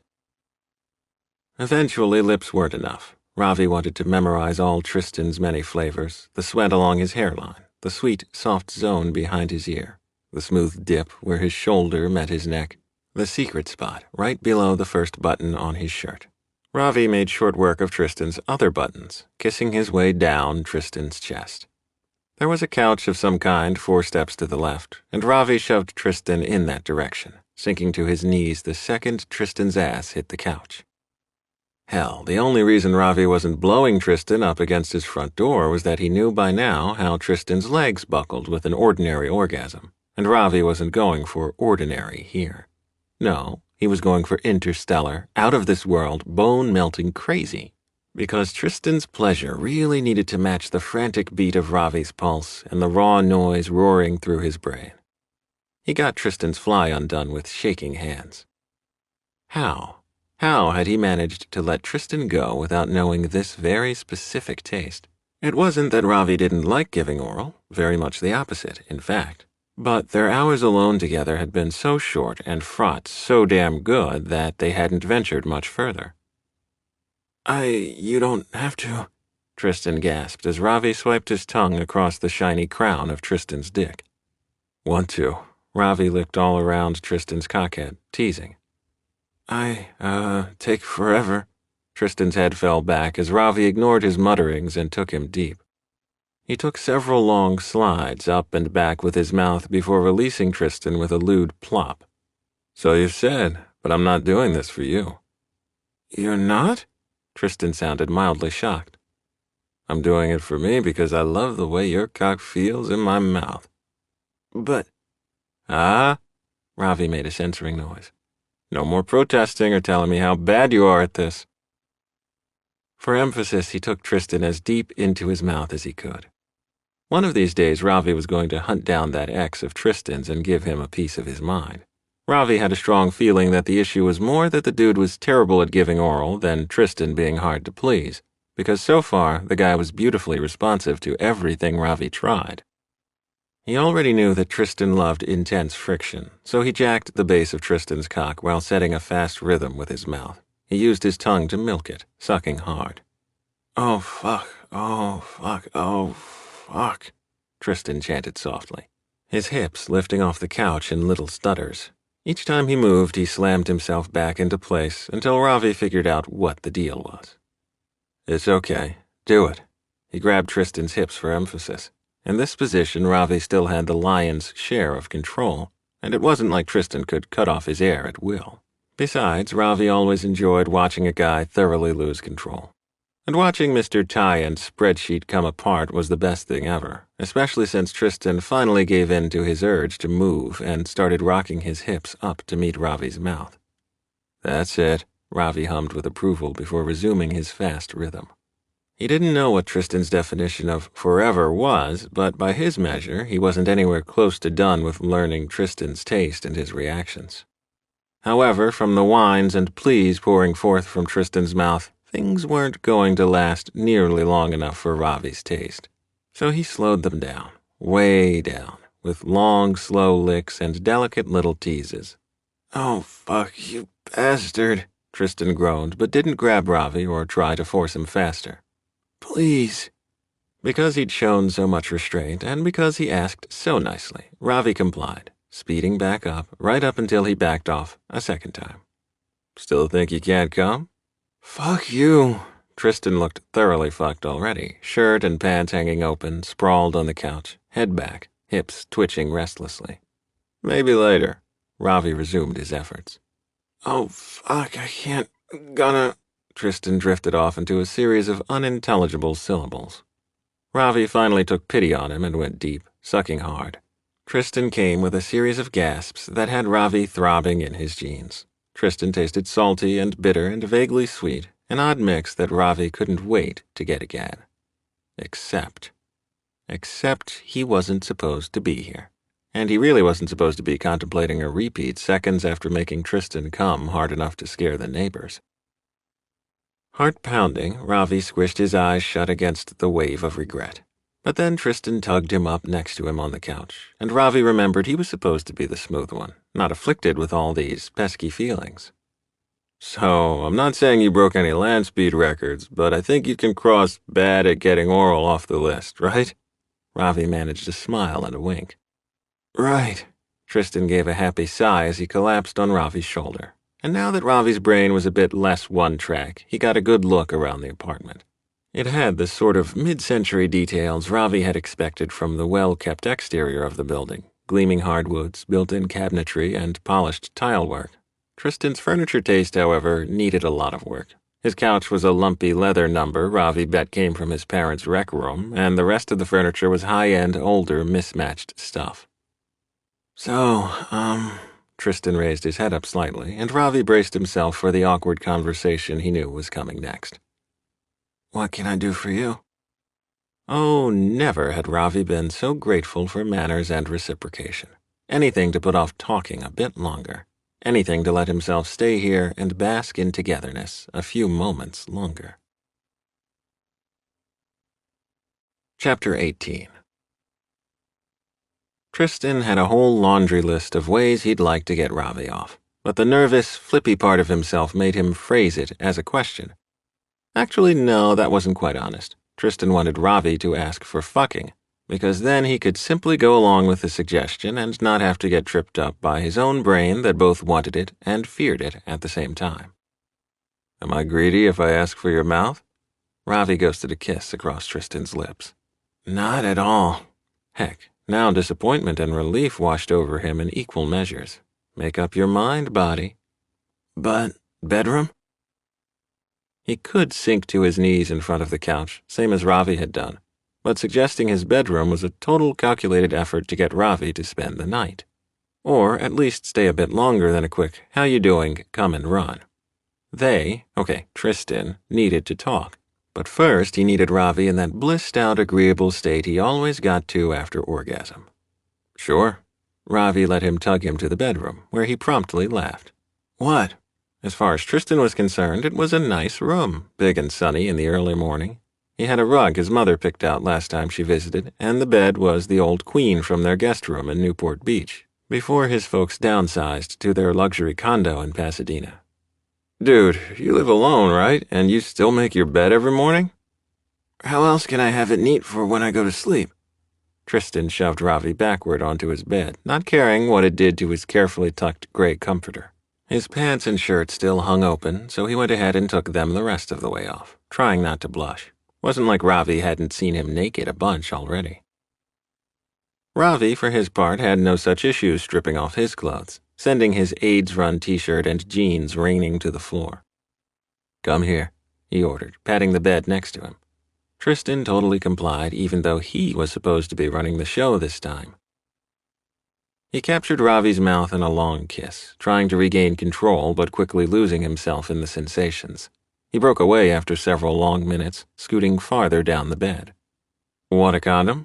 Ravi asked. You've got me so turned on from blowing you, I'm not going to last long. I don't want to surprise you. Tristan didn't have to stop and think.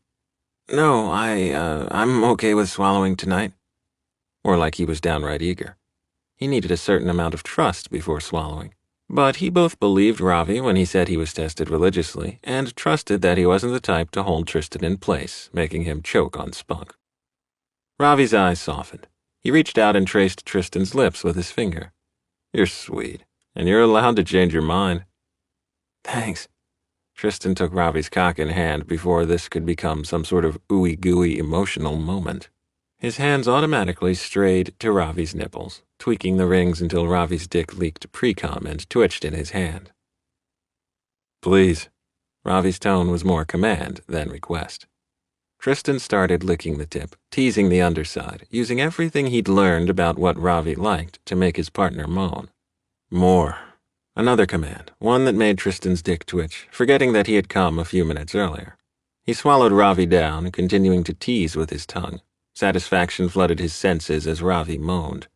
Tristan wasn't bad at this at all. In fact, he felt like a rock star as Ravi's hips bucked and his dick leaked more salty fluid. Experimentally, he stroked Ravi's balls while he sucked, and was rewarded with a deep moan. Oh, yeah, do that. With one hand controlling the depth of Ravi's dick, Tristan used his free hand to fondle and tease the sensitive orbs. Taking a chance, he stroked behind them, the thin, tight skin that always felt so good to him but that had made Patrick cut off his explorations. Ravi, though, seemed to have no such boundaries, and his legs fell open as he rocked up into the contact.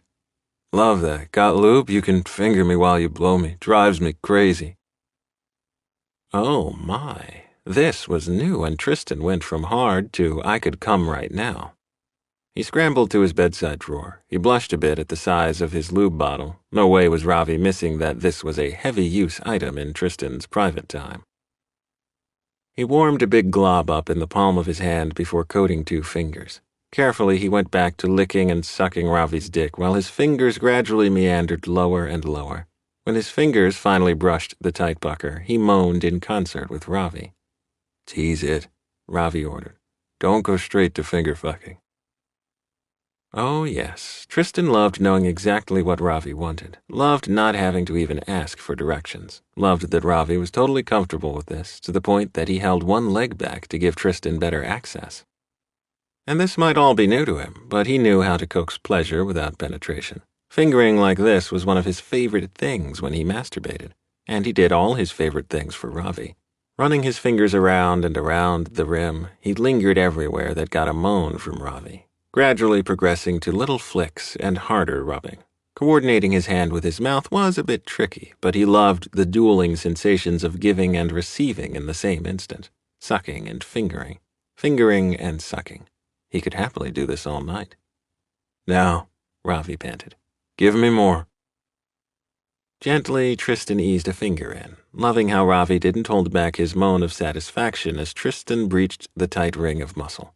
He continued to tease, fucking in, then retreating, waiting until Ravi was rocking up to meet his hand before going deep. The angle was a bit different, but he knew what he was looking for, crooking his finger until...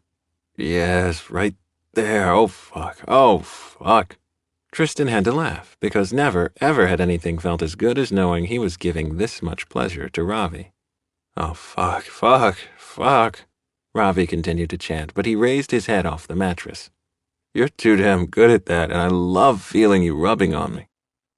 Tristan made an inarticulate noise and pulled his fingers back because he hadn't realized he was humping against Ravi's leg until he mentioned it, but Ravi didn't seem to care. Would you like to fuck me for real? There's a condom in my wallet on the floor. I've never topped. His whole face heated. Kinda figured. Ravi grinned at him. Don't worry, I'm going to talk you through it. Oh, yes, please. Ravi talking about talking was almost enough to get Tristan off right then. That would help. Patrick was an idiot, Ravi said firmly. And maybe Patrick was. He sure as heck hadn't had Ravi's oral skills, but he'd also made it clear that he thought Tristan was too clumsy to top, like he didn't trust Tristan to get it right. And Tristan was all about getting this right for Ravi. Ravi rolled away, snagging his pants with one hand and extracting his wallet. He tossed a condom on the bed but scooped it back up before Tristan could grab it and try to sort out putting it on. He winked at Tristan. Let me handle this part. Tristan had to bite his lip to keep from coming as Ravi made short work of getting the condom on. Now, rule 1 is there's never such a thing as too much lube. He rubbed a generous handful up and down Tristan's dick before fingering himself, pushing more lube inside. Oh, fuck, I could come just from watching you do that. Better not, Ravi laughed. Want me on my knees or want to do this my favorite way? Favorite way. Tristan didn't even have to think about it. While the control of being behind Ravi was a nice thought, he was all about whatever made Ravi the happiest, and he eagerly complied as Ravi arranged him half sitting up against the headboard and pillows. I'll let you finish on top if you want, but I love this way to start. Love sitting up. This wasn't a position Tristan had encountered in a lot of porn, so it took him a second to process the logistics. But Ravi had no such hesitance, bracing himself with one hand on Tristan's shoulder and the other reaching behind him to steady Tristan's dick while he... Oh my gosh.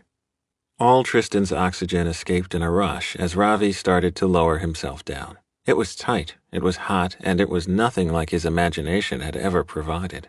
And Ravi straddling his lap was the sexiest thing ever. Ravi's feet hugged Tristan's hips as he started to slowly rock, moaning softly. Yeah, see, you've got to start slow, okay? Let the other guy set the rhythm at first. Tristan didn't want to think about other guys right then. Maybe not ever. Whatever you need, he said breathlessly. A wide smile broke out across Ravi's face.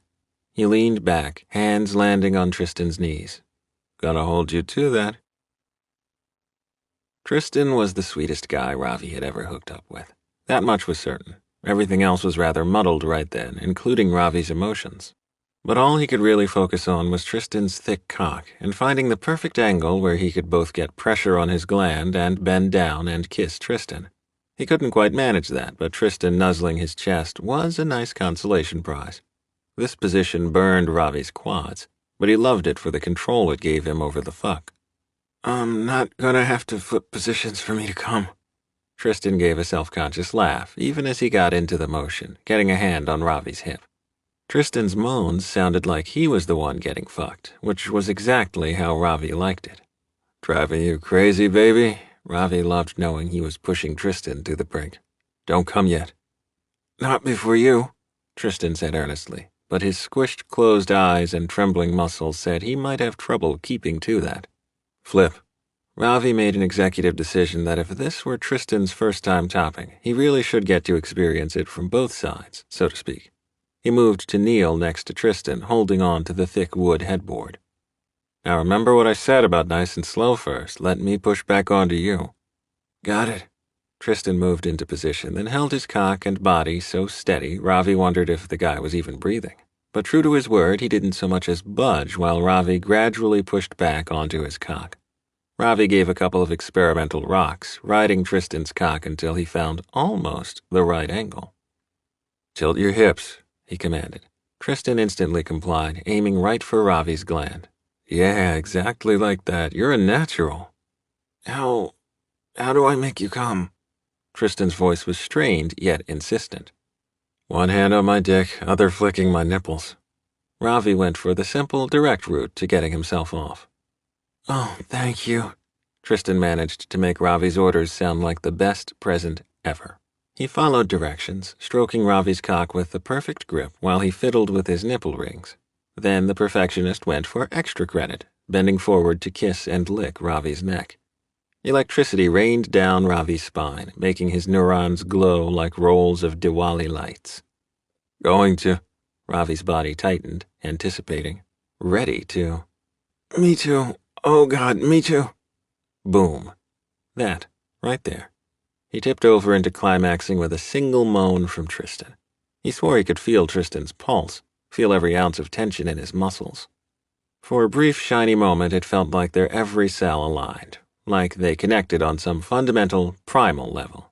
Ravi's ass spasmed hard around Tristan's cock as his own unleashed spurt after spurt across Tristan's headboard.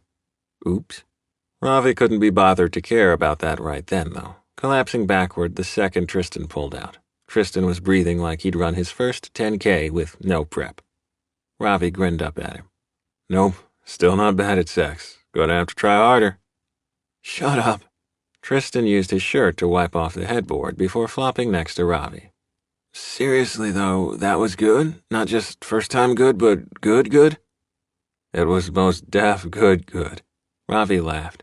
It would be easy to pretend like a connection like that happened every time he fucked.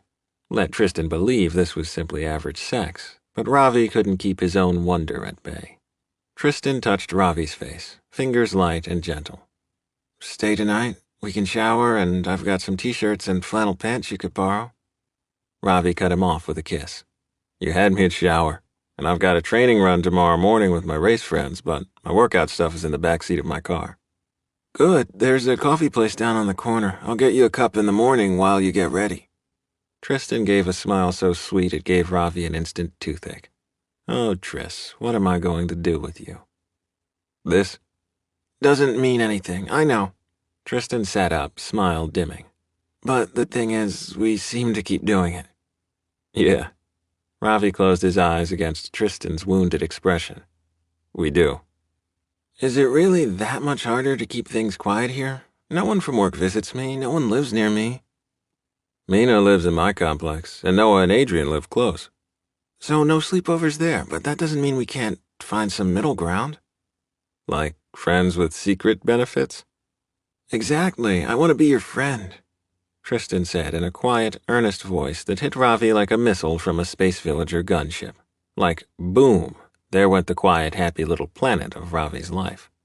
Because he'd had plenty of friends with benefits, and not a single one of them could make Ravi's insides wobble like this. He didn't want to be Tristan's friend. He wanted to be Tristan's everything. And therein lay impossibility. Tristan wanted a secret boyfriend because that was his M.O. He was too scared to stand up to his parents and live his life. That wasn't how Ravi rolled. Ravi needed the secrecy to avoid fucking up work for either of them. But if he had a boyfriend, he wanted the conspicuous kind. The kind who went out with him and his friends, the kind he could brag about and show off. That wasn't ever going to be Tristan. Ravi needed to end things. I want to be your friend too, he said softly. But I love my new project, and I know full well how it feels to lose work I love when things go south. He didn't mention how much more he liked Tristan than Emilio, and how losing that was going to kill him too. What if you stop worrying about when things go south? Tristan pressed a gentle kiss to Ravi's lips. I'm taking a risk here too, but I'm not ready to quit this thing. The tremor in Tristan's voice was what did it. It blew past logic and fear, leaving only the desperate desire to make Tristan smile, to let him know that he wasn't alone in bringing scary feelings to light. I'm not either. He opened his eyes in time to see Tristan beam, and his heart did this strange little wobble. I am so fucking screwed. Chapter 19. Monday night was one of Ravi's volunteer nights, so Tristan was home alone washing sheets. Because that was what happened when your secret so-not-a-boyfriend hung around all weekend and you had 3 nights of rather inventive, definitely not awful sex. You washed all the sheets. He'd run through all the sheet sets he owned, something Ravi had found hilarious, and Tristan found himself stupidly proud of. He'd never so much as had sex in this apartment before Ravi. And he didn't know what other guys did, but if Ravi kept hanging around, Tristan foresaw a lot of laundry in his future. But he'd buy stock in Tide if it meant more weekends like last one. He hadn't had anything like this since Patrick. Ravi left for his running friends on Saturday morning, but then returned that evening. Sunday, Ravi had a birthday party for some other friends, but he'd returned to Tristan in time to share dinner together. I could get way too used to this. Ring, ring. Tristan's cell sounded as he put the sheets into the dryer. The picture on the caller ID screen reminded him exactly why he shouldn't get too comfortable with Ravi. Hi, Mom. This is a surprise. His mother usually called every other Friday night, right after her tennis match and right before her dinner with his father. His first few semesters in college, she'd called a bit more often, asked more questions about his life and his friends, but they'd settled into the stilted bi-weekly conversation routine after he'd come out. A good one, I hope? His mom laughed before he could answer. I won't keep you long. I just wanted you to hear the news from me and not from idle speculation in the political rags. You made your decision, then? He sank down onto the stool in the laundry area. He'd been hoping against hope for months that she'd announce her retirement and be a normal retiree. Golf, tennis, not so much in the public eye. Maybe a bit more accepting about him. Nope. The committee has been just relentless. His mother tried for world-weary exhaustion, but Tristan knew her well enough to know that she secretly loved the attention. They want me to run in the special gubernatorial election. Oh, I won't win, of course. I'm pragmatic enough to know that, but I can help shape the conversation. And you never know. Except sometimes you did. People love you, Mom. I'm sure you'll do great. He wasn't lying. She was gregarious, confident, and well-liked by everyone she met, traits he absolutely hadn't gotten from her. And it would be just his luck if she won. And he had 4 more years of having to be super careful about his personal life. Oh, hush. Now, I need you to come to Pasadena the weekend of the 13th. The Conservative Justice League is honoring me with my first fundraiser, and it's when I'll make the official announcement and platform speech. They need a unified family presence. His hand tightened around the top rung of the stool. The smell of bleach stung his sinuses, and a firm "no way" hovered on the edge of his tongue. I'm not sure I can get free. Tristan, we did not send you to one of the top business schools to have you languish in this parody of a job. I want to talk to you about your future when you come. I have some ideas. Oh, Lord, save Tristan from a mother with ideas. His hand holding the phone started to shake. Hell, why did he always have to twitch like a scared guinea pig when nervous? I'll be there, but I'm happy with my job. Happiness is far from everything. His mother made a tisk sound. From the soft clicking in the background, he could tell she was at her computer, multitasking as usual. Once upon a time, she'd put happiness on her to-do list, laughing with him and Derek over a late dinner while admiring whatever project Maria had done with them. They'd been so happy once, but now all that was left was the icy feeling in his chest. And I don't think I have to tell you that this is a family-only occasion. No friends. I understand. And did he ever? No bringing a guy home to meet his parents, even if Ravi was game for such a gauntlet. Good. I still don't know why you had to have such flamboyant friends during that phase of yours in college. It wasn't a phase, Mom. He thought about Ravi and his issues with his parents. Guess we're not so different after all. Oh, I know you're intending to continue in this lifestyle, but do remember what we've talked about flaunting it. My campaign can survive you quietly being yourself, but we can't have the appearance of you actively disagreeing with my platform. I get it.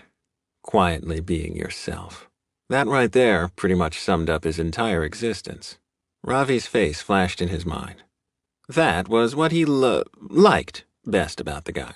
He wasn't quiet in the least, and yes, his mother would undoubtedly call it flamboyant, but Ravi's absolute confidence in his own tastes, from pants to charities to bobbleheads, made Tristan more than a little jealous. No one asked Derek to quietly be himself, his brain protested. Not that Derek would have stood for such an order, but he and his larger-than-life personality weren't here now. And even though his mother would never say it aloud, he knew his absence would be felt by all of them as they stood there on the stage. One less than 4. Good, darling. I do love you, you know. I know, Mom. In a way, that hurt far more than had she withheld affection. But she'd been a loving, if overscheduled and distant parent after Derek's death. And those awful months after he'd come out when they hadn't spoken, they had cut that much worse because they had been close once upon a time. I love you too. Have a good night, sweetheart. Looking forward to seeing you soon. She sounded way more excited about the prospect than Tristan felt. After hanging up, he set the phone on top of the washer and set about taking the wad of sheets out of the dryer. It wasn't just Ravi that Tristan had to worry about with this campaign business. If it got out around the office who his mother was, some people would undoubtedly turn on him, assume he was that narrow-minded by association. Cha-chime, cha-chime, Tristan grinned stupidly into the pile of laundry at the sound of an incoming text. And yeah, he'd totally gone and given Ravi his own tone, a victory tune from a game he'd loved in high school. Almost done here. Want some help folding laundry? Tristan's funk at the phone call with his mother instantly lifted. Absolutely. Did you eat? Want me to order something? The phone chimed again with the reply text. On my way. I ate. Just wanted to hang out a bit. This was what Tristan had to look forward to. This was what was important. Not his mother's stupid campaign and fundraiser. He knew it was stupid and short-lived and probably about to be ruined by his family, but until that point, he was going to enjoy the way his whole body leaped at the prospect of an unexpected visit from Ravi. A strange number of people were hanging around Ravi's locker at his volunteer job. It was an average Wednesday, and unlike a lot of times, Ravi was eager to get back to Santa Monica. In the past few weeks since he'd shown up on Tristan's doorstep, his life had been a series of segmented moments. Carefully detached at work, watching Tristan go out to lunch with everyone other than himself, distracted at his volunteer work and friend obligations, counting down until the best moments. The ones where he arrived at Tristan's apartment and lost himself in easy conversation and mind-blowing sex. And occasionally they remembered to do the adulting, like laundry and regular meals. Tonight Tristan had texted that he was ordering Thai food, and Ravi couldn't wait to eat with his friend. Thinking of Tristan that way felt slightly disingenuous, because with any other lover, this much time together over a month of sleeping together, Ravi would be introducing him around and throwing around the boyfriend label without a second thought. Hot date? Mary Ellen asked. Ravi wanted to say yes, wanted to brag about the hot, sweet guy waiting for him back home. Nah, just hungry. Oh, you want to grab a bite? His friend Javier looked over from putting on a fresh t-shirt. Thanks, maybe another time. Trying to deflect attention away from his plans, Ravi quickly changed the subject. Why are you guys hovering tonight? You keep looking at me like someone's going to pop out of my locker with a cake. Not a cake, Mary Ellen grinned broadly. Come on, open up. Oh, now he was worried. Funny pranks among the volunteers were pretty common, but he was usually an instigator, not the butt of the joke. However, instead of rubber snakes or balloons, the only thing that fell out of his locker was a heavily embossed, thick stationery envelope. Oh, the invitation to this year's gala. Ravi's eyes narrowed. All volunteers got an invite, of course, even if most couldn't afford the gala ticket prices. Open it, Javier demanded. Okay, Ravi grumbled, tearing his envelope open. To his surprise, 2 tickets fluttered out into his hand. Huh, that was new. He opened the invite to the gala on the 13th, which, as usual, listed the B-list celebrities serving as MC, the A-list celebrities being honored, and the music acts donating their appearance. And also, as usual, the invite listed a trio of volunteers getting recognized. What?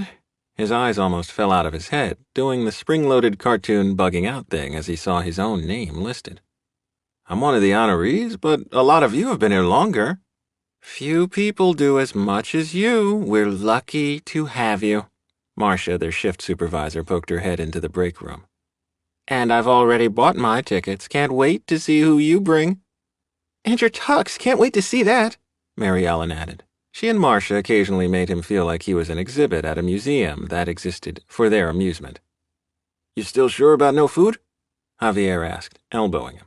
Come on, let me buy you a drink to celebrate. I'm sure. Ravi carefully slid the invitation and tickets into his messenger bag. How fucked up was it that the one person he couldn't wait to tell his good news to was the one person he couldn't tell? Wasn't like Tristan would fall all over himself to be Ravi's +1, and it wasn't like Ravi was ready to go public at work with whatever he had going on with Tristan. No, he'd just sit on the invitation, same as he was doing with Ivani's wedding, and wait until he could figure something out. Ravi still hadn't figured anything out by the next day at work. He'd eaten with Tristan, stayed long enough to get all tangled up on Tristan's couch, then left to sleep in his own bed on the pretext of needing clean clothes for work. Ravi was in line at the fancy coffee place down the street from Space Villager when his coworker Mina came up behind him. Despite having a Keurig, a high-end coffee maker, and an espresso machine at work, somehow they all ended up back here for drinks and pastries far more often than they should have.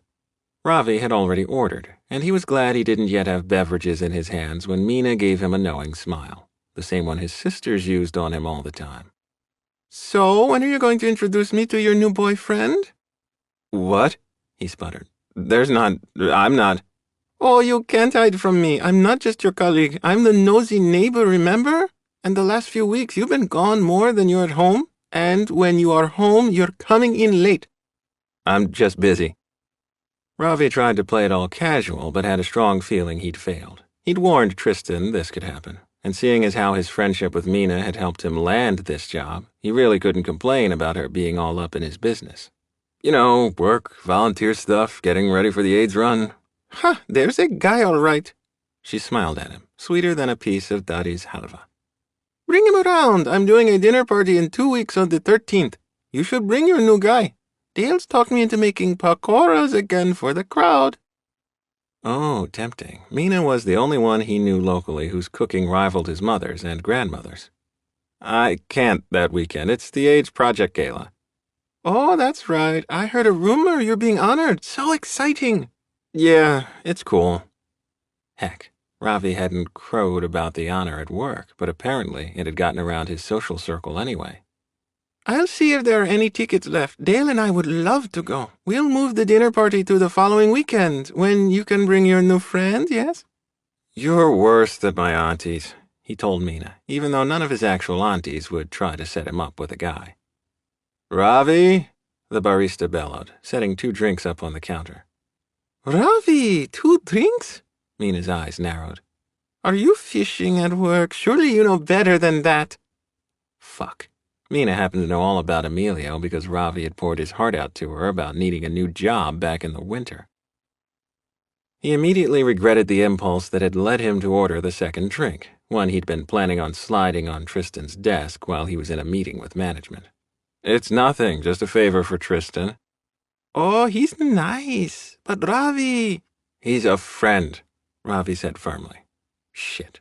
Her slightly censuring tone was exactly what he'd wanted to avoid. Same as you. Now stop bugging me about my love life, or I really will start calling you Auntie. Someone has stirred you up?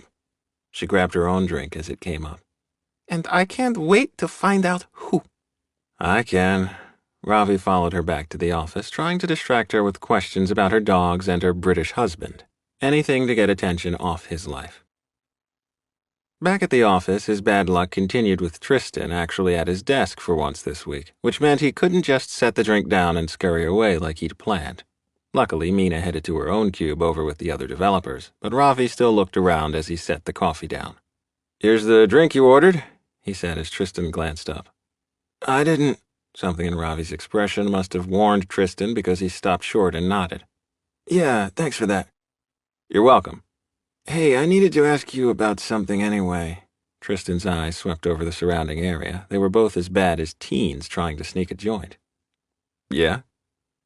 Josiah's LAN party is this weekend, but I think I can't go. "You can't?" Ravi had forgotten that was this weekend, but he was still planning on it. Tristan grabbed a Post-it from a neat dispenser with 6 types of notes and sticky flags. "Someone will guess," he wrote on the note. "But Josiah needs an answer today, something about network ports. One of us should skip. Makes sense for me to bail." Aloud, Tristan said, My car needs servicing. Ravi shook his head. Tristan was finally getting into the swing of things socially. He didn't need to go back to hiding. "No, it'll be cool. I'll give you a ride if your car will be in the shop." You will? Tristan's eyes went wide, and Ravi had to wonder what kind of fire he was playing with here. But still, he nodded. "It'll be fun. You'll see." He hoped. Between his award, Mina's suspicions, and the LAN party, he should be running away. But instead, the only direction he seemed capable of going was straight back into Tristan's embrace. He snagged a note off Tristan's stack. "Dinner at your place?" he wrote. Tristan's answering smile was worth all the turmoil in Ravi's brain. Chapter 20. Tristan had been to plenty of parties. Of course, most of them involved fancy appetizers, people over 40 in nice clothes, and classical music to accompany the sort of small talk he'd been awful at from his teens onward. In college, Patrick had dragged him to some parties with people his own age, loud electronica, low lights, heavy stench of pot and cheap booze, and the same issue with Tristan's inability to make small talk. Josiah's LAN gaming party was nothing like either of those things. To start with, Josiah's party required that he bring snacks and a sleeping bag, something he'd almost had to purchase before Ravi remembered he had a spare bag in his camping supplies. Ravi had picked him up Saturday afternoon, because Tristan felt honor-bound to actually send the car for servicing since he'd said it aloud at work. He and Ravi had hit Trader Joe's for snack food on their way to the party, and it felt very weird to be shopping together, doing such a couple thing in public, after weeks of hiding away together. You should get some energy bars too, or something with protein, he said as Ravi loaded up their cart with bags of chips. You know how you get when you go too long without a real meal. "Yes, Mummy." Ravi made a face at him, and Tristan cracked up.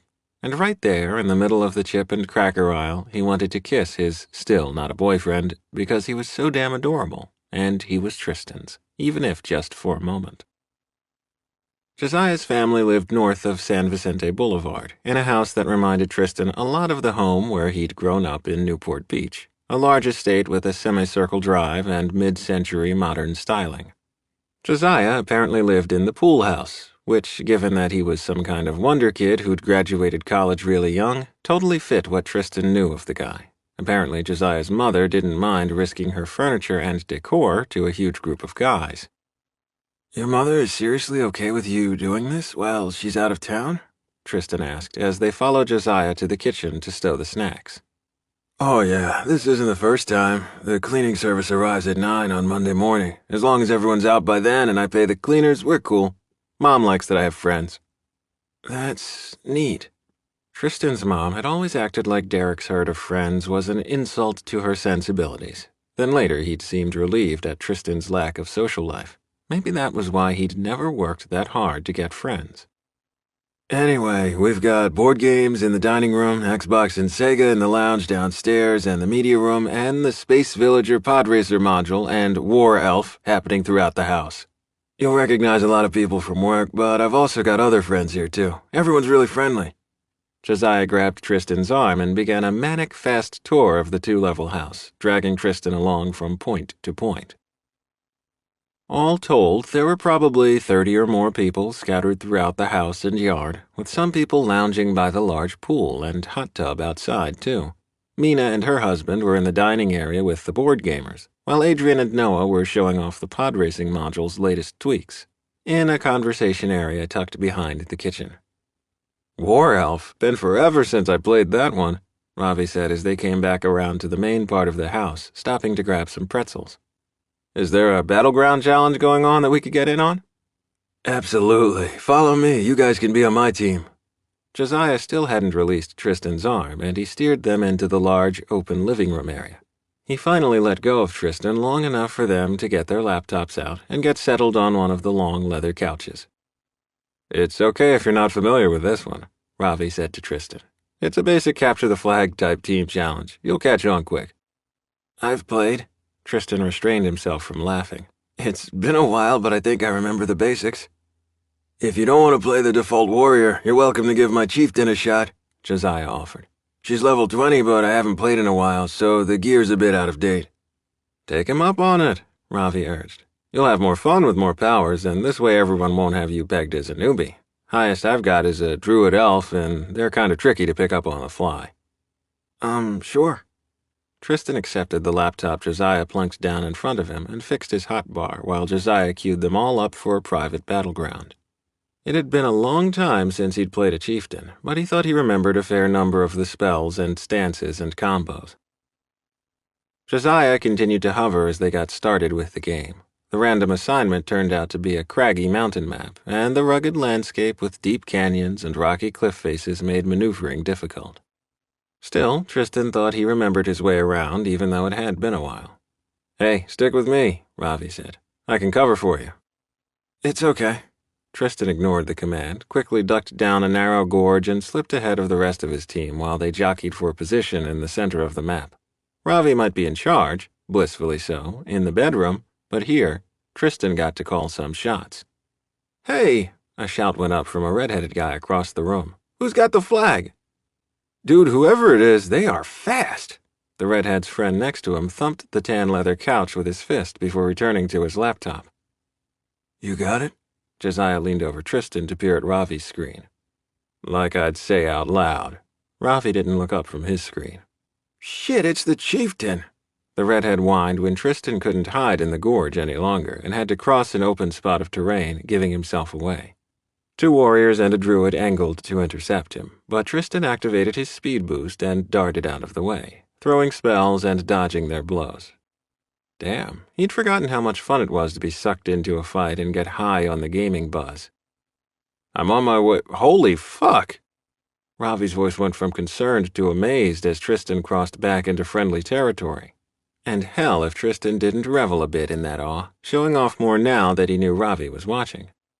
Spells were still coming his way, melee characters having given up, but Tristan danced and wove through the hilly terrain and managed to break line of sight for most of them, rendering their damage harmless. The cooldown on his speed boost came up just in time for him to return to their home base at a full-on triumphant sprint. Winner! Josiah crowed. You've been holding out on us. I'll say, Ravi muttered.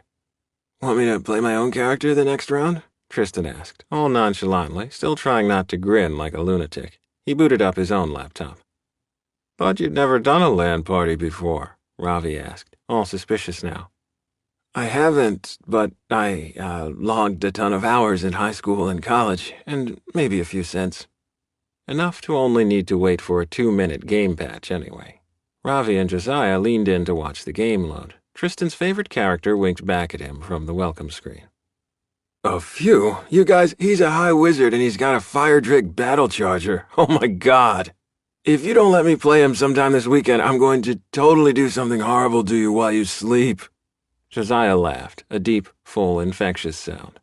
He's not kidding, the redhead said. Hide the Sharpies. I've never even seen a high wizard, and I've been to plenty of these. Can't you only get a battle charger by winning the annual online tourney? Ravi shook his head, the same awe in his voice from when they'd been playing. Seeing as how it was usually Ravi who blew Tristan's mind with his talents, both at work and in bed, Tristan's pulse gave a happy thrum to be the badass for a change. It's no big deal, he shrugged, trying hard to suppress a grin. He'd won a lot of tourneys and one-on-one battles over the years, and being able to impress guys had never been his top objective, but it was pretty darn cool nonetheless. How about you come sit over here? The redhead's friend, who had a platinum mohawk, patted the space next to him on the couch. Stay? Ralphie pressed down on Tristan's shoulder, like he might be tempted to escape. The touch felt solid and real, a tangible reminder of the connection they shared far beyond the game. "We're keeping him," Josiah called to the others. For the first time, possibly ever, Tristan felt like he totally fit in somewhere. This was his team, his man, even if no one else could know that part. Who would have guessed that the game his parents gave him such a hassle over playing would be his ticket to finally fitting in? "He's ours," Ravi added, and Tristan's gut gave a deep ache. He wanted to belong to this man in the worst way. The kitchen area was deserted when Ravi went in search of another beer. Josiah's house was seriously swank, and in one of the best neighborhoods in Santa Monica with a killer view. And for all Josiah could be a bit of a live wire, he had the hosting thing down. Ravi wasn't really much for gaming on his own unless his guys demanded his presence online, and he had nothing better to do. But there was something magical about the late-night hours at a LAN party, when conversations turned serious and hushed among those not gaming, out of respect for those sleeping and those still playing. Rivalries became deadly serious after midnight. He'd drifted away from the War Elf crowd a few hours ago, both because he liked moving between different groups and because he'd needed to go kick some ass on the first-person shooter games. The War Elf mechanic allowing them to assemble their own armies meant his casual-level player status ended up essentially being Tristan's backup, which was humbling. He popped open the beer and headed out on the patio for a breather. It was also strangely arousing, watching someone so effortlessly competent throw spells and take down bigger and stronger opponents, all with the same guileless smile. The same guy who was so hesitant behind the wheel of the truck had lightning-fast reflexes in-game and wasn't afraid to shout orders. "That's my guy," Ravi had wanted to crow more than once, but of course he didn't. Couldn't. Speaking of his man, Ravi spotted a familiar figure on the balcony overlooking the front of the property. Feet moving without the permission of his brain, Ravi followed the patio around the house to the Adirondack chairs where Tristan lounged, all alone. "Get tired of your new fan club?" Ravi took the chair next to him. "Nah, just getting sleepy. I'm not used to this much interaction for this many hours." "You're doing great," Ravi said, resisting the urge to reach over and pat Tristan's arm or thigh. "And seriously, why didn't you ever tell any of us that you're a hardcore gamer? I guarantee you'll be getting a lot more respect around the office now." Tristan shrugged. "Just didn't feel relevant, and gaming is private for me." "Private?" That was a new one for Ravi. "How can gaming be private?" Tristan was quiet for several moments, the stillness of the night blanketing them, making Ravi more patient than usual. "After Derek died, it felt like everyone just forgot about me. I know that sounds all whiny." "No, I think it sounds like a kid who had a really crappy thing happen." Fuck it. Ravi went ahead and put a hand on Tristan's leg. "Anyway, someone gave me a copy of the early version of the game, and it was like this whole universe opened up. One where I could be alone and not have to deal with people or questions or expectations. I wasn't Derek, wasn't ever going to be Derek, but in the game, I could be someone," Tristan said quietly. "Tris, you are someone." His chest went colder than the icy brew in his hand. "Why can't you see how wonderful you are?" Ravi tightened his hand on Tristan's leg. Tristan continued on like he hadn't heard. "The game was where I went when missing him got to be too much. When all my parents' plans for me and rules to make sure I didn't repeat Derek's mistakes got too intense. Because I'm not the guy they wanted, Ravi. That one died. They got stuck with a gay loner." Oh, fuck. Why couldn't they be alone where Ravi could hold Tristan like he wanted to? Hey, they got a great kid whether or not they believe that, and trust me, I know all about family pressures, you know that. I do. Their eyes met and held in the dark, and the mountain of denial Ravi had been hiding behind gave way. I could fall in love with this guy. This wasn't just fucking, and hadn't been for weeks. They understood each other on a level Ravi had never had with a boyfriend. Leaning in, he brushed a kiss across Tristan's mouth. Anyone would be lucky to have you on their team. Shh, what are you doing? Tristan pulled away, his eyes darting around like a nervous squirrel. There are still plenty of people from work around. Someone's going to guess. Maybe. Ravi took a deep breath. Maybe I'm okay with that. What? Tristan swiveled his whole body around in the chair, nearly dumping himself on the deck in the process. You're the one who said you can't be dating a coworker. I know what I said, but you have to admit this thing between us doesn't seem to be going away. It's not, Tristan agreed, but he sounded miserable about it. I don't want to stop seeing you. Ravi went ahead and ventured out onto this conversational limb, ominous creaking and all. Nothing ventured, nothing gained, and all that. I guess what I'm trying to say is, I care about you, and I don't see that changing. His heart clattered like a set of Manjira cymbals, and he had to look away while he waited for Tristan to answer. I care about you too. Tristan's voice was thicker than the glass beach floats scattered around the deck. Good. Ravi's whole body sagged with relief. Now, I'm not saying we run back in there and make some big announcement. God, no. Tristan's agreement was a bit too fast and vehement for Ravi's taste. But if people start to figure it out, we simply act like it's no big deal. And if things go south? Then we cross that bridge when we get there. I'm not thinking about the end right now, just the beginning. Ravi let himself look back at Tristan, squeeze his hand. A strange calm descended on him now, all his restlessness of the past week replaced with a determination to make this work. Tristan made a sound that was closer to a dying bird than actual speech. I'm not sure. Ravi sighed. He should have expected this reluctance. He might have dealt with his own issues about workplace romance, but that didn't mean that Tristan's issues magically disappeared. Look, part of why I'm thinking about this now is I need a date for this thing, and I want to take you. You want to take me on a date? Like an actual public date? Tristan, what do you think we've been doing? Yes, I want to take you on a date. Oh. I'm being honored by the AIDS Project at a gala on the 13th. Tristan pulled away from his touch, but it wasn't until he spoke that Ravi realized how desperately he wanted a yes, wanted this thing with Tristan to be real and mutual. But instead, what Tristan whispered was, I can't. Chapter 21. Tristan rubbed his arms, trying to get some circulation going to limbs that felt weighted down by bags of ice. You mean you won't? Ravi's voice was chillier than the middle-of-the-night breeze wafting over the deck. No, I mean, I can't. My mother's got a big fundraiser on the 13th. You can't tell anyone at work, but she's about to run for governor, and they need me there for the big announcement.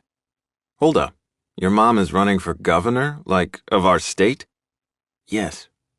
Your mom, the conservative judge who's interested in politics. Holy cow, your mother is Irene Lily Jones? Ravi spoke slowly, like he was doing complicated math in his head. Yeah. He wasn't surprised that Ravi knew her name. Anyone as politically active as Ravi had heard the rumblings of the news channels. How didn't I make the connection sooner? How? Ravi sounded like he was mainly talking to himself. Probably because I didn't want you to. I should have told you all the details sooner. Your mom is the woman all the conservative talk shows are gaga for? The one who penned the vicious dissent last year about religious exemptions to non-discrimination laws, and who said that it was okay to fire an employee just because he had HIV? That would be the one, Tristan said wearily. He'd seriously hoped for more understanding from Ravi. He'd figured they were at the point in their relationship where he could reveal everything, and they'd still be cool. He'd been wrong, as usual.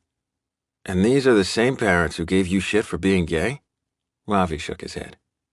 Yes, okay, yes. I thought you and I connected about our family dynamics. Tristan couldn't keep the hurt from his voice. We did. Ravi sounded more distracted than sincere, which made Tristan's throat tighten. Ravi gestured as he continued. I'm just trying to catch up here. So your mom needs you to go stand on a stage? Show off her perfect family? Something like that. Tristan's back muscles stiffened. And she needs me to keep discreet while she's running. Might as well share all the awful truths at once. Tris, if you are on the campaign trail with her, that looks like an endorsement. It's not. It is. It's an endorsement of policies that want to demean and discriminate against you. They're not my politics, but this is my family. I can't change that. You could not go. Tristan stood up, paced away. You really don't understand me at all. Ravi followed him to the railing of the deck. How can you say that? You're a wonderful guy who's being smothered by a lousy family situation. It's time to break free. Or what? You won't want to be with me? All the nice words Ravi had said moments earlier rang hollow now. I didn't say that. You didn't have to. You're the same as Patrick. It's not enough for you that I care for you. You need me at the front of the parade, banner waving like you. Ravi strode up behind him. That's not fair, and you know it. And stop comparing me to your ex. Your issue isn't about what I need, it's what you need, what you deserve. And what you deserve is to not have to put your life on hold for someone who doesn't even think you deserve basic rights, like health care and a job. It's like I said earlier, I'm all they have. Tristan's voice broke. God, he hated this. Why are you so intent to make up for your brother? Because I was there, okay? I was there. The long suppressed words spewed forth, leaving him shaking and breathless. You were there? It was Maria's night off. Derek was supposed to be keeping an eye on me, but he had his friends over and they were drinking. They wanted to go get ice cream. I didn't stop them. All I did was tell them that he couldn't leave me home alone. Oh, baby. Ravi's voice broke, and he wrapped his arms around Tristan. You can't keep blaming yourself. But I know they do. Why didn't I stop him? Why wasn't I the one killed? All I got was a couple of scratches, not even a scar. And the kid with all the potential, the smart one, the social one, he had to be the one who died. So you see, I might not be perfect, but at least I can be the kid who shows up. I get that. I do. Ravi didn't release him. And it's admirable, but you can't live your life as a martyr. He wouldn't want that for you. Tristan hadn't much thought about what Derek would want for him. It doesn't matter. I need to be there for my parents right now, and I'm sorry you can't understand that. I never said that. It's more that I think you need to think about what you're giving up. You think I don't think about that every day? You think I don't realize that this means I'm probably giving up my shot at something real with you? Tris, we have something real. And it's not about you picking your family over us. It's about you picking your family over you. Tristan didn't believe him. This was the Patrick situation again. Ravi wanting more of him than he could give, wanting him to spurn his family just so he could chase some happiness that was sure to be fleeting. Because just like Patrick, Ravi was sure to realize he could do better or find something else shiny to chase. He shook his head. I have to go to this thing, and that's just the way of it. Fuck this. I hate that you feel like this. Ravi slapped the railing, frustration rolling over him in big angry waves. Hey, guys, everything okay? Josiah came out the living room door onto the deck, trailed by two other guys from work. It was clear from the concern on his face that he'd heard at least some of their argument. Tristan whirled around and much, much too late spotted the open windows. Oh, fuck. One look at Josiah and Ravi knew he was in deep shit. Josiah went to stand next to Tristan, drawing himself up to his full height instead of his usual slouchy self. Damn, he probably thought Ravi was about to pitch Tristan off the balcony. And not that Ravi wasn't tempted, but he'd probably sounded far angrier than he was. Because truth was, he wasn't angry as much as hurt and frustrated. This was what it meant to love a guy like Tristan, knowing that Tristan was always going to choose the safe path of appeasing his family. Knowing that he'd always come in second place in Tristan's life. That cut pretty damn deep. I didn't know you guys were a thing. Marcus, who worked with Ravi in the art department, peered around Josiah, undoubtedly memorizing all the relevant details to make the Monday morning gossip that much juicier. We're not, Tristan stammered, and extinguished whatever little ray of hope Ravi had been clinging to. Dude, listen to Ravi. Your mom sounds like a real bitch. I've heard about her on the news. Tell her to screw off. The other guy from work, Kevin something, had the earnest insistence of a guy who'd had too much to drink. Even in the pale lights of the deck, Tristan's flushed skin stood out, mottled and red. He swallowed hard. I need to go. I'll take you home, Ravi said, because it was the least he could do. No, Tristan said, pushing by him to enter the house. Undeterred, Ravi followed him to the living room, where Tristan grabbed his stuff with jerky movements. It was more than a little disconcerting to see the guy who always had a plan falling apart. Hell, Tristan had a shopping list and a packing list for the party. Ravi waited until Tristan headed away from the group in the living room toward the kitchen to try again. Seriously, you don't have a car here. Let me run you home. Surely you can put up with me that much longer. I need some time to think, without feeling your judgment, okay? Tris, I'm not judging you. You're judging you, and it's killing me to watch.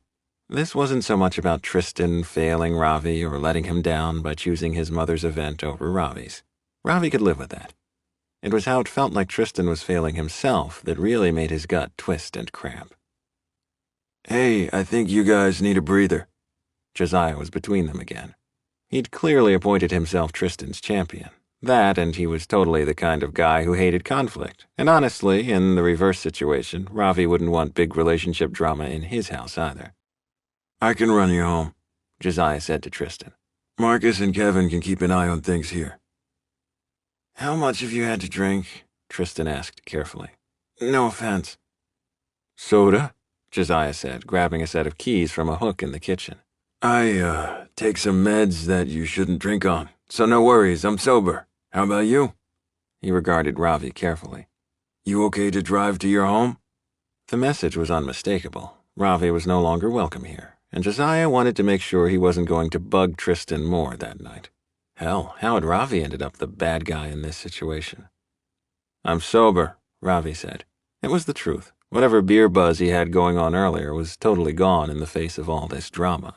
Drama that Ravi had tried so hard to avoid. Now, not only would his coworkers know about him and Tristan, they'd know about the disastrous way things ended. They were sure to be the subject of gossip for the next week, at least. He gathered up his belongings, trying to not watch as Josiah spoke to Marcus and Kevin about leaving, to not notice as Josiah shepherded Tristan to the garage, still acting like he was afraid Ravi might go all fatal attraction any moment. Fuck this noise. He headed home, turning up the music in his car to try to outrun the silence. But the first song that came on was an 80s hit that immediately reminded him of Tristan, and the road trip that had changed everything. Eyes burning, he switched to a rap station, but it was no use. The guy rapping about missing his girl and needing her all night still made him yearn for what he might never have again. As soon as he got home, he went for the big guns to defeat the silence and the recriminations rattling around in his head. He was just pouring himself a generous shot of Jack when a knock sounded at the door. He knew who it was even before he opened the door to find Mina there, hugging a fuzzy brown sweater to her body. Josiah call you? Text. She gave him a tight smile as she followed him into the apartment. Said you might need a friend. I don't. Ravi downed the shot for emphasis. So, Tristan? Josiah needs to really learn to keep his mouth shut. One of these days he's going to have something he wants private, and payback's going to be a bitch. Mina snorted. Josiah in love. That I can't see. I'm not in love. Ravi hadn't missed her implication. Do you feel ill? Or like you really need to do something stupid, like drive over there? That's love? Ravi flopped onto his couch. And that's why Josiah texted you. He just wants to make sure I leave Tristan alone so he can console him. I seriously doubt Tristan would have any of that. Mina laughed, not denying that Josiah wanted him to leave Tristan alone. But the fact that the mere mention of it has you clawing at your cushions is a big sign. Ravi hadn't even realized his fingers were digging into the couch until she pointed it out. I'm not going to go over there. We're through. And that's why I came over. You're going to need to run damage control at work on Monday. I know, but I can't think about that now. He got off the couch and gently steered Mina back to the door. She was right. Work was going to be awful, and everything he'd wanted to avoid was sure to happen. But if he dwelled on that, the pressure behind his sinuses mounted to near unbearable levels. Right now, all I want is to walk you back home so that I can get righteously drunk. Alone. Huh. He really did want to be alone. And he never wanted to be alone. Ever. Ordinarily, he'd be begging Mina to stay and drink with him and let him complain about his boyfriend woes. But everything Ravi could say felt too raw, too personal. Maybe I do love him. Like, really, really love him. That thought stuck with him even as he walked Mina back to her townhouse, even as he returned home and downed another shot, even as he dug out his sketchbook and pencils and did the only thing that seemed to make sense and drew. This didn't feel like an ordinary situation at all. He'd had plenty of breakups, and not a single one had made him feel so hollow, so much like he'd lost an arm. Mina was right. He'd lost something he might never recover. Chapter 22. When Tristan broke up with Patrick, his shame had been largely private, a lot of wallowing alone in his room, and it had sucked. But other than all his parents' "I told you so" lectures, he hadn't had to face real, public humiliation. No, that was reserved for the week after the LAN party, when his misery was the constant subject of office speculation. Ravi had been right to want to avoid being the office gossip du jour. Knowing people were talking about them was horrible. The way people quickly got quiet when he passed in the hall or dropped their voices when talking near his cube. And then there were the condolences and questions. Those were way worse than the whispers. Even the offers of lunch that he'd started enjoying from Josiah and Adrian and others felt both like pity socializing as well as gossip collecting missions. "How are you doing?" Adrian asked as they walked back from getting coffees. "Ugh." "Fine." Tristan took a sip of his blended mocha. How was he? A better question might be, who was he? He was a guy who had coffee breaks with friends. A guy who now fearlessly ordered the girliest of coffees in front of his coworker. A guy who could volunteer to drive the truck on a work mission to pick up more swag. But he was also a guy who slept alone, and ate dinner alone all week, and who for the first time resented the hell out of that. And he was a guy who was packing to head to Pasadena for the weekend. A guy who's about to lose what few office friends he had when they saw him standing next to his mother on the podium. And okay, maybe Adrian and Noah and nice guys like that would still talk to him, but things would change. Things had changed. He had changed. He wasn't the same guy he'd been a month ago. That much was certain. But at the same time, he had to force himself to fit into his old mold. "You sure? Because if you need me to talk to him or run interference..." "I don't." There was plenty of interference already. All Ravi's fears coming to fruition, and Tristan's own worries about public exposure validated with every well-meaning conversation like this. "And I talked to Ravi." He tried to smooth over whatever rumor said that he couldn't even be in the same room as Ravi. Not that that wasn't true, but when they had to talk about a work-related thing, they talked. And it was stilted and awkward as hell. But they weren't being childish and sending messages via other people or anything like that. And honestly, being professional sucked even worse than a tantrum would have felt. Every time he had to look at Ravi was like little knives to his gut, little reminders of the moments they'd shared, of what might have been. An hour later, he had one of those unavoidable encounters with Ravi, when Robert emailed him asking that he follow up on some art Ravi was supposed to be working on for brochures going out in the swag packs for their high-level backers. He knew from months of experience that walking over to Ravi's cube would get a far faster response than email, but he still procrastinated far longer than he should have, color-coding a list of action items, and straightening his cube before slowly dragging his heavy feet over to the art department. "Robert sent me," he said as soon as Ravi looked up, dozens of questions in his eyes, most of them things Tristan couldn't even begin to answer. "Oh, okay, what can I do for you?" Gaze drifting away, Ravi rearranged the Funko Star Wars figurines that he'd picked up in Seattle. Memories of wandering around the convention together assaulted Tristan. "I miss your laugh. I miss the way you smell. Please let us start over, go back to when finding cool stuff together was the highlight of my day." But of course he didn't say any of that. "I need the art for the backer brochures soon. Robert says you're working on some new conceptual drawings we can include?" "Yeah, I'm still polishing, but I can email you the finals later. Do you have a list of what all you need?" Ravi held out a hand like he knew Tristan that well. "Yes." Tristan handed him the list of action items. "Wow, purple and yellow. Tris, I'm impressed."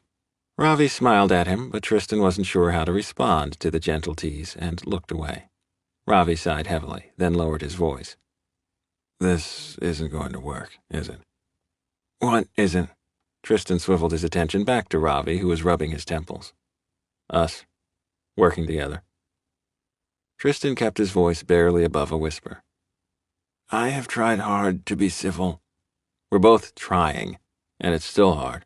This is going to be just like my old job. Damn it, I did not want to have to leave. Ravi rocked back in his office chair. Tristan hadn't had a lot of anger toward Ravi until right at that moment. Frustration and hurt in spades, yes, but not anger. But all of a sudden, a giant breaker wave of anger crashed over him. Now who's lumping people in with ex-boyfriends? I'm not going to make you leave. You are. What's that supposed to mean? It's what you do. You leave when things get hard. You left New Jersey, left your family, switched schools, left your last job. You'd rather leave than be uncomfortable. Ravi's eyes narrowed to dark slits. Anyone would want to avoid awkward situations. I mean, not you because you're St. Tristan, but most people take a clue and avoid going where they're not wanted. Whatever, but you're not blaming me for costing you this job. If anyone's leaving, it's going to be me. It was hard to be strident in a whisper, but Tristan was doing his damnedest. What? Not happily, but my mom is already making noises about me needing a different job, and it's probably not going to be that comfortable here anyway.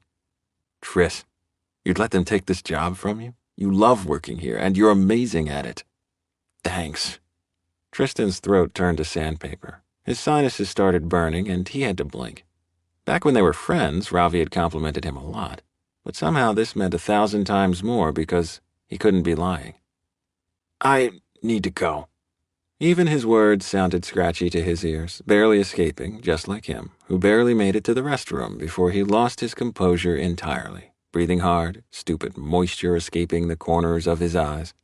He wanted to loosen his tie, then realized he wasn't wearing one, and all the suffocating feelings were of his own doing.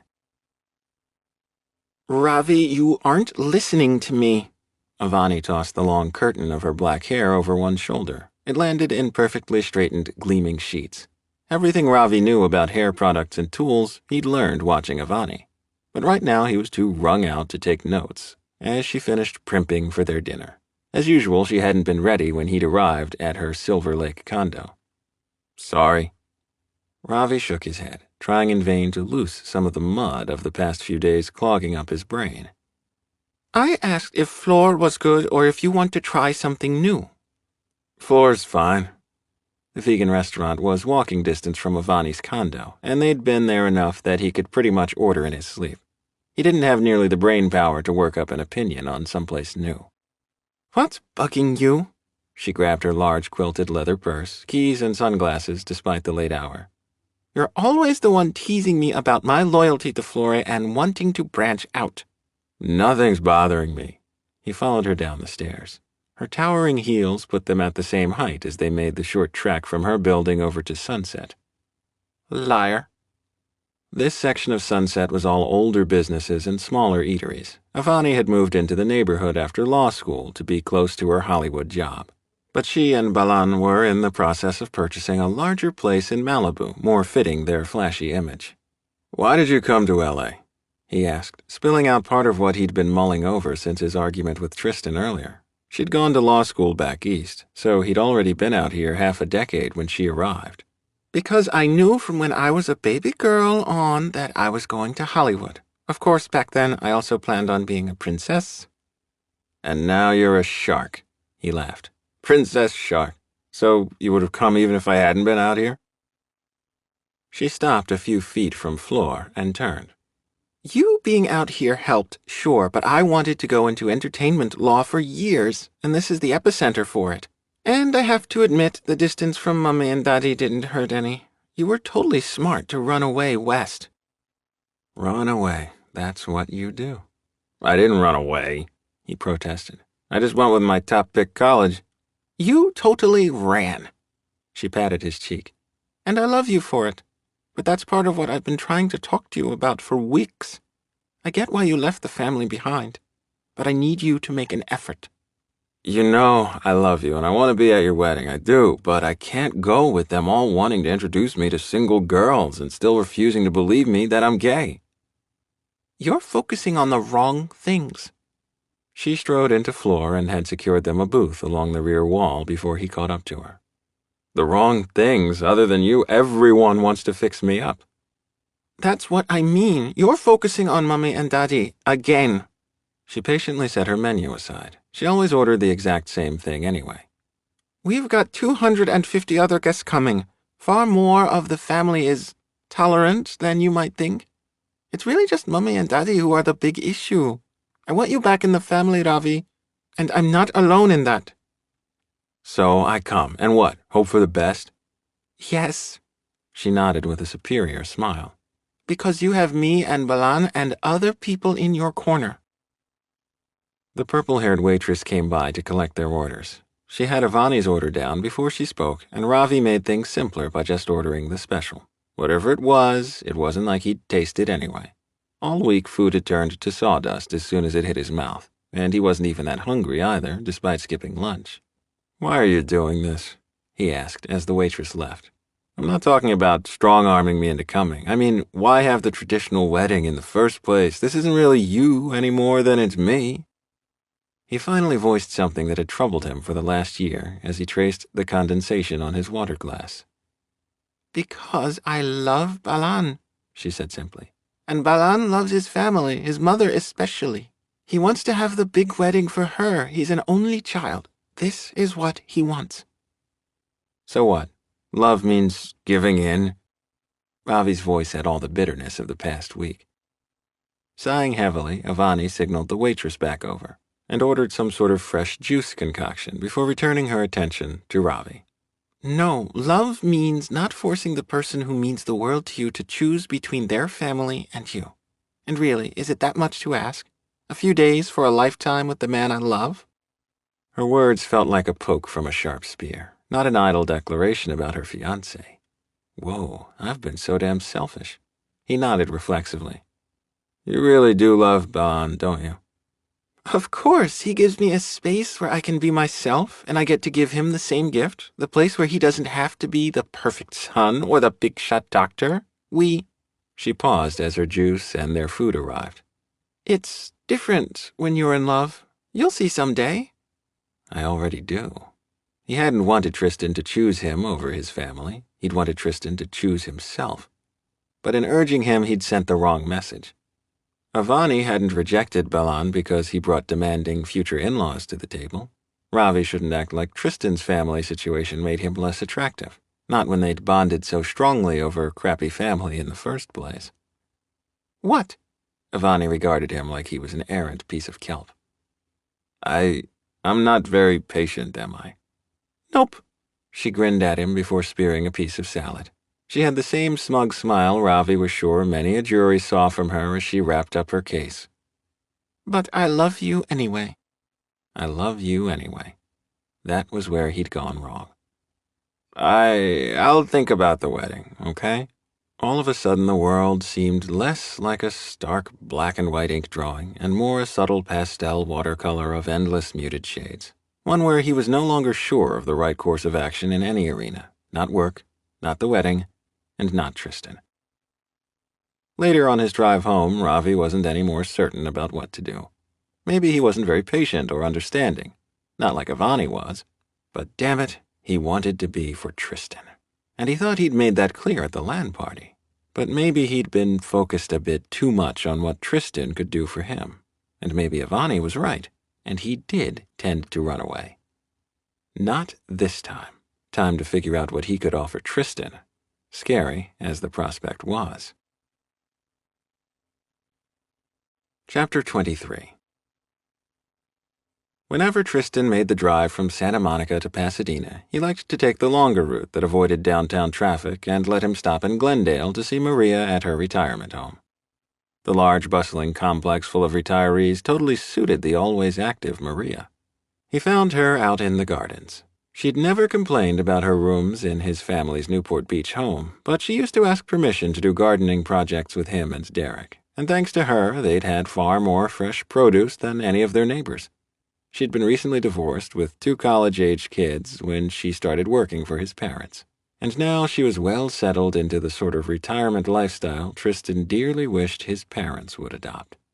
And heck, unlike Maria, who lived with her sister and frugally grew her own vegetables and herbs, his parents could afford to travel or spend every day on the golf course if they so chose. But no, his mother had goals and plans, and her driven nature wasn't retiring anywhere. Thus, Tristan had his tux in the car for the fundraiser right next to a pile of doubts and regrets. The latter had made him stop at the bakery in Santa Monica for some of the lemon poppy seed muffins Maria liked. Tristan! She slowly walked over to give him a hug. Bad arthritis day? He asked, noticing how gingerly she moved. Oh, it's a day. Some are better than others. Maria wasn't one to dwell on her limitations. She accepted the bakery bag from him with a smile. You'll share one with me, won't you, John? Of course, and there's one for Lilith, too. He waved hello to the quieter sister who hung back with the roses and didn't follow them to one of the patio tables. I will bring some tea, Lilith called to Maria. Her Armenian accent was more pronounced than Maria's.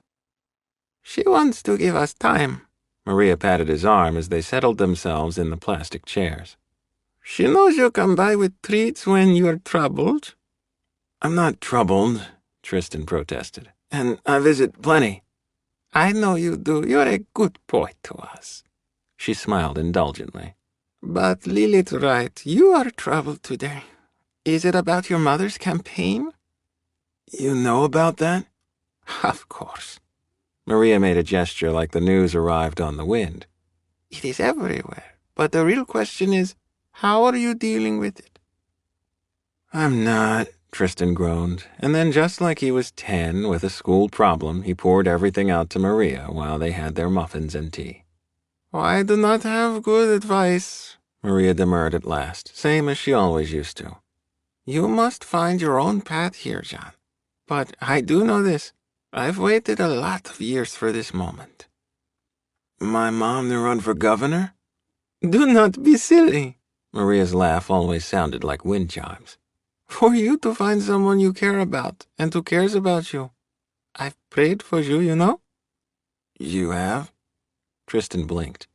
Oh, John, how I worry for you. You are too alone, always too serious. And now there is someone who makes you smile. That is a very good thing. Except we broke up. Everyone fights. Maria waved her hand again. The key for you is what are you going to fight for? That's the whole question, isn't it?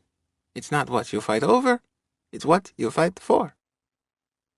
An hour later, as Tristan was buzzed up to his parents' downtown Pasadena condo, he was still mulling over Maria's words. He pulled out his phone to check the messages as he waited for the elevator. He had a voicemail waiting from a familiar number. He almost didn't listen because the last thing his muddied emotions needed was to hear Ravi's voice, but his fingers didn't listen to logic and he clicked play. Hey, so, it's me, and I know you're on your way to your mom's. Ravi sounded uncharacteristically nervous, speaking too fast. But I wanted to wish you good luck. Listen, I've been doing a lot of thinking, and I didn't do a good job of being your friend. And I want to be your friend. I want to be the guy who supports you when you do the hard thing, even if it's not what I do. Ravi trailed off and swallowed audibly. Basically, I want to be the guy, the one you call if things go horribly tonight or if they go well. So let me be the friend guy. Call me later, okay? Oh man, Tristan both needed this message more than he needed oxygen and needed it like he needed an ice bath. What the hell was he supposed to do? Call? Don't call? Call tomorrow? But Ravi had a thing tonight too, and he'd been awfully nice. Before he could overthink it, Tristan typed off a fast text. Good luck at your gala tonight. You deserve that award. I'll call. There. Now he'd pretty much locked himself into calling. His stomach lurched like he'd stepped off a tilt-a-whirl. Ding. And now he had to ride up to his parents and act like the whole rest of his life might not hinge on a phone call later. Act like he wasn't going to be dissecting that voicemail message the entire darn evening, hearing Ravi's voice in his ear, longing to get rid of that tentative tone and replace it with Ravi's swagger. He made the predictable greetings and small talk with his parents, but he hadn't been in the condo more than 10 minutes when his mother gasped like someone had tried to feed her canned ham. What is that? She gestured at Tristan's body. The ice cubes in her tumbler clinked, dangerously close to sloshing.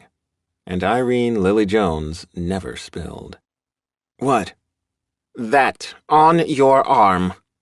She took a long sip. His mother never liked to drink much in public, so she and his father always enjoyed a pre-event cocktail or two together before heading to an appearance.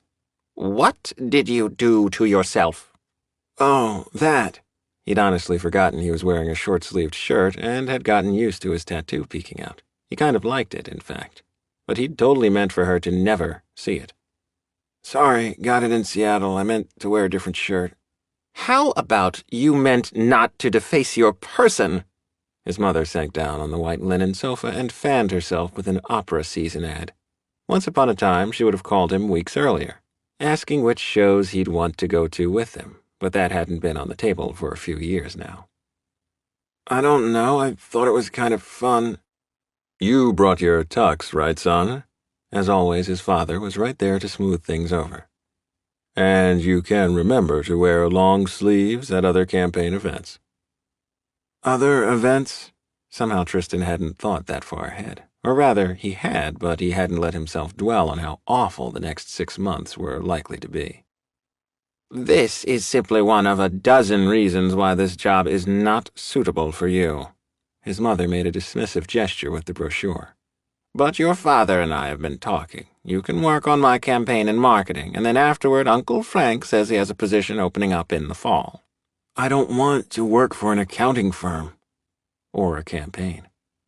Of course you do. You've got an MBA from one of the best schools in the country, and Uncle Frank is a vice president at one of the most prestigious firms in L.A. It's a perfect fit. Not hardly.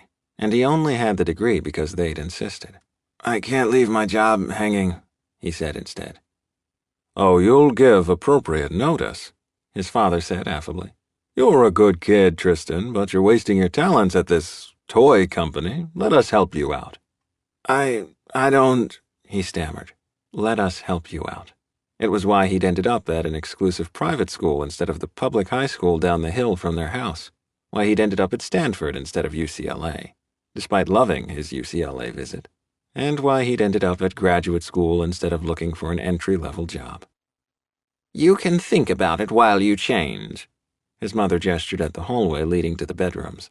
He didn't have a room here, only the tastefully appointed guest room that had exactly none of the coziness of his childhood bedroom. They'd kept almost no nostalgic items from the old house, and he'd had to fight to have his favorite things boxed up and put in storage amid a lot of heavy sighs. The hall wall had a few select family pictures, his high school graduation, a shot of the three of them at Stanford's alumni weekend, another of the three of them on the Canadian adventure vacation. God, things had been so much simpler then. Farther down the wall was a picture of his mother's swearing in for the Federal Court of Appeals, and one of her earlier swearing in for the District Court, the only picture with Derek in it, and even then he was at the edge of the frame, a dark-haired blur. I miss who you used to be so much. His fingers skated over the younger version of his mother, the one who had snuck in museum visits and plays with him and Derek on her conference trips, the one who had introduced him to opera and the arts. I miss your smile, even when it wasn't from me. On the guest bed, his mother had laid a box with a simple white rosebud boutonniere and a campaign button, Family First. He mulled that phrase over and over as he changed his clothes. Ravi's message running through his head, too, all tangled up with the discussion with his parents about his job. He tamed his hair in the mirror, getting the part straight. He'd been wearing it more natural to work lately. Ravi's doing, he supposed. But like with the tattoo, the more casual look had grown on him.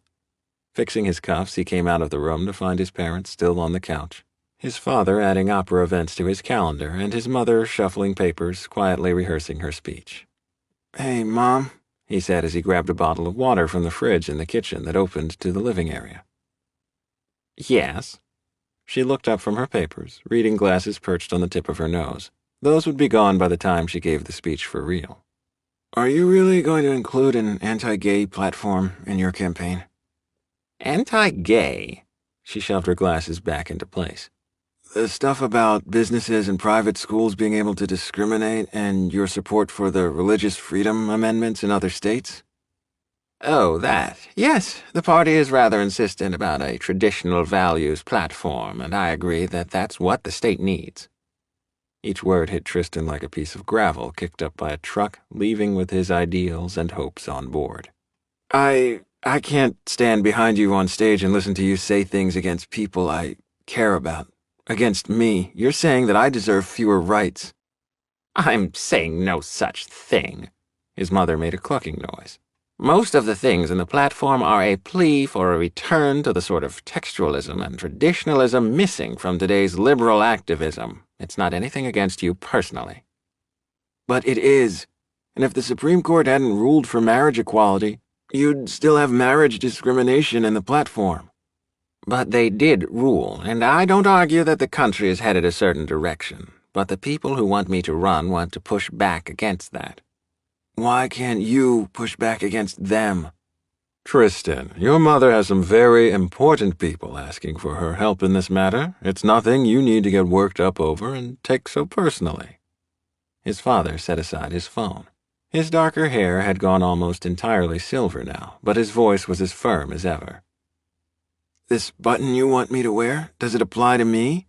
His heart pounded in his ears. What do you mean? His mother's nose wrinkled. Do I get a family, a partner, a right to live in whatever neighborhood we want, adopted children if we want them? A right to stand on the stage with you with that family? Tristan. His mother's voice was chillier than the ice in her cocktail. We are your family, and whatever you do discreetly is your business. So that's a no, then. Bile rose in his throat. He didn't know much right then, and nothing felt certain other than the fact that he couldn't do this. You're young. You'll have plenty of time for whatever after your mother's campaign and public life is through, his father soothed. Whatever is my life, and I'm sorry, but I can't go to this thing. I can't stand up there and know that my own parents see me as some sort of second-class citizen. Or even worse, as a negotiable platform point. His hands were shaking, the stupid way they always did when he got this nervous. We're done helping you. His mother's face was stony, no trace of emotion on her sharp features. No money, no job help, nothing. It's okay. It really wasn't, and he was perilously close to vomiting. I make a decent salary at my job. I don't need your help. And sure, he might be about to lose that job for any number of reasons, to keep Ravi from bolting first, backlash against his mom, or if he messed up the next project. But adrenaline surged through him. He could do this. Could be on his own at last. If you'll excuse me, I've got somewhere else I need to be, Tristan said shakily before hurrying to the bedroom to grab his stuff. He tried not to focus on the enormity of what he'd done, and only on the logistics of how quickly he could get from Pasadena back to Santa Monica. Chapter 24. Ravi slowly made his way from his apartment to his car. He looked damn good according to his mirror. His hair had reached unprecedented heights, his retro-style tux looked swank, and his wingtips shone. A light breeze made his tux comfortable in the perfect early summer evening weather. In short, he was as ready as he could be. Yet he still felt like he was missing something. And it wasn't a cheering section. Mina and Dale had gotten tickets, and there were rumblings some of the management, including Robert, would be there too. And Avani and Balan would be there too, along with some of his friends. He had plenty of support, but it didn't stop him from missing a certain someone. Wait! The sound of someone running up behind him took Ravi out of his funk. He turned around to find a tuxedo-clad Tristan dashing up the path. Wait! Tristan called again, coming to a stop right in front of Ravi. Am I too late? Too late? Ravi repeated dumbly. You're not supposed to be here. I know. Tristan's determined expression wavered a bit. But I got your message and... The message wasn't a passive-aggressive plea to get you to show up. Ravi tried to stay stern, but couldn't stop himself from touching Tristan's arm, verifying that he was really there. I know, but a lot of stuff went down with my family, and am I too late? Never. Ravi gave in to the impulse and closed the distance between them, kissing Tristan firmly. Tristan kissed him back eagerly, not even glancing around to see who might be around. That was new, and Ravi loved it. He broke away reluctantly. I'd wait forever for you. That's what I was trying to say. I know. Tristan didn't step away, instead keeping his hands on Ravi's waist. And you shouldn't have to. I was too pushy, and if I pushed you into fighting with your parents, I'm sorry. Ravi grabbed Tristan's arm and hauled him toward his car. You didn't make me fight with them. I did. She wanted me to wear this family first button, and I couldn't. I just kept thinking how I deserve a family too. You do. You absolutely do. Ravi stopped long enough to kiss Tristan again. He was never getting enough of that. Never.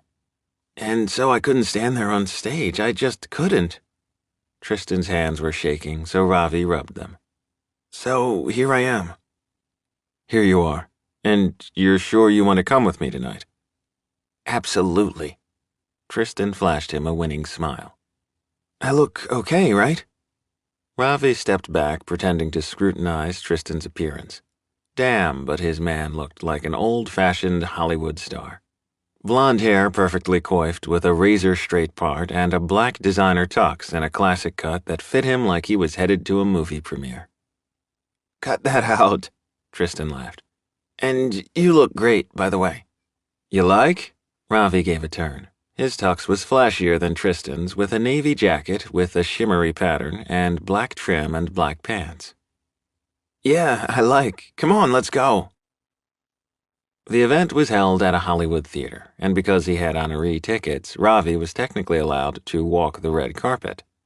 We can go in the regular entrance with everyone else, he said to Tristan as he checked the tickets after parking in a nearby garage. Or we can go in separately, whatever you're most comfortable with. Definitely not going in separately. Tristan squeezed his hand. You've earned the right to walk the red carpet. You deserve that.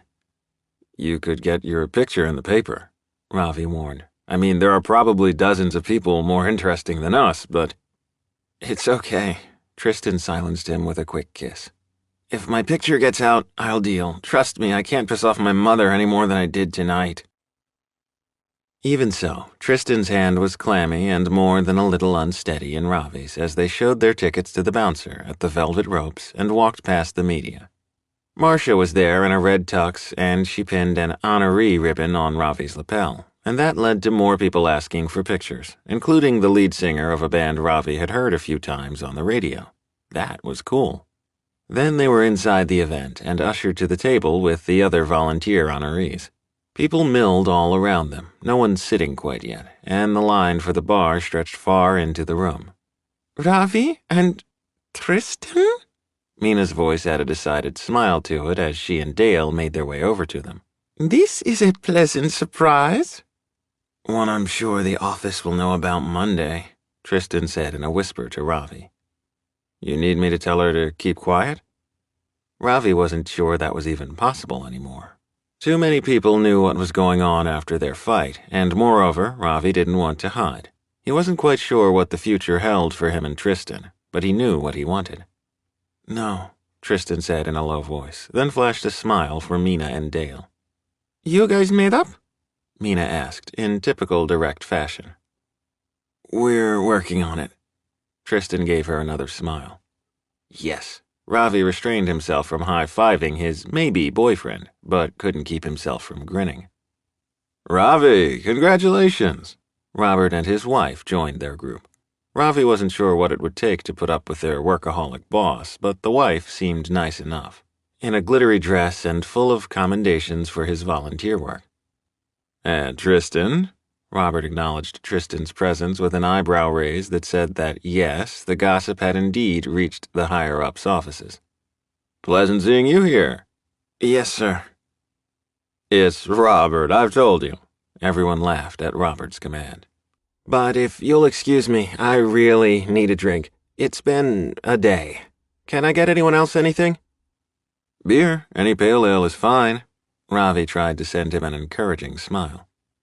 There's a bar with a shorter line on the other side. I can show you, Dale said, and he and Tristan headed off. You guys worked through your things? Robert glanced at Tristan's retreating form and then back to Ravi. You're two of my best employees. Thanks. Make sure he hears that, okay? Ravi kept his tone light, but he meant it. Tristan needed the praise far more than he did. After some more small talk, Robert and his wife meandered off to the high-dollar donor table. Did you bring a date? A very excited Avani found him and Mina moments later. I saw you come in, but it took us forever to get over to you. Hello to you too, Avani. This is my coworker, Mina. He purposefully ignored her question. He came. Mina apparently couldn't resist sharing the news. Most romantic thing ever, but I do worry about them working together. Right here, Ravi reminded them. And not sharing your gossip. Avani rolled her eyes at him. And ooh, here he comes. Tristan had a beer for Ravi, and a soda Ravi bet had a shot in it for himself. Ravi accepted his beer and put an arm around Tristan's shoulders.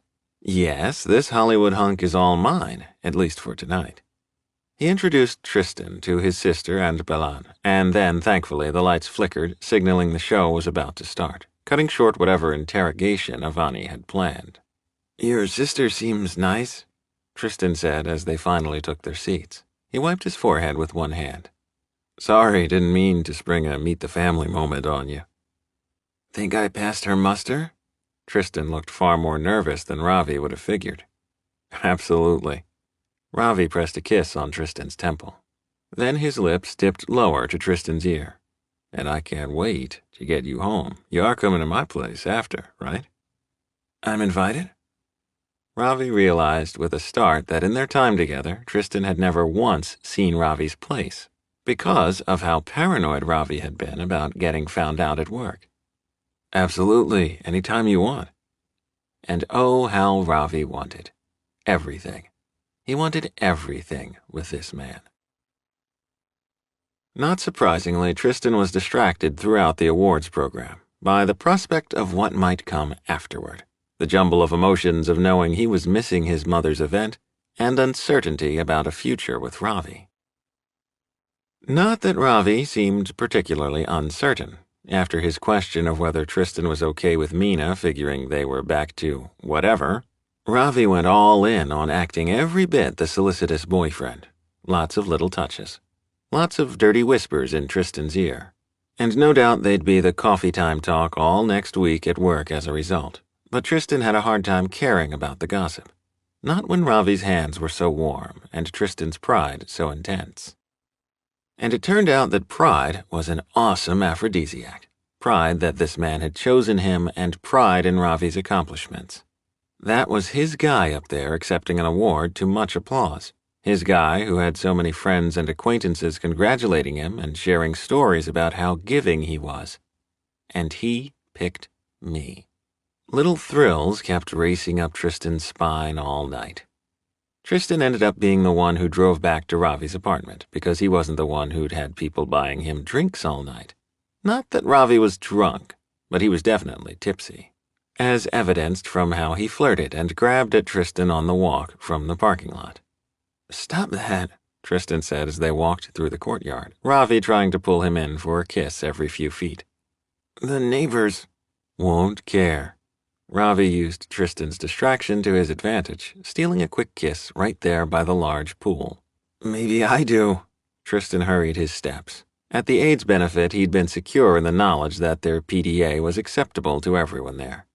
Here in the open, he felt way less sure, and his stomach went all wobbly at the thought of someone objecting. Having second thoughts? Ravi caught up with him by his front door, reaching around Tristan to unlock it. About you? Never. Tristan gave him a quick kiss the second the door closed. Just working up to the shock the neighbors thing. I like shocking the neighbors. And you? Ravi's kiss tasted like rum and sweetness and a whole lot of mischief. His apartment opened onto a dining area with an open kitchen and large living area beyond that. Ravi tossed his suit jacket over one of the dining room chairs. Like Ravi, the apartment was an intriguing blend of modern and retro with a healthy dose of gamer geek thrown in. Dark woods, framed arcade art posters, and a sectional that looked made for long gaming sessions. Or making out. That was the bigger priority, and Tristan tugged Ravi in that direction.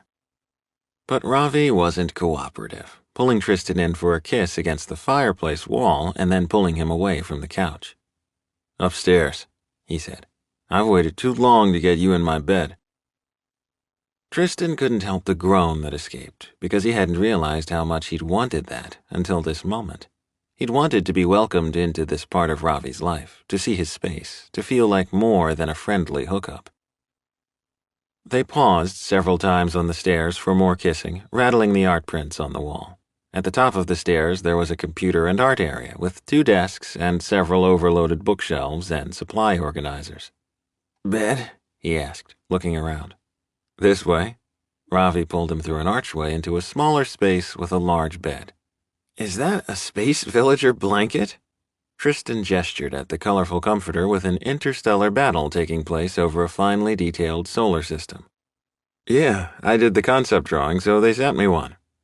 Ravi drew him in for a long, scorching kiss that said the time for his self-guided tour was over. Their tongues tangled as Tristan breathed in Ravi. Rum, his usual spicy aftershave, and the unique blend that was everything he'd been missing for the past week and everything he never wanted to lose again. I love this tux on you. Ravi smoothed his hands over Tristan's shoulders. Thanks. I'm about to ruin it, though, Ravi said without a trace of regret as he pushed the jacket off and let it flutter to the floor. Go for it, Tristan laughed. I trust my cleaners. Trust you, too. But he didn't tell Ravi that quite yet. Their hands got grabbier, kisses more frantic as their clothes fell to the floor. And Ravi really wasn't kidding about not caring what got crumpled or if a button popped off, and somehow that disregard excited Tristan. What do you want, babe? Ravi mouthed his way down Tristan's neck, wrapping his body around him from the back. They still stood near the bed, but were both bare now, warm skin pressing against warm skin. You, Tristan gasped. Always. Ravi tumbled them onto the bed, sending the comforter and pillows raining to the floor. He started kissing Tristan's neck more purposefully now, a deliberate downward path. Wait, he took a deep breath. Not that. I want you to fuck me. The world seemed to tilt a bit as the want that he'd carried around with him for over a month now finally bubbled over. Fear chased out by longing and need. Chapter 25. Tristan's heart pounded like the drum in the rock band at the gala, a deep pulsing beat that made his whole body tingle with anticipation. Yeah? Ravi raised an eyebrow. You know you don't have to, right? I know it's kind of a big deal for you, and I'm happy to wait. Or not at all, if that's your preference. I know I don't have to. I want to. Tristan struggled for words. It is a big deal for me, but it's not that I don't like it. I love it. It's just emotionally complicated. But I'm ready for it with you. I can do emotionally complicated. Ravi's voice was rough as he kissed Tristan again. I know we're still feeling our way here, but I've never felt this way about anyone. Me either. Tristan pulled Ravi on top of him, letting his warm bulk blanket him and chase the last of his doubts away. When their lips met this time, Tristan willed his mouth to say the words he couldn't. Not yet. I might love you. No sacrifice is too much for you. I want a future together. I want you to be my family. I saw that clearly, and I can't tell you yet, but I can kiss you and kiss you and kiss you and hope you feel it too, this strange, scary, big feeling. And their bodies told stories, entire novels as they moved together. All the poetry in the world couldn't compete with the emotion surging through them. He could come like this, had come like this many times. Their cocks sliding past one another, tongues questing, bodies arching and straining, hands urging each other onward. Now, Tristan's whole body vibrated with need. Now, fuck me. Man, I love it when you ask. Never going to get tired of that. Ravi rolled away from him to fumble for a clear plastic box under his bed, coming away with a strip of condoms and a bottle of lube. Help me out here, though. How is this best for you? On your stomach? Ravi had obviously been paying attention to Tristan's body, and rather than embarrassed, the thought warmed him. Yeah, and, prep. Gotcha. Ravi laughed as Tristan flipped over, face heating. Ravi leaned forward to kiss the back of Tristan's neck. I got you, babe, promise. I know. Tristan's voice was thick with emotion. I trust you. Thank you. Those 2 little words uttered with such reverence stripped away the last of Tristan's nerves. Ravi kissed his way down Tristan's spine, finding all the spots that made him jump and gasp. Tristan closed his eyes, sinking into the banquet of sensation, not even cracking an eye when he heard the snick of the lube bottle opening and felt Ravi's fingers, cool and slippery, circling his rim. Dick riding hard against Tristan's leg, Ravi teased and tortured, all the while raining more kisses down on Tristan's back. "Oh, fuck, bite me," Tristan moaned as Ravi's teeth scraped his shoulder blade.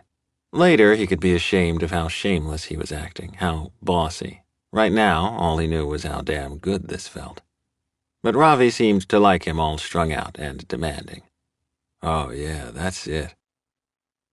He sucked a hard love bite right under Tristan's shoulder blade. At the same instant, 2 fingers slid home inside. Fucking insistently right from the start, Ravi seemed to know instinctively what Tristan secretly yearned for. A little rough, a lot dirty, and absolutely forceful and commanding. He didn't want quiet negotiations or softly whispered pleas. Tristan wanted to be consumed by this man, by their lust. "Now, please, now," Tristan begged, even as he thrilled at how in control of the scene Ravi was. He wasn't getting fucked until Ravi decided, and that was exactly how he liked it. His dick dragged against the smooth cotton of the sheets, a delicious friction that had him close to climaxing from only that and Ravi's fingers. Ravi didn't ask him if he was sure, didn't make him beg a second time, and simply moved into position behind him, Dick nudging Tristan's rim with steady pressure. Tristan pushed back, eager for the pressure to turn to a burn, then stretch as Ravi pushed inside. Tristan's breath caught, as it always did, the feel of someone inside him almost more than he could take. The way it lit him up from inside almost scared him with how good it felt, especially when Ravi started moving. He didn't recognize his own voice as he moaned and cried out, the sensations more than he could bear quietly. He bit the sheet, trying to stifle the noise, but Ravi reached down and tugged the sheet loose. "Let me hear you. I want to hear how much you want this." "Need it." "Yeah, let me give it to you. Let me give you what you need. Take it." Ravi moved so that he slid against Tristan's gland with every thrust, sitting up now so he was fucking in earnest, hard and fast, with a punishing rhythm that left Tristan no room to think about anything else. Only this man, this bed, these sensations, chasing out every bit of doubt about why he needed this so much, why he wanted this. This connection, the thing he'd run from for so long, knowing that if they fucked, the weird way that he was wired wouldn't let him pretend any longer. Now he embraced it, sank into it as surely as he matched Ravi's rhythm. "Harder," he moaned. "Oh, God, please, I need it harder, need you." Was that really his voice crying out and begging? It must have been, because Ravi complied, going hard and deep. "Take it, baby, take all of it." "Yes." "That's it, man, you are so hot, humping my mattress while I fuck you. Feels amazing." "Yes, oh yes, please, yes." Tristan was an incoherent mess. "Want to make you come," Ravi panted. Tristan was right there. Almost. "Love you," Ravi grunted, and it was probably only sex talking, but that was what tipped Tristan over, had him bucking his hips and shouting as he came. For that instant, it wasn't merely connection. Wasn't just 2 bodies sharing and giving, taking and needing. It was love, and it was beautiful. All the sharp, bright emotions that scared Tristan burst in his brain, an overwhelming 4th of July-worthy symphony. And the best part was knowing that Ravi was right there with him, groaning and thrusting with no finesse as he finished, muttering over and over how much he loved Tristan. It's just sex. But it didn't feel that way. Not this time. Not with this guy. Maybe not ever again. Being careful, Ravi pulled out and flopped down next to Tristan after he took care of the condom. He stroked Tristan, still heaving back idly. "That was intense." "Too intense?" Tristan opened an eye, peering at Ravi intently. "Never, babe, never." Ravi leaned over and kissed him solidly. "Good, because Patrick—" "She'll never be mentioned in my bed again," Ravi laughed. "Seriously."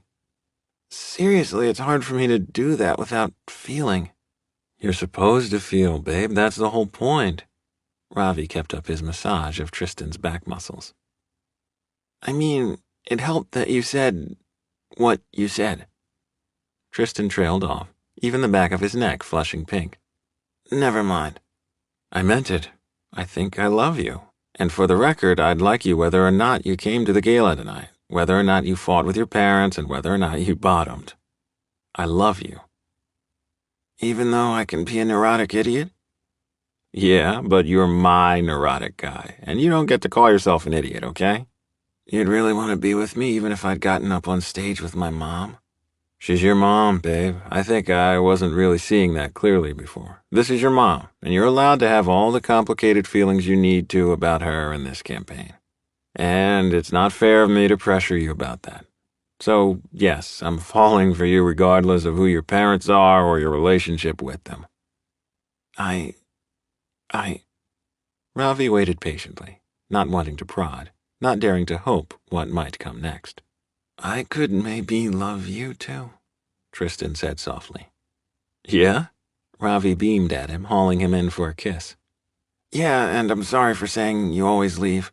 I said a lot of things I didn't really mean. You weren't wrong there, but I want to be different for you. You, I want to stick around for. With. I want to stick around together. Make this thing work. Tristan stroked Ravi's face, their mouths still mere inches from each other. And make it work, including at work, right? I really don't want either of us having to job hunt, but I would. You won't have to. We'll make it work, and I'm not going to think about how awkward it would be if it ended. Not when the beginning is so awesome. I want. He gulped, never having voiced this desire before. I want more with you, Tris. A real relationship. I think we could. Tristan worried his lip with his tongue. Think you could come up with a spreadsheet to make that happen? Ravi laughed, because the alternative was to let all this emotion trickle out his eyes, and that so wasn't happening. I can try. And then they were kissing, and there was nothing more to say for a good long while. Later, much later, after a shower that morphed into round 2 and new sheets because Tristan insisted, Ravi lay stroking Tristan's hair while they watched TV from his bed. They had the late news on because Ravi wanted to see if there was any coverage of the gala. That, and he wasn't ready to fall asleep, wasn't ready for this day to end. But, unfortunately, he hadn't banked on the second lead story. Irene Lily Jones announced her run for governor tonight, the news anchor announced, showing footage of a beaming woman with platinum hair, on a stage that Tristan should have been on. Fuck. He reached for the remote, intending to flip away, but Tristan stayed his hand. The anchor went on to say what a darling she was of both fiscal and social conservatives, and showed some early poll numbers that were surprisingly high. They didn't mention her family, Tristan said as the segment ended. That's good, right? It doesn't mean they won't go digging as the campaign goes on, but yeah, it's good if it makes you more comfortable. Ravi tried for tact, never his strong suit.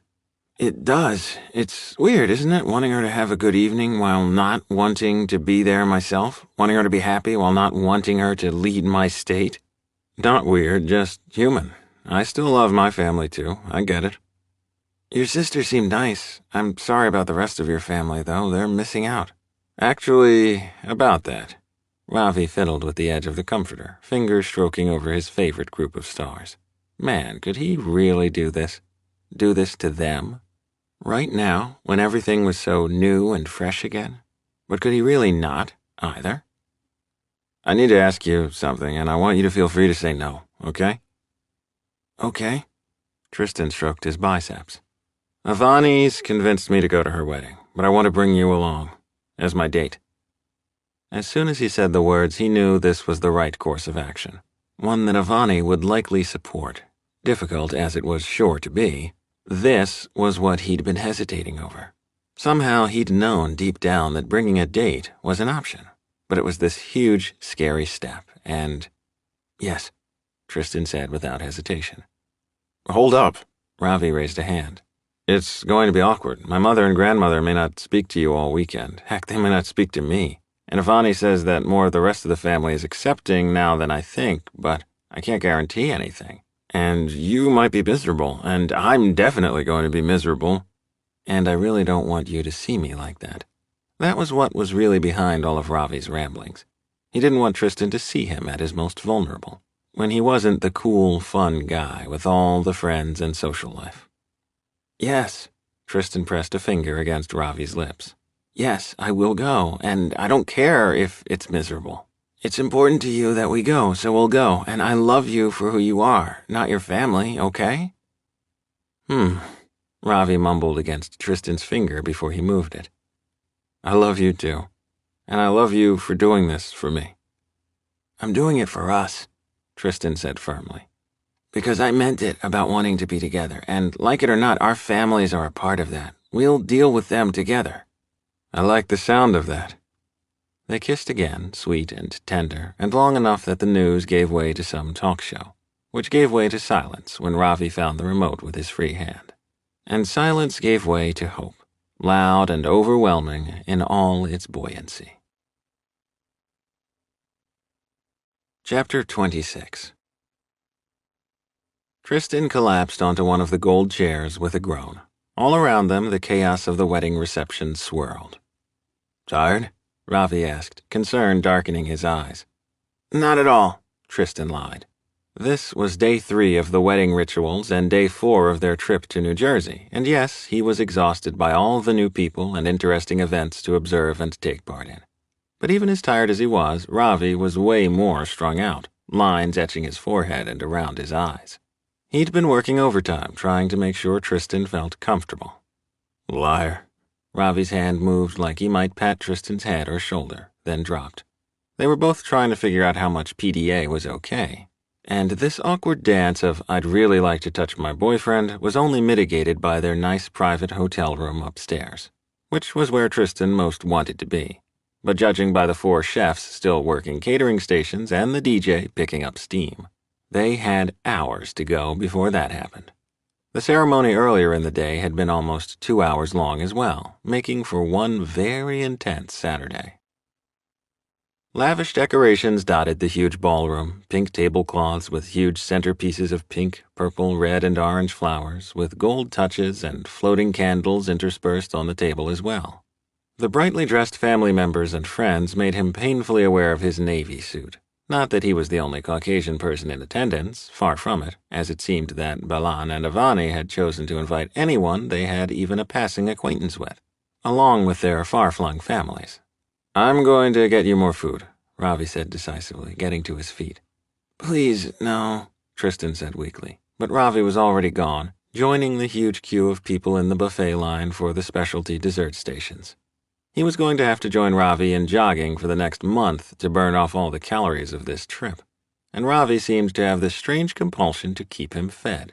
Well, not strange exactly. Tristan understood the impulse because he kept wishing there was some way to take care of Ravi beyond simply being here. Not able to freely touch his boyfriend was a special kind of torture. He tried to remind himself that the endless plates of food were a stand-in for the cuddling and touching they'd grown quite comfortable with back in Santa Monica. Mr. Fluffy, oh, Mr. Fluffy, a small voice called from behind Tristan, and he swiveled in time to see one of Ravi's small nephews pop up from under the table behind him. Have you seen Mr. Fluffy? He asked, eyes big and brown and dangerously liquid. No. Tristan held up his hands to show he wasn't hiding a stuffed animal. He'd seen the kid earlier in the day clutching some sort of threadbare animal with a floppy red bow. He's an elephant and very important, the boy said solemnly. I left him under a table to nap, but now he's gone. The boy's voice crept dangerously close to an all-out wail, and there was really nothing left to do except drop to one knee and lift the edge of the heavy tablecloth. Shall we try to find him? Tristan tried to keep his voice soothing. Not his strong suit, he knew. He'd been around more kids this week than in his entire life, and he still wasn't entirely sure how to appease the whims of all these small humans. No elephant here, he said. They moved to the next table, one whose occupants were blessedly either in line for more food or on the dance floor. He lifted the edge of the table and mercifully spotted a splash of red on the carpet, against the far side of the table. Found him. You get him? The kid asked in a wheedling tone that said another wail might be forthcoming.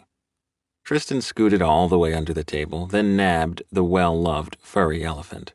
He backed out, clutching the animal in one hand, ready to hand it to Ravi's stern-faced older sister, Lakshmi? Oh, crap. Arav, what are you doing with this man? Oh, hell. Tristan should have known this was coming. She'd been civil to them earlier in the week, coolly welcoming them to her suburban home, but warm she definitely wasn't. And like most of Ravi's relatives, she had yet to use Tristan's first name. I wasn't doing anything, just trying to help him find his animal. Arav, you must not trouble people with Mr. Fluffy. We have talked about this. She took the stuffed animal from Tristan and handed it to the child. Now go on. I'm sorry, Tristan tried again. I didn't mean... You are fine, Lakshmi said firmly. To his surprise, she offered him a hand up. She was sturdy, nearly as tall as Ravi, and a broad woman with long features. Her pink and gold sari softened her presentation, but only slightly. You've eaten? Yes, and I think Ravi is bringing me more food now. Huh? She cracked a rare smile. And here I was going to offer to take you through the dessert line, show you which halva you might like. You were? I am not my mother, she sighed, like the words themselves pierced her. Avani tells me that Ravi is very happy with you. I hope so, Tristan said, all his hope leaching into his voice. You care about him? I do, with all my heart.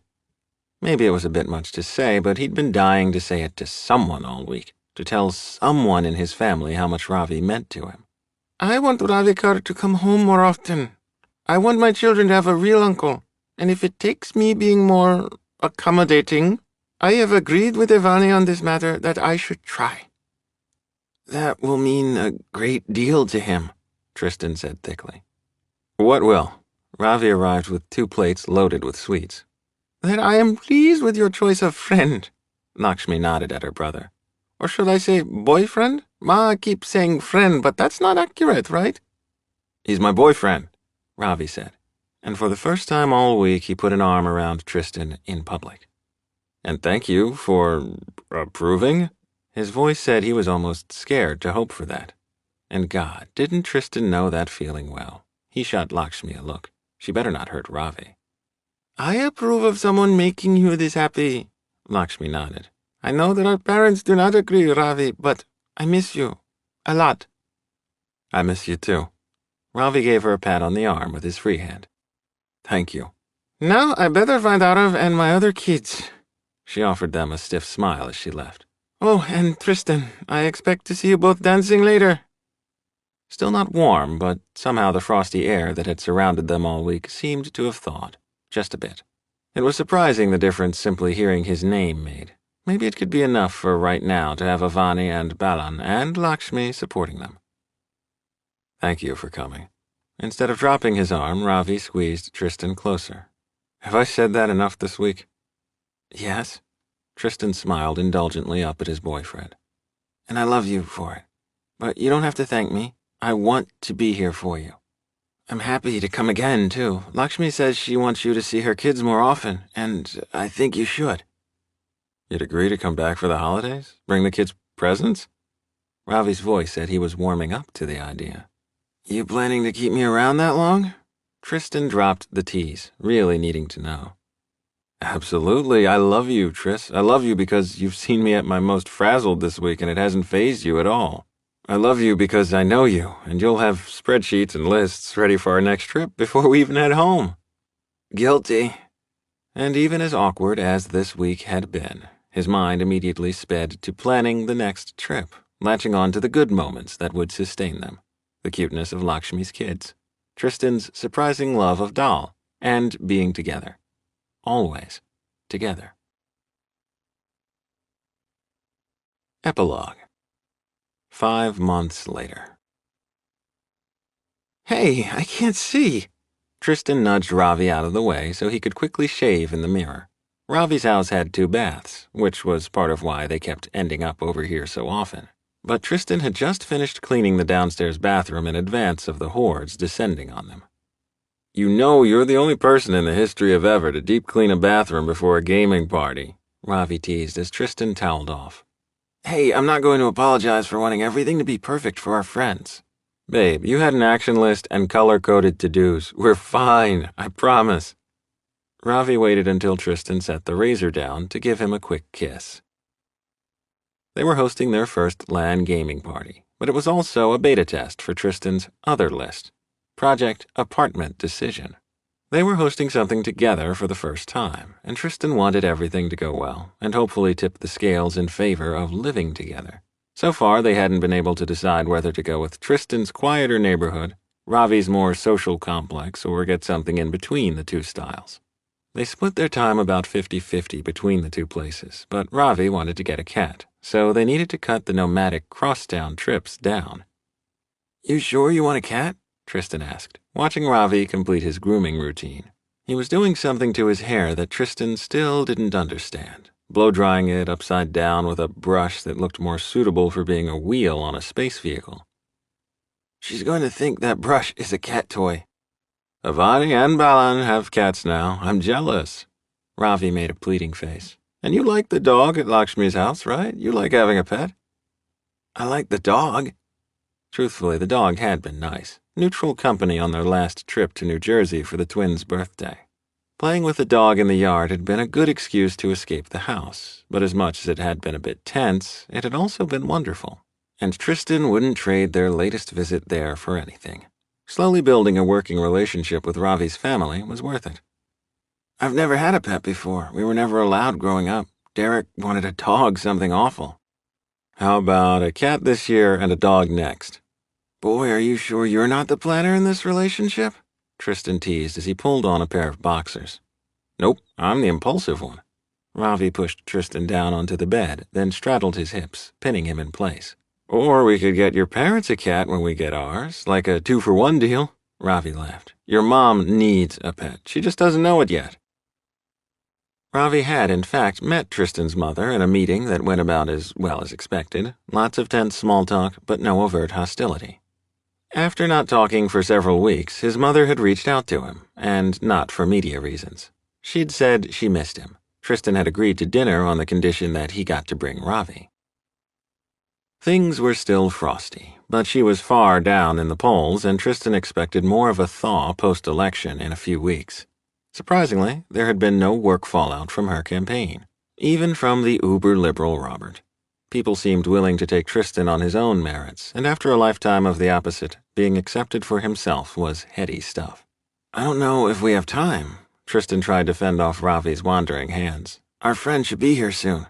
Like Adrian hasn't answered the door all out of breath before, Ravi laughed. And I know Frank and Javier have too. Frank and Javier would never. Tristan laughed, a weird joy bubbling out that Ravi's friends were becoming his friends too. And thanks to Ravi and Frank's urging, Tristan now had a place in the choral group, which was both the best and most terrifying part of his week. Oh, and speaking of friends, did Josiah text you if he's bringing someone? You mean other than your War Elf fan club? Yeah, I knew about them. No, like a date, someone. I told him he could.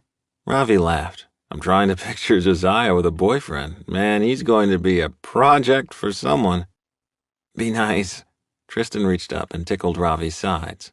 I am nice, Ravi winked at him, leaning down to tweak one of Tristan's nipples. Very nice. And okay, yeah, despite having just showered and having T-minus 30 minutes until people started arriving, Tristan was totally hard. And totally taking advantage of the naked guy sitting on him, he blinked, trying to memorize the sight. I love you. I love you so much. How did I get so lucky? How fast can you be? He asked instead, swallowing around the lump of emotion in his throat. Fast? Ravi bent forward, lips at Tristan's ear. Love you so much. Like always, he knew exactly what Tristan needed, sometimes even before he realized it, almost as if he had a manual. Laughing, Tristan captured Ravi's mouth in a deep kiss. Let their friends wait. This came first. This would always come first.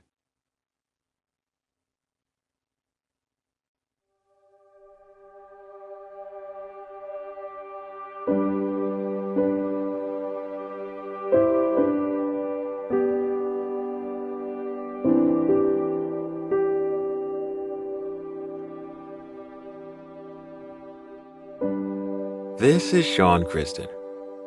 We hope you have enjoyed this unabridged production of Beta Test by Annabeth Albert. This program was produced by Dion Audio Services. Executive producer Suzanne Mitchell. Text copyright 2016 by Annabeth Albert. Production copyright 2016 by Harlequin Enterprises Limited. Used under license with Harlequin Books S.A. All rights reserved. Thank you for listening.